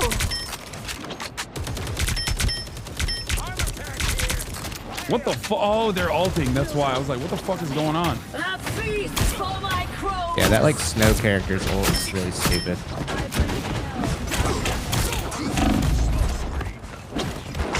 Oh, fuck! Jump! I'm healing you. I'm healing you. Oh no. Wait, I got revived? Yeah, I can place on a revive. Right.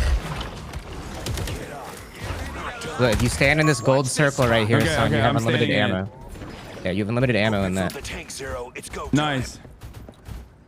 Problem is, yeah, I mean, it's over anyway. All right. Rich just keep getting richer. See the teammate that gave up. What are these bouncy balls? That's my healing. So I shoot those around, and if you're near him, you heal. Oh, nice. Dude, I am melting! There ahead. Battlefield ready again. Someone scratch me. So weak. Pretty much always want to target the healers first because they're pretty fast. Dude, headshots are crazy, and it's so nice when it's like clink, clink, clink, clink, clink. Yeah, the little dink sound. I'll patch you up. You should try this game Overwatch sometime. It's really popular. No, I think this game is more fun than Overwatch, honestly.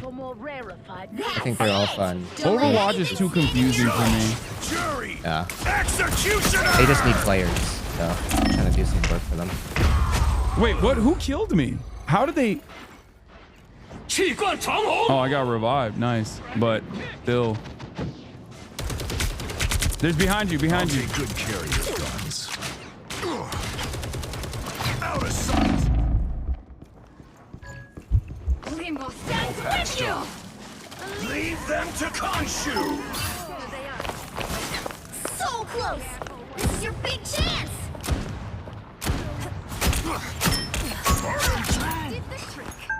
Bitch.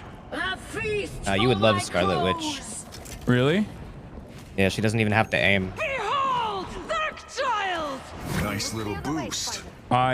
Is that a diss? Is that what it is? No, I mean, I love this character. I can just brainlessly hold the button and I win. We are undefeatable.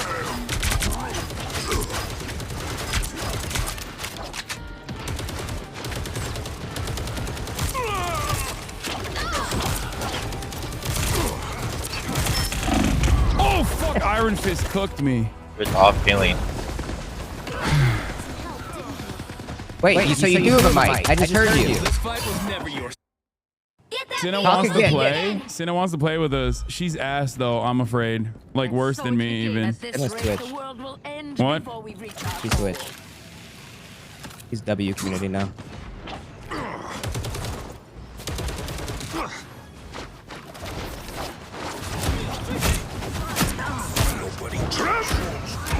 Oh shit. This guy's mad that I switched off healer. I want to have fun.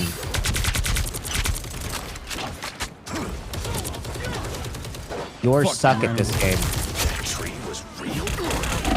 Ah! Out of sight. Oh my god, I can never do this.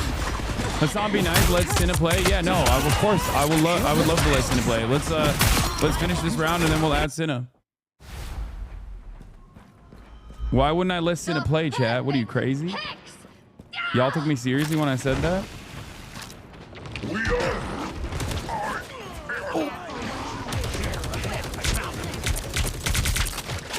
Fuck! Fine, I'll be a healer. Bitch. Wait, somebody else switched. Okay.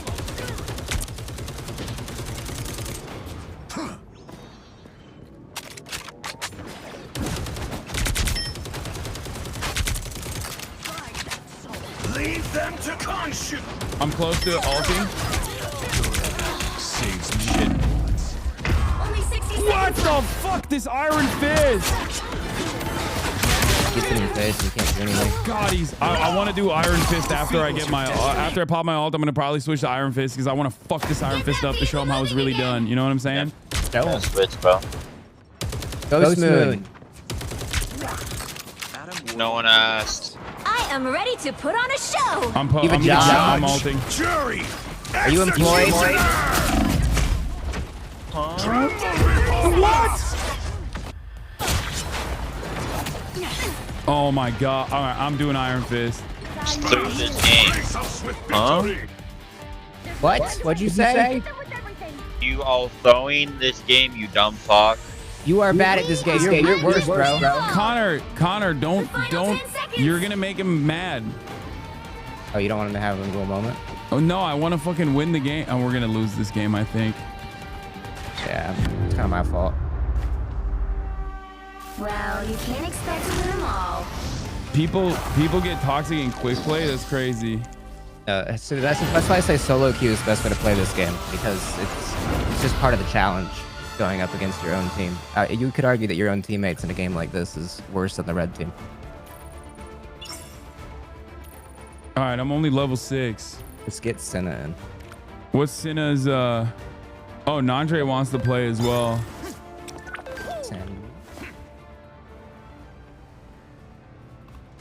Where's Senna? You are not that good, man. Guys, I know I'm not good. Solo queue is so fucking funny and so toxic.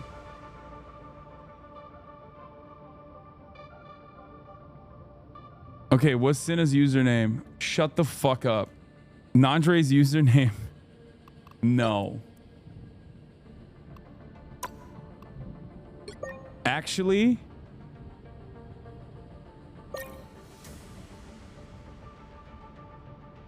hello. I'm joining the call. Senna, what's your username? Did they lie about Senna? Because she didn't join the call. She didn't join the call. Senna, join the call. Oh, was chat Wait, lying? who is real? We have real Hasanabi in here, and we have real Hassan Piker. It's Nandre. I think you made a new account just to fucking, or I just randomly added real Hassan Piker. It's got to be a random. There's no way that's not. Oh, Senna's not even live? Wait, she said 1 second. Maybe she is joining. Oh my gosh, She doesn't stream video games anymore. He said, nah, it's me, Lamau. Nandre, join the fucking chat, dude. Yeah, I'm gonna call. Is Nandre not invited to the call? I'm adding him. Wow, that's fucked up. What's wrong with you, dude? Why did you make a new account just for this? I thought you had it. Why would I change my name to real Hassan Piker? Well, now I'm stuck with it. I tried to change the name. They said I can't change it for 3 months. Yeah, you're cooked. Someone had Hasanabi. Hey, on shared chat so that I get 20,000 viewers. Someone had Hasanabi on mine. I don't know how to do it. I don't know how to do it either. I'll figure it out. If you figure it out, let me know.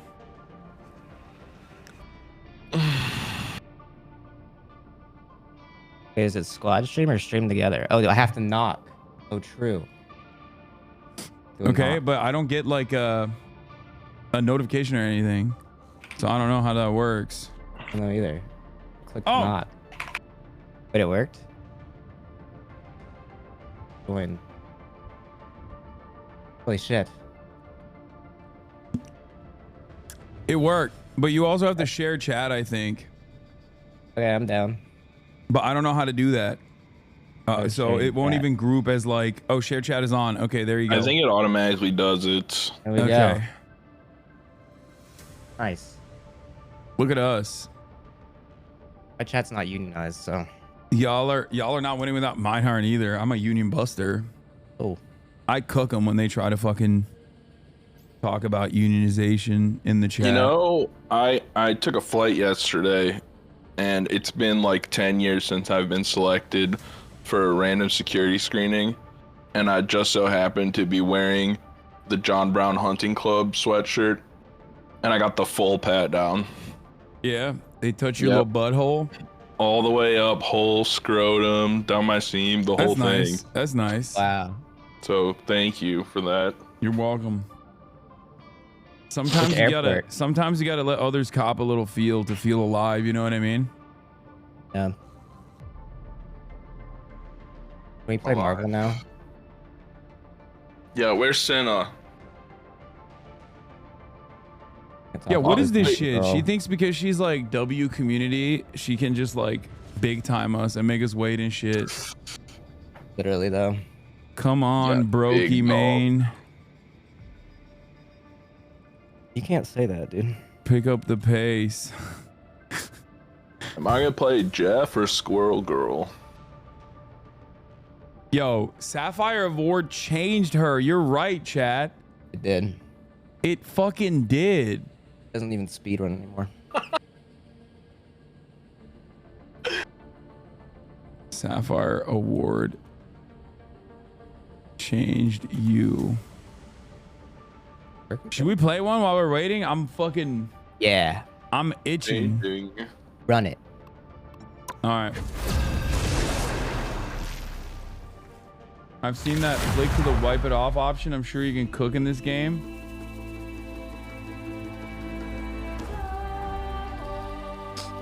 Hall of Jalia. The right heroes could make all right. the difference.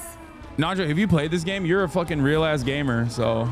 I have not played this game yet, but I've watched enough. We're fucking cooked. It's like Overwatch, but bro, we're Marvel. cooked. You're about to get carried by Connor and I. All right. So All right, I'll do fucking Venom. I'll play tank. Venom. Hey, anybody here got a mic? Who hears on comms, guys? What's my default push to talk here? Yeah, what is the default push to talk? I'm gonna change it quick. Go Squirrel Girl, go. No, dude, I'm not doing it for the Coomers. They'll be coming in 30 seconds. Oh yeah, Squirrel Girl, you'll be good at her.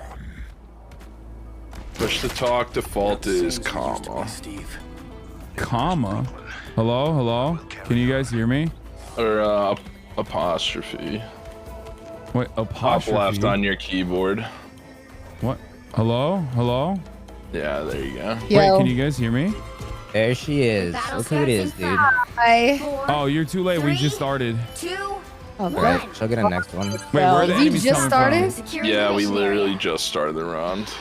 Dude, you couldn't wait 2 seconds? We We waited a couple of minutes. Bro, you spontaneously added me into a group. You're surprised it took me like 2 minutes. I thought you were waiting. I was told you were waiting. No, I'm offline. I just entered. Let me let your Oh game my god, I got destroyed. Wait, do we not have healers? I will switch to Jeff. Medicine. Jeff's a healer. Wait, we can drop. I mean, we just started, but wait, do we get punished? No, for no, that? finish this one. Finish this one.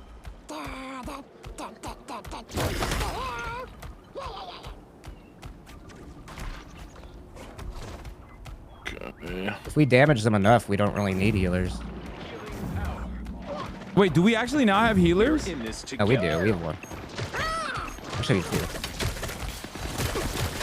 Oh, this Venom is just standing in our team.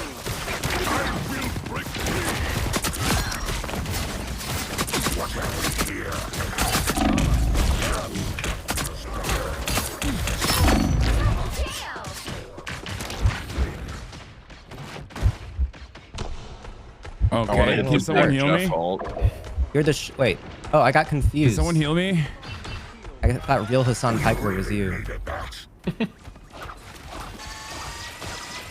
Thank you.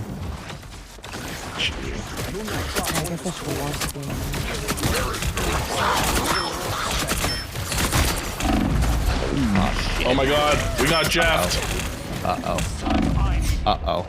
Oh. Not good. Okay, guys, I'm gonna need more heals if I'm gonna fucking Batista The shark bomb ate all of us motherfuckers. and then jumped off the map. We got I don't even know where there's healthcare around these parts. Oh, there it is. Oh, never mind. You took the healthcare. You Oh need to stop no. that vehicle in its tracks. My spirit is onward to my sacred. Hostile forces incoming. Get over to here. You son.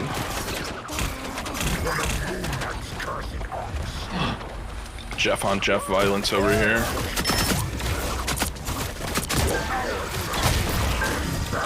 Where'd he go? Up above. Oh.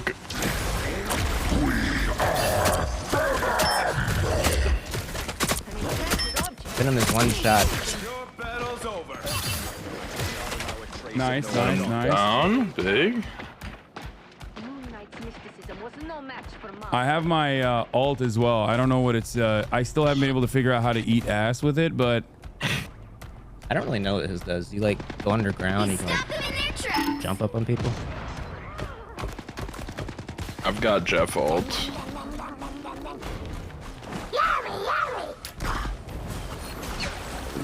What the fuck? Wakanda must be cleansed of this corruption. Oh shit.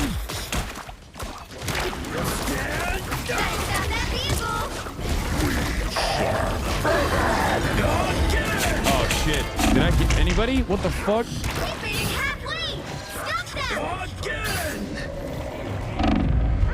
Wait, how do I? Stupid shark. I can feel the cosmic energy coursing through. Okay, let's go. Wait, where is he? Sorry, I couldn't Damn, she sucked. Big turnaround. Oh, I just got destroyed by the turret. Thank you.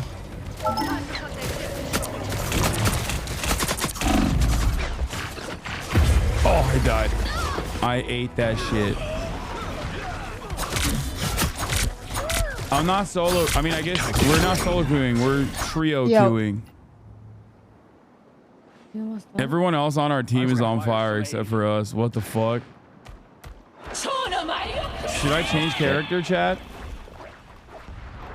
What does this team comp need?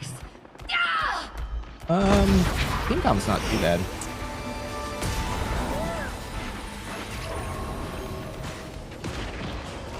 Together to victory.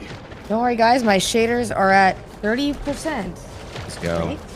You can always count Be on there me, soon. partner. A mystical artifact of some sort. When's the last time you streamed the video games? Today, but I have a slow computer. Jury, executioner. We could get used to rise, my friend.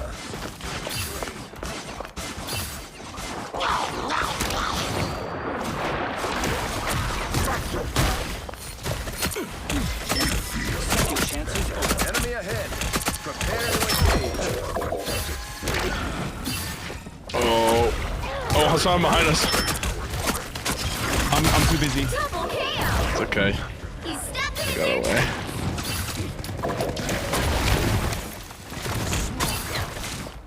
Get his ass! I don't have a heal! Ah!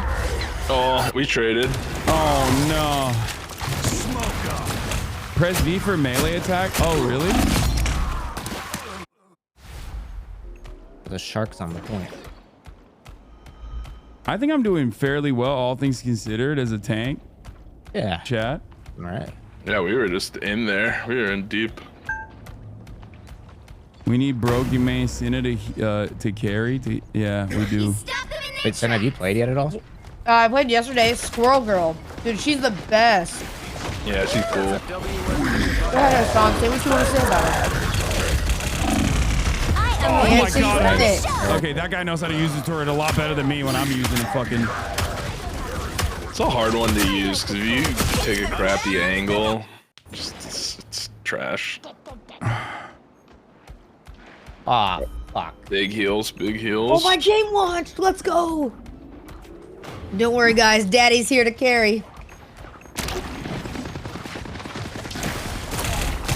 Yeah, I could not play it the other day. I had to like go in the config and switch stuff around to get it to launch. Let me get some subs in the chat. Hi, what the fuck? Where's my heals at, Jen? Oh my god. Only 60 seconds Cinna left. shot a laser in her eye. Damn. Oh, yeah, I did that yesterday. Why'd you do that? That's old news. I did it because Miz did it, and I thought, why not? Did it blind you? No. But then I was going to go longer until it got confiscated. Nice. Wait, that was a huge ult by that guy. Yep. Chat is I can just America. spin away a point though. Do I have to add? I think I have to add one of you. Add phase to deadlock. The real Hassan Piker. Well, who's next? No surrender. He stopped them in their tracks. First time chatter. Imagine playing with Hassan. Are you down bad? Yes, bro. I need gaming viewers. Yeah, I'm known for that. Oh. Judge, jury, executioner. Oh, if we get this venom down, I think we just win. Never miss. I am ready to put on a show. Uh-oh. So close to ult. Bitch. They made it. Now might be a good time to stop them. Yeah, what the fuck does the whale ult do? The whale jumps in and does nothing. No, it bites you. Swap What is the happening? character. Why am I 1v5ing? I just pulled 2 off the point. If the little shark jumps in, then it swallows it. That's not the shark, the Namor ult. Oh, I'm wrong. Did I have an E there, chat? I don't think I no. did. Are we gonna lose? We're good.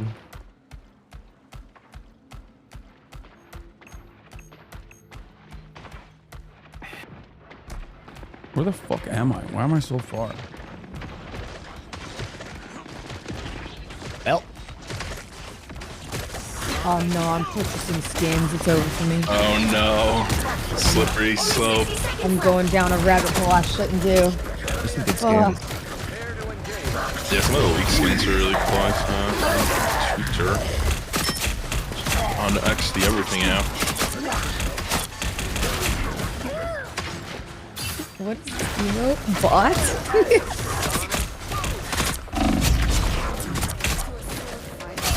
Dude, come on. Let's go. Oh, Venom ult. Down to 30 seconds.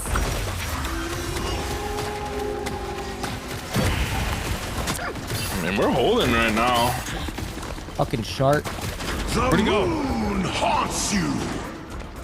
He's stuck Right here. in their tracks.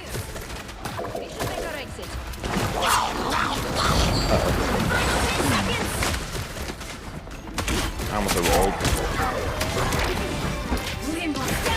I am ready to put on a show. You'll have to keep fighting until we have a winner. Oh fuck! God damn it! Together to victory.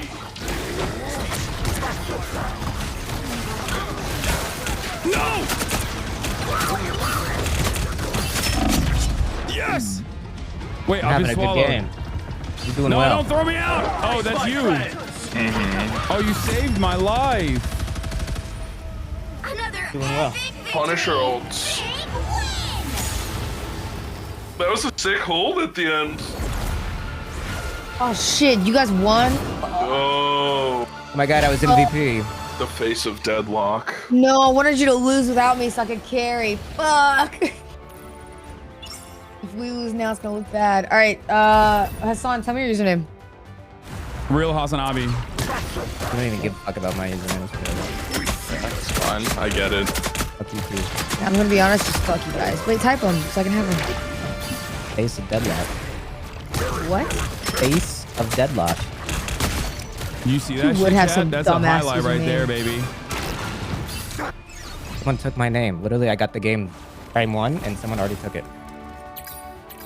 The chatter Someone was took like, Connor eats pants? Yeah, someone's in the chat like, I have your name. I was like, can you give it back? And they go, no, I want it. I was like, okay, well, guess I won't be me. Make a wish highlight. Oh, shut up. Wait, we're not starting yet, right? Okay, Senna. I added you. No, you didn't. Yes, I did. I didn't get it. Guys, Real my dog is watching Hasanabi. us play right now. I'll add you again. It's oh, you have friend request turned off. Yeah, because everyone kept fucking doing that. So what's yours? Oh, you. Cinna alt. Hold on, wait. Let me turn my shit on. You can add real Hassan Piker. Why is your like tag always Senna alt when you're on your main account? Because everybody takes Cinna. Okay. Alright, I'm in. Okay. I need to do something real quick. I'm sorry. Is there news? No, I'm looking at Venom skins. Oh my god. But they don't have it. Wait, oh, they're the Space Knight? That's kind of ass though. Wait, so who's real Hassan Abi and who's real Hassan Piker? I'm real Hasanabi. I'm real Hassan Piker. Oh, okay. That's sick as fuck. That's so. Did you steal his name? I'm trying to up his gaming rep. I'm doing Lord's work. Yeah. Is this good? Venom Space Knight? Is this a cool skin, chat? I don't think Venom so. is cool for sure. All right, fuck it. I'll buy it. I don't give a shit. Come on, it's astronaut Venom. Doesn't even look like Venom. He looks like Hulk. SpaceX Venom. It's good. We'll feed people out. SpaceX. People will think that it's not.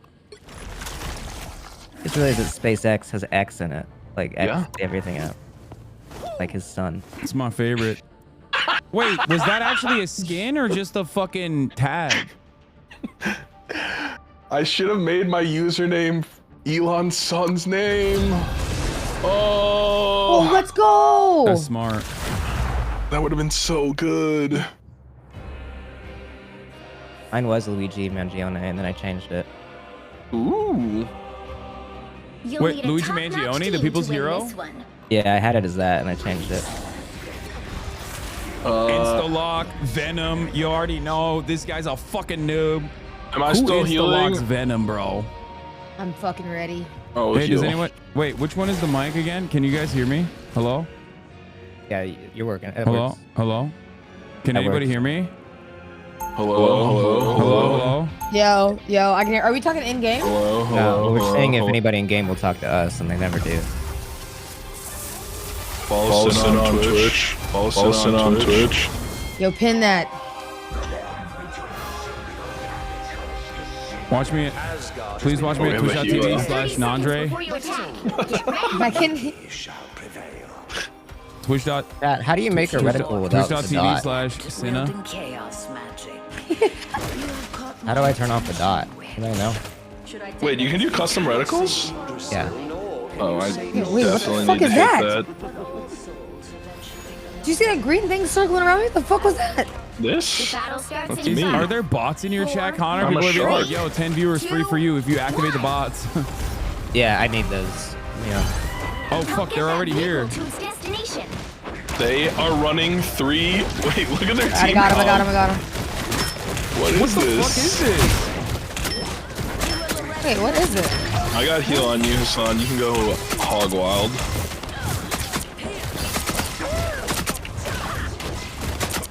Okay, I'm dropping. Alright, I got the scroll girl at the top.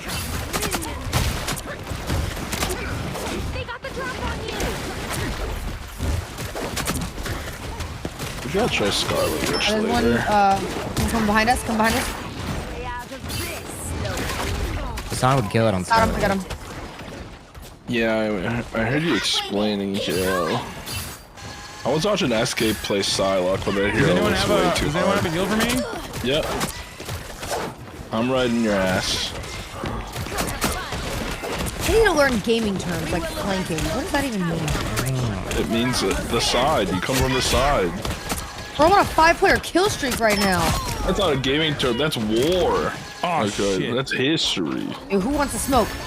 Your vehicle reached a checkpoint. You said who wants to smoke? That's your gaming term that you needed to learn? Yeah, who wants to smoke? That's crazy. What's wrong with that?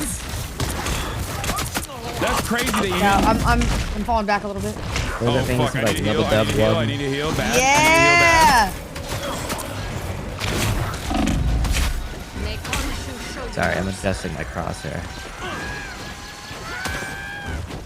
I have ult. I'm going in. Alright, do a scroll stampede. Got their ass. Oh my god, they killed me while I was ulting.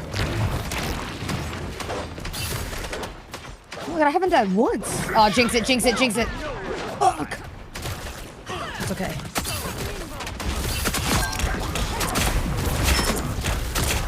I got heal on you, Connor. Was it the squid stun is so annoying. I need to heal. I'm trying to get to you. Thank you. Yeah, we good.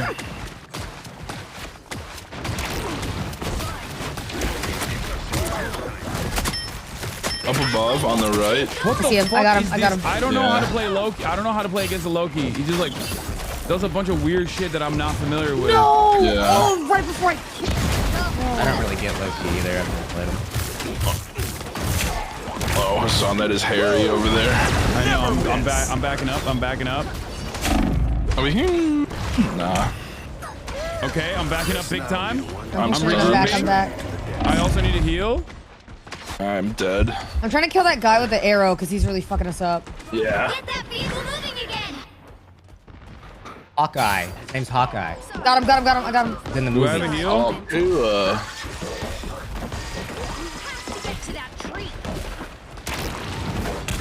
Oh my god, there's a girl above us. She's gonna slash down. She's waiting for you guys to peek out of there. Right now, behind us. There you go.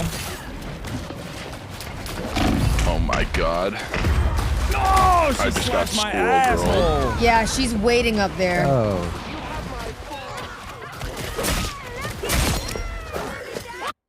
Get that vehicle moving again. What the fuck? Team game, by the way. What do you fuck. mean? Are we not playing a team game? Where is this guy going? Wait, we have a teammate that's just doing, like, browsing the map.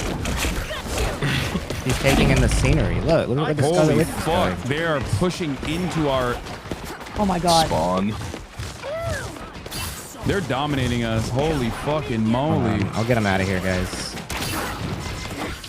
I do have ult in a Squirrel second. stampede. I squirrel stampeded. Dude, they are dominating us. What happened? We had such a good push.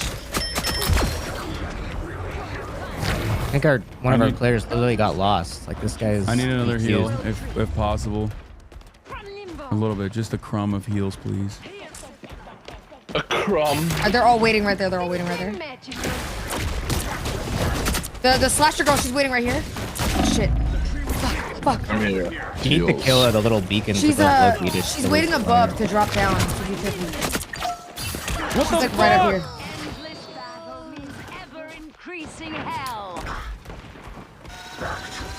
Why doesn't that fucking... I don't even understand, like, what the Loki character is. It's very annoying. You have to figure out who the OG one is, right? Like, the real one. They're gonna ambush us for sure. This looks like a... Yeah, they're waiting for us to walk in here and die. Oh, yeah, they're... Land shark upright. Oh, yep, up the top.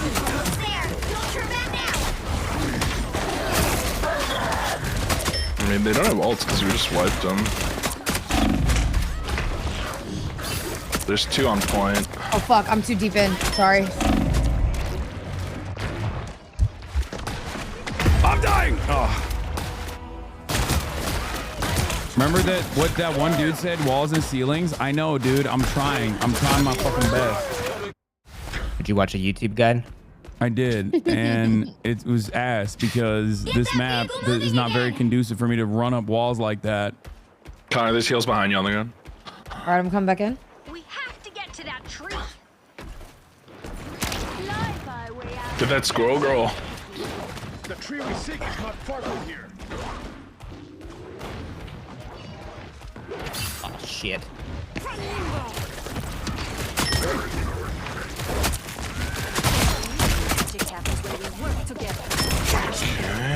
Double kill. Nice. Let's push this through this door. Can we get some subs in the chat? I got it right here, Yeah, see that? Got him. I got him. Nice checkpoint. Oh, this Hawkeye is way overextended. He's nice.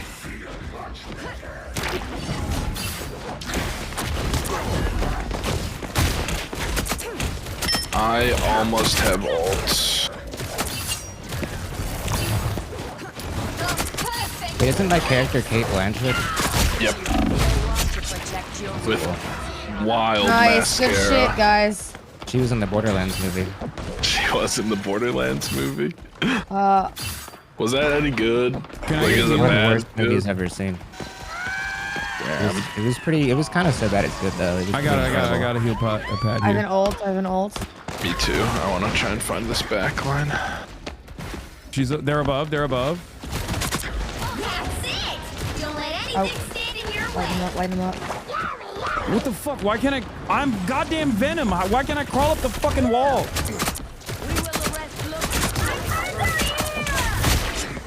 Got him. Bitch. I threw two behind us, behind the point. They're away from their team.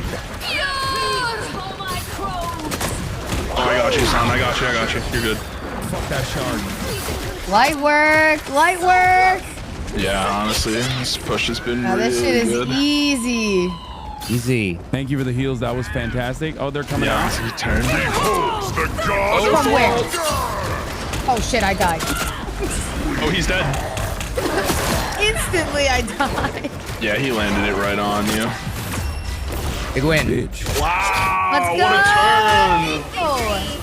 Oh. We did it. Damn. GG free Luigi.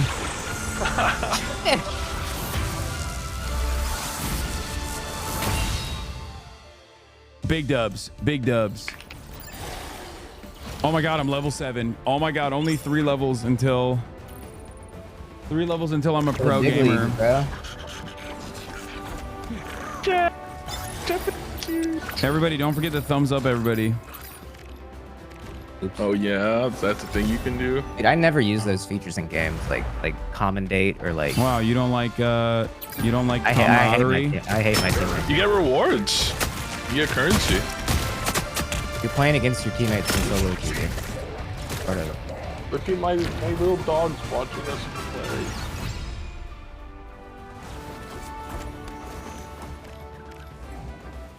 We just dogs. Iron Man is sick as fuck. I don't believe that. I literally have only heard negative things about Iron Man. I don't like Iron Man either. I want to play Spider-Man because the movement looks so fun. Or does he get to swing around? Yeah, and he can wall climb. That's sick. I really like Iron Fist, but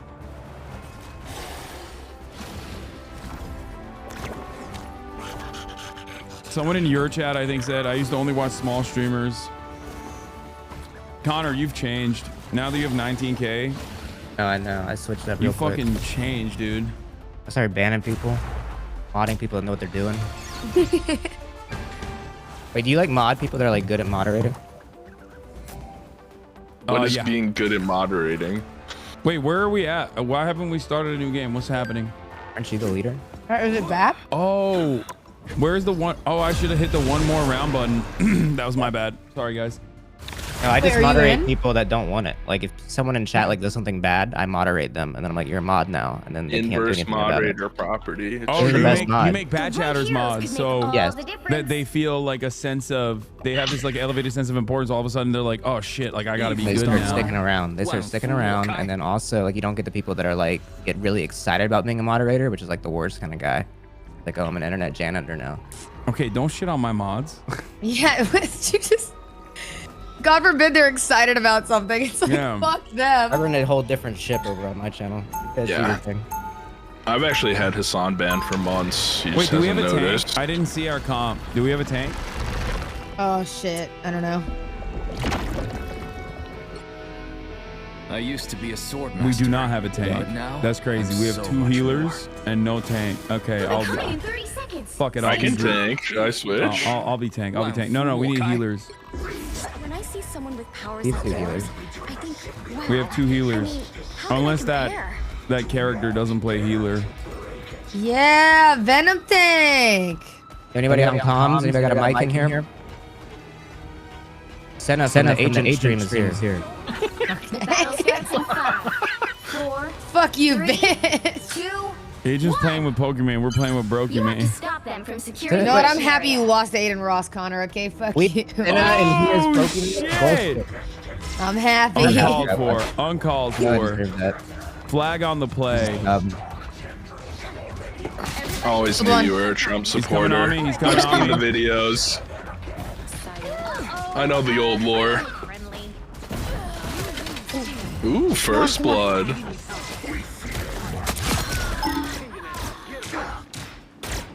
Bitch.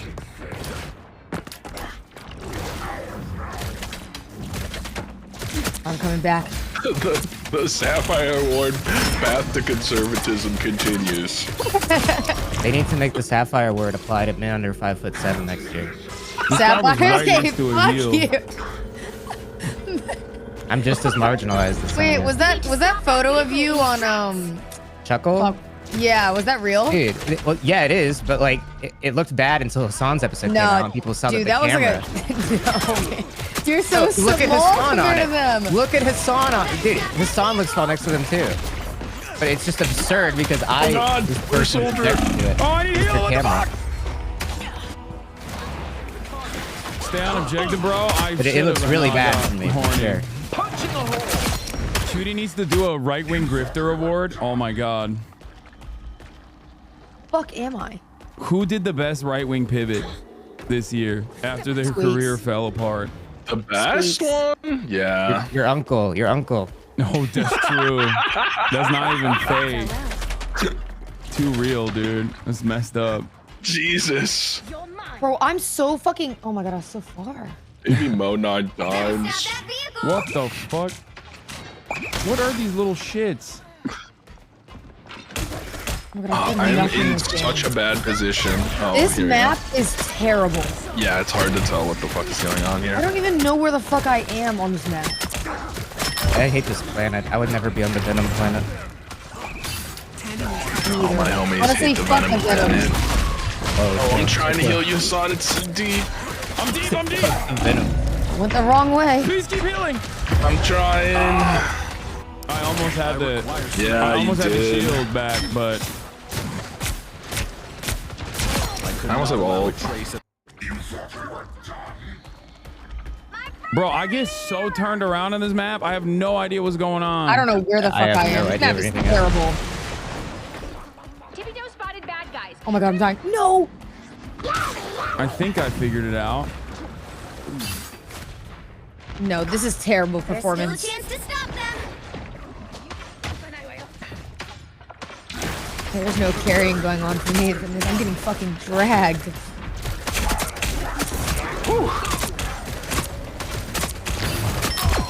Oh, I just got my shit shoveled in. Stop them in their tracks. They're flanking me. Yes, and maybe you should do a quiz of gamer terms. What the fuck is that? I don't know if I want to do a quiz of games. I feel like that could be a good thing. Oh, it will definitely be bad. Rank all gaming words. What the hell is Robovolver? What? Oh shit, I shouldn't have dived in. Oh, you are in the thick of it. Everybody knows. It was the worst ult of all time. At least they're archers, ass. Bro, You missed play every Fist shot in he this shot on map? me. What is Fist? I'm gonna play Groot. Oh, someone else playing Groot. no. I'm falling back. No. Oh, I can do combo stuff with Groot. I'm gonna do Punisher. I'm Punisher now. Fuck this. Going for that right-wing drift award, huh? Oh, he's woke now, actually. They changed him. What? Punisher is woke? Yeah, What just happened? He I got a disavowed one his shot. symbols. Wait, you got one shot too? Yeah. Think about what you did. This is not over. Dude, he's sniping. Where is the Groot? I can Hey, that's combo Captain America. I with thought him. that was Thor. What is That's that it. skin? Oh, there Or it is. America. Wait, we're fighting Captain America? Yeah, he doesn't look like him though. He's like, Oh. he looks like Well, then- Thor. Fuck America in this one instance for Whoa. this.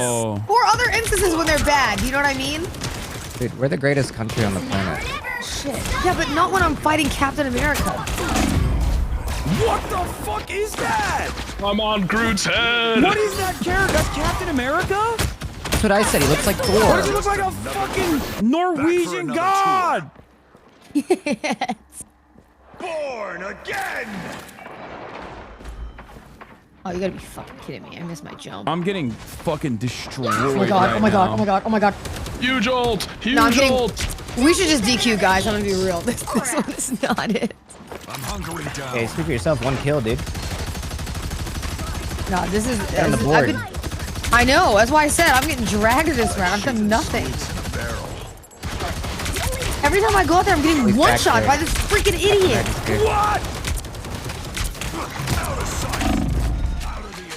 I got heals for you, Punisher, man. Oh I hate this game. my god, I hate Hawkeye. this game. I hate Hawkeyes. domed I hate us. Hawkeyes. I hate them. I hate them so much. They're so fucking cheese. Oh, look at me. I'm fucking dialing it back. Oh, look at me. I need Iron Fist. I need Iron Fist. Immortality comes with a price, but I You was can have a glad healer? to pay it. Yeah, me. Can you do your job? I'm trying. I keep dying. This Hawkeye's all over my grill. I do want to ride on this Groot more though. That shit is fun. No, Captain America. No. What? I'm gonna. Oh, Oh my fuck. god. He's looping. I'm having an existential crisis. Oh my god, I hate this fucking Hawkeye. You'll fall long before I'm about to crash out. I'm dying. Yep, it's over. Stand on it. Oh, huge Groot ult. Too late. Hard to tell when you're standing on the point in this compared to Overwatch. That wasn't even Hawkeye. Fuck this game. Fuck this guy. Actually, really fuck this Hawkeye. guy. Cheating. He was cheating. How could they kill Jeff? I'm just a cute little I did shark. nothing during that. All right, hit the match button. All right, I'll go healer this time, and I guarantee we win. Whoa. I'm gonna give you the guarantee. We can't play. Wait, when I say one round, does it mean like we have to play with the same team? Because our team is ass. We need No, carries. we get different randoms. I think they can DQ too if they don't like the team. Everyone better than me at this game is cheating and also Hitler. I agree.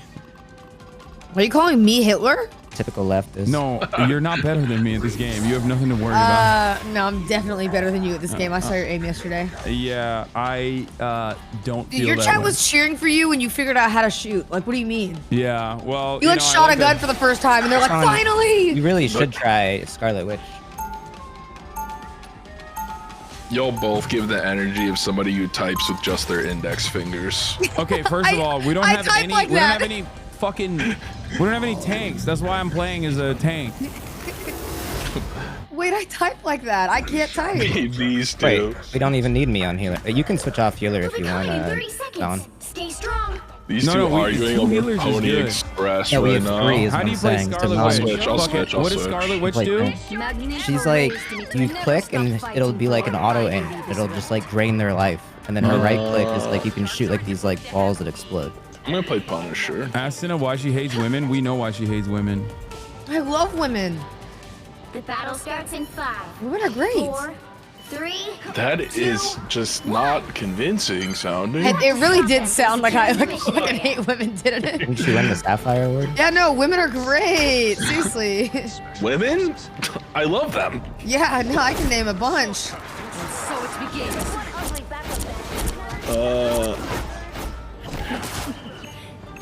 Oh my god. That character is squishier than I thought. Maybe play a tank, none. Yeah, I'll switch after this. Who do you recommend? Whoever you like. Okay, Venom? okay. I don't know how to play this fucking. I don't know how to play this goddamn character. Hold the click. Oh, it's hold.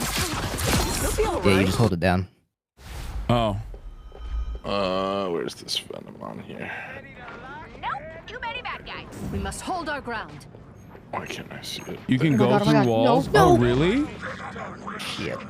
Oh, I have to put on that setting for the swinging. What do you mean somebody has all that I shooting? can't go through these.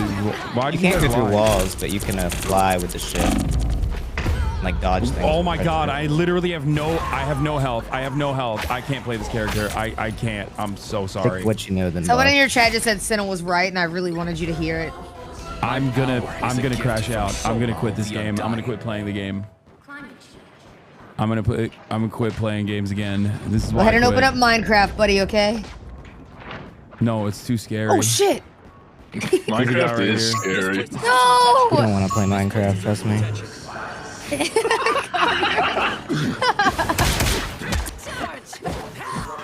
What's so funny, guys?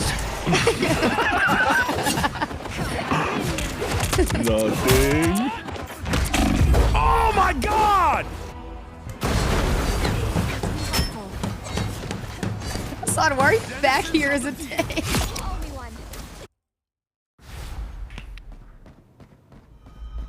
We're back.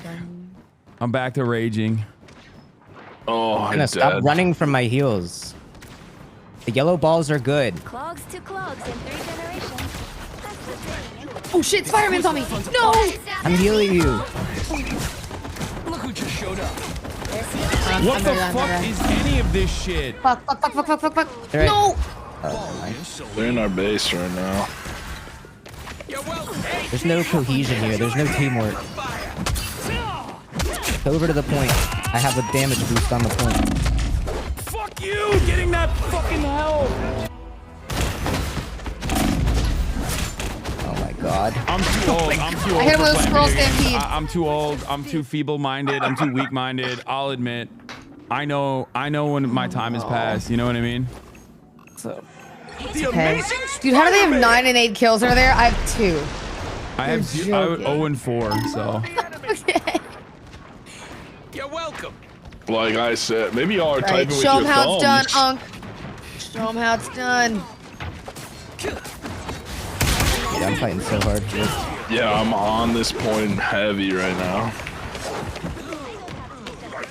Oh? I just killed 2 of them. I got one in the back. Alright, we got some space. Try and shoot the squids when you see them too. Squid games. Squid games. The Spider-Man is asking for it. Ooh, now I have 5 kills. Let's fucking go. What the fuck is this thing? What the fuck is that thing? What are all these things? Why are there like 11 characters on the map? I don't even know who to hit.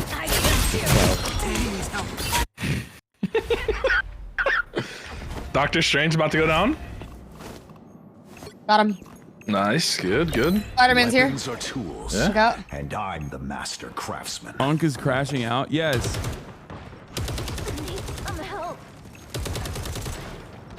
See, I'm flocking help. I'm on a 5-kill streak.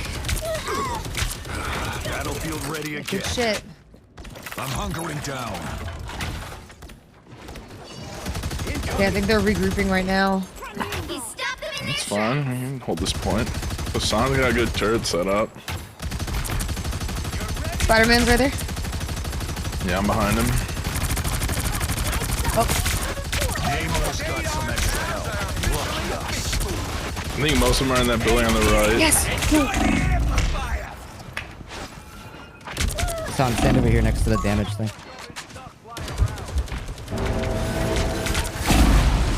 Oh wait, I didn't. Scroll stampede. Spider-Man's on you. Oh my god, he stunned me out of my ult. Come on. Alt, almost ready. You got it. Doctor Strange is a tank, right? Jury. Yeah. Executioner. What? No, we're chilling. This point is being held hard right now. Aquaman is a ridiculous character, dude. What the fuck is Aquaman? If you put the crosshair on the enemy while you're shooting, it takes damage. Wait, really? They're up top. Good job, guys. You're doing great. Really good hold. A nice deep freeze. Oh my god, we're cooking. Good shit. I just got the fat ult Not in the done back yet. line. Again. They're all low if we want to push into them. Yeah, that's one down. They're up top. They're coming to the point. One's on me. KO for one. One shot him. There's a Hawkeye behind us. Spider-Man, you don't want this work. No, he killed me. I'm not kidding. I genuinely feel like they all collapse I on hit me the tree. every time I rear my head. But I also do overextend a bit. I think the turret kind of sucks. It's too easy to jump Let's it. see. Maybe play a better healer. These things are even more heavy armed than I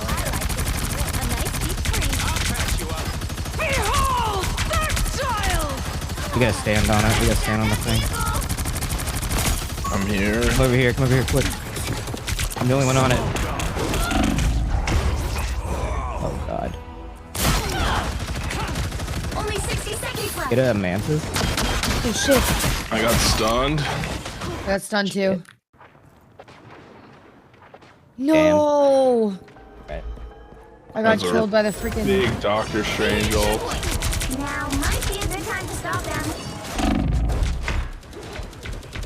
Out of sight. Oh, did we all died?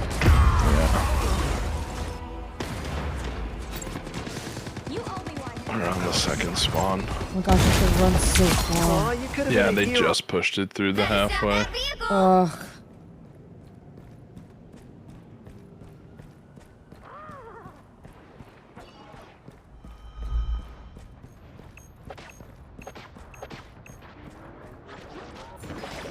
It's the grand finale.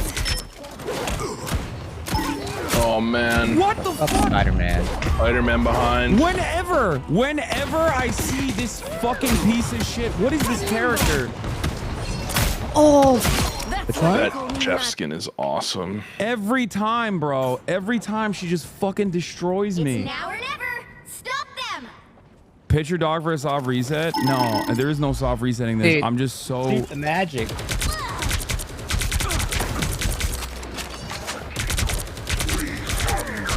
Judge. No way, Jury, they killed me in my ult. Executioner. Oh, that's so bad. Fuck. Oh. Just, I was about to get a triple ult. Big bite. What is that?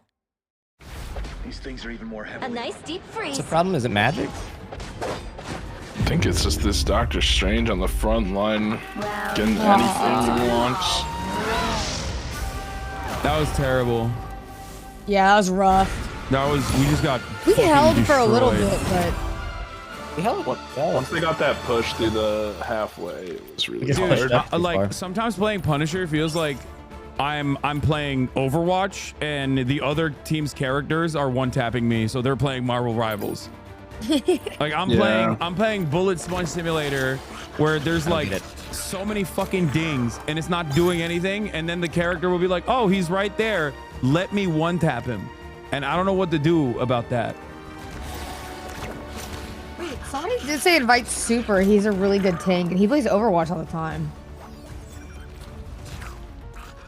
Just load up the article.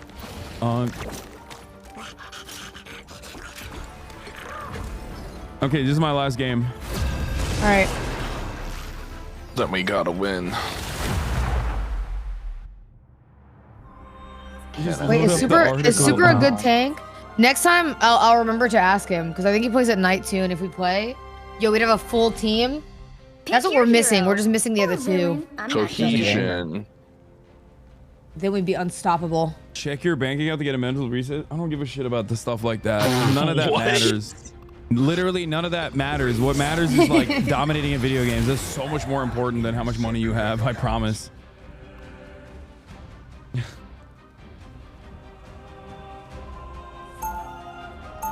The Shroud meme. I'm clipping that and posting it to Twitter.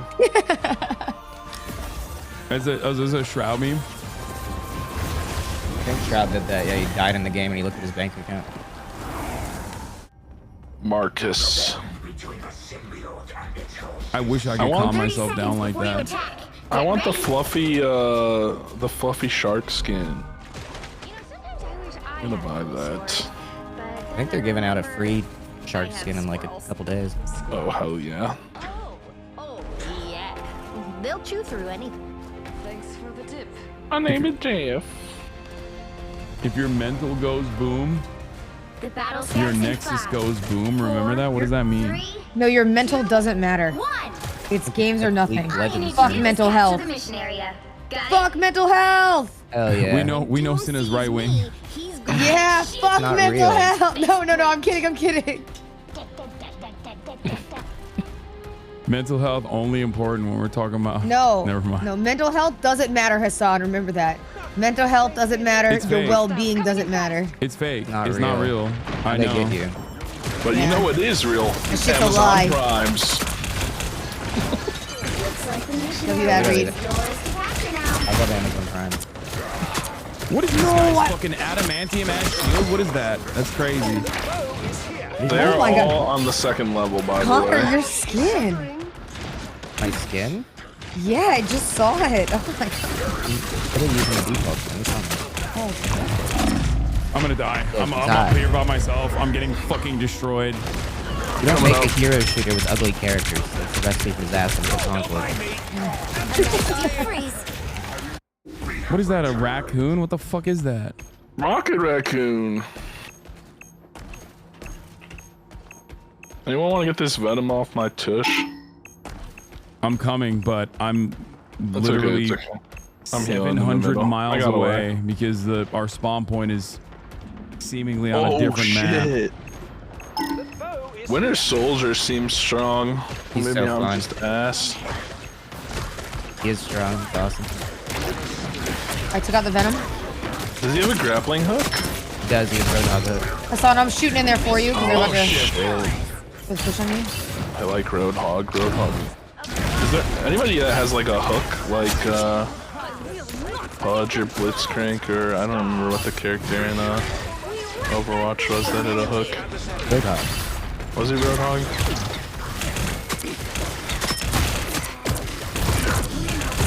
Oh fuck! I'm so I'm here. I'm Squirrel Stampede. You're good. Squirrel Stampede. Y'all are healed. Push. Oh my god, this push is crazy. Yeah, this is really stuck We're in. fucking them up. I'm healing as much as I can. What the fuck? How did he survive that? I got ults very soon here. Got him.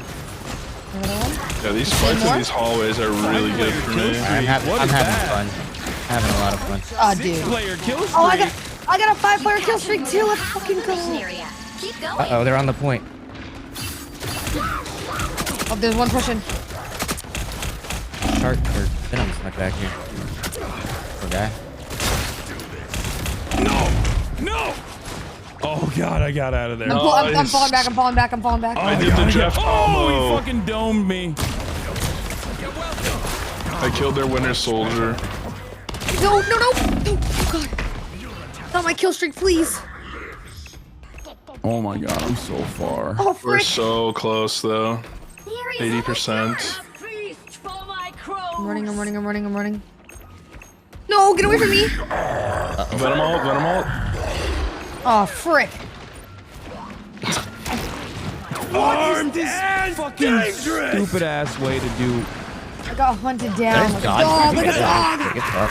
This is real fire! Bitch.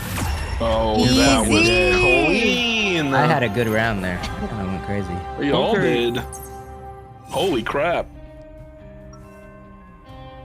Look at their Venom versus mine, chat. 8 and 2. 2 and 3. Have a fun game. They did not have a fun game. Sorry, Kevin, man. Oh, I'm starting off with that Can't ult log too. off on a dub? Yes, watch me. Hey, come on, one more. You guys new players, lol. Before you attack, get ready. Yo, mods, get that guy's address. People are scared of you.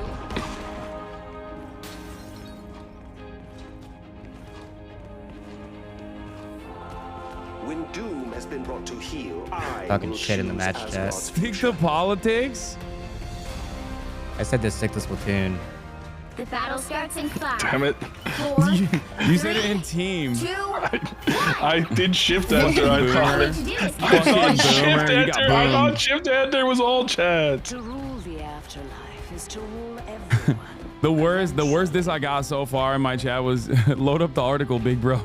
That's so... It's fucked up. Just load up the article, man. They're kind of right, though. They're kind of right. It's over for you. Ulting. You already have ults? What the heck? I started with one because I had it from the last game. It carries over. I didn't know that. That's awesome. Only good to know I pop mine at the end just to get it out. Wolverine in the back line here. Never mind. I need a heal, please. I'm I would healing like you. one. Come on. This area is yours. No, I lost you though. Oh, you're way up. Oh shit, oh shit. You're good. Behind us. You want around the corner. I'm trying. Oh shit! I got him. Just put the political punditry in the bag, bro. I'm so mad that Trump tweeted out that Chris Christie, McDonald's, drone. Yeah, that was a choice because from that him. was all time. That made me laugh out loud. I know. He still got us Sean, sometimes. have you covered the drones, or are you typically, as usual, doing alien erasure on your stream? Yes, I got alien erasure guy. Yes, 100%. You're always like, it's not aliens. People get very mad at me for that. They like alien lovers are so serious about it. Like they go crazy over it. Because you need to do your research. I need healing. I need healing. Are you gonna cover the guys who went to Antarctica to prove that the Earth is I got a flat? triple kill. That's crazy. The Earth's not flat. That's stupid. That is true. There is no what?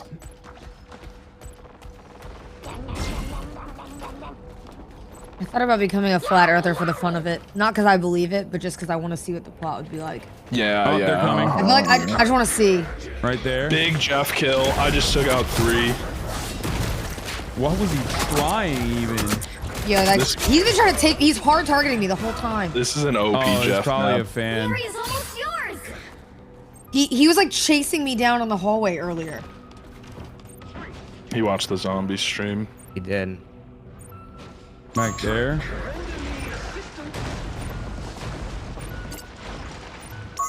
Well, thank you. There's one coming. Punisher on our left. Scroll stampede. Heal for Connor. I got heal for you, Hassan. Thank you. Another I'm one. dead though, so you gotta 1v1 him. Oh my god, it's over. Oh, yeah, they're You done. win. There's no point in even trying. Nah, I tried to get it 1 extra kill there. 18 kills, not bad. Yo, good shit. For a tank. Good one to end it on. They don't get it. They don't get it. Good job, guys. So different. GG's. Took him out the geriatric ass retirement home and took him to the top. All right, GG's. Good games, guys. All right, games, everybody. dude. Thank you for all of that. That was Goodbye. fantastic. Hey, thanks for playing, dude. Hey, go open that article. All right. For upping today's advertising. All right, everybody. That's it for me. I just found out that I'm gonna take Kaya to get her spayed tomorrow morning. While all of this was happening, I'm gonna go hang out with my mom. She just got done with her surgery. Oh fuck! Why does YouTube never load correctly? I'm gonna go hang out with my mom a little bit, and then I'm gonna take this baby girl tomorrow morning. Okay. God damn, she was ready. She was ready. She heard the song and was like, "It's my turn now." But yeah, I'm gonna be live at the same time though. Don't worry, fear not. Good recovery when you down earlier in a nice ass lobby. Yeah. Yeah. Good luck on the recovery to Anya. Good luck on the recovery to Kaya when she gets spayed. Little baby's gonna get sprayed tomorrow. She doesn't even know it yet. She doesn't even know it yet. Anyway.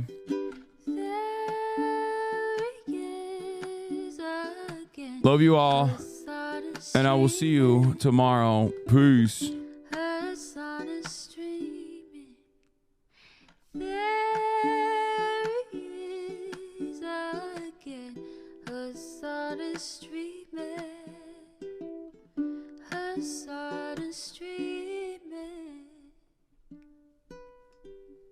Reviewing the P.O. box, Uncle Uger's face. Sudden discord at your prop, great names take embrace. Tiny Bernie Sanders, LGBTQ Air Force. The whole left at your fingertips, Ane at your door. The H3 crowded debate, the Young Turks online show. 3 full fucking 100 years of this, plenty more to go. 90-day fiance talks of champagne bourgeoisie. A Trump rally live reaction on mass riot at DC. There he is again, her son is streaming. Her son is streaming. There he is again, her son is streaming. Her son is streaming. Reading live stream fair comments, Austin show chat advice, and all the ways the right-wing pipeline can suck you in online. JCS react, Lord frame gets broken, cover blown. A full-blown mass pandemic, monster streaming at your home. Total radicalization coming out to find. The system you were taught to trust in was broken the whole time. All these daily streams, whether big or whether small, have helped me and so many find the meaning through it all. There he is again, her son is streaming. Her son is streaming.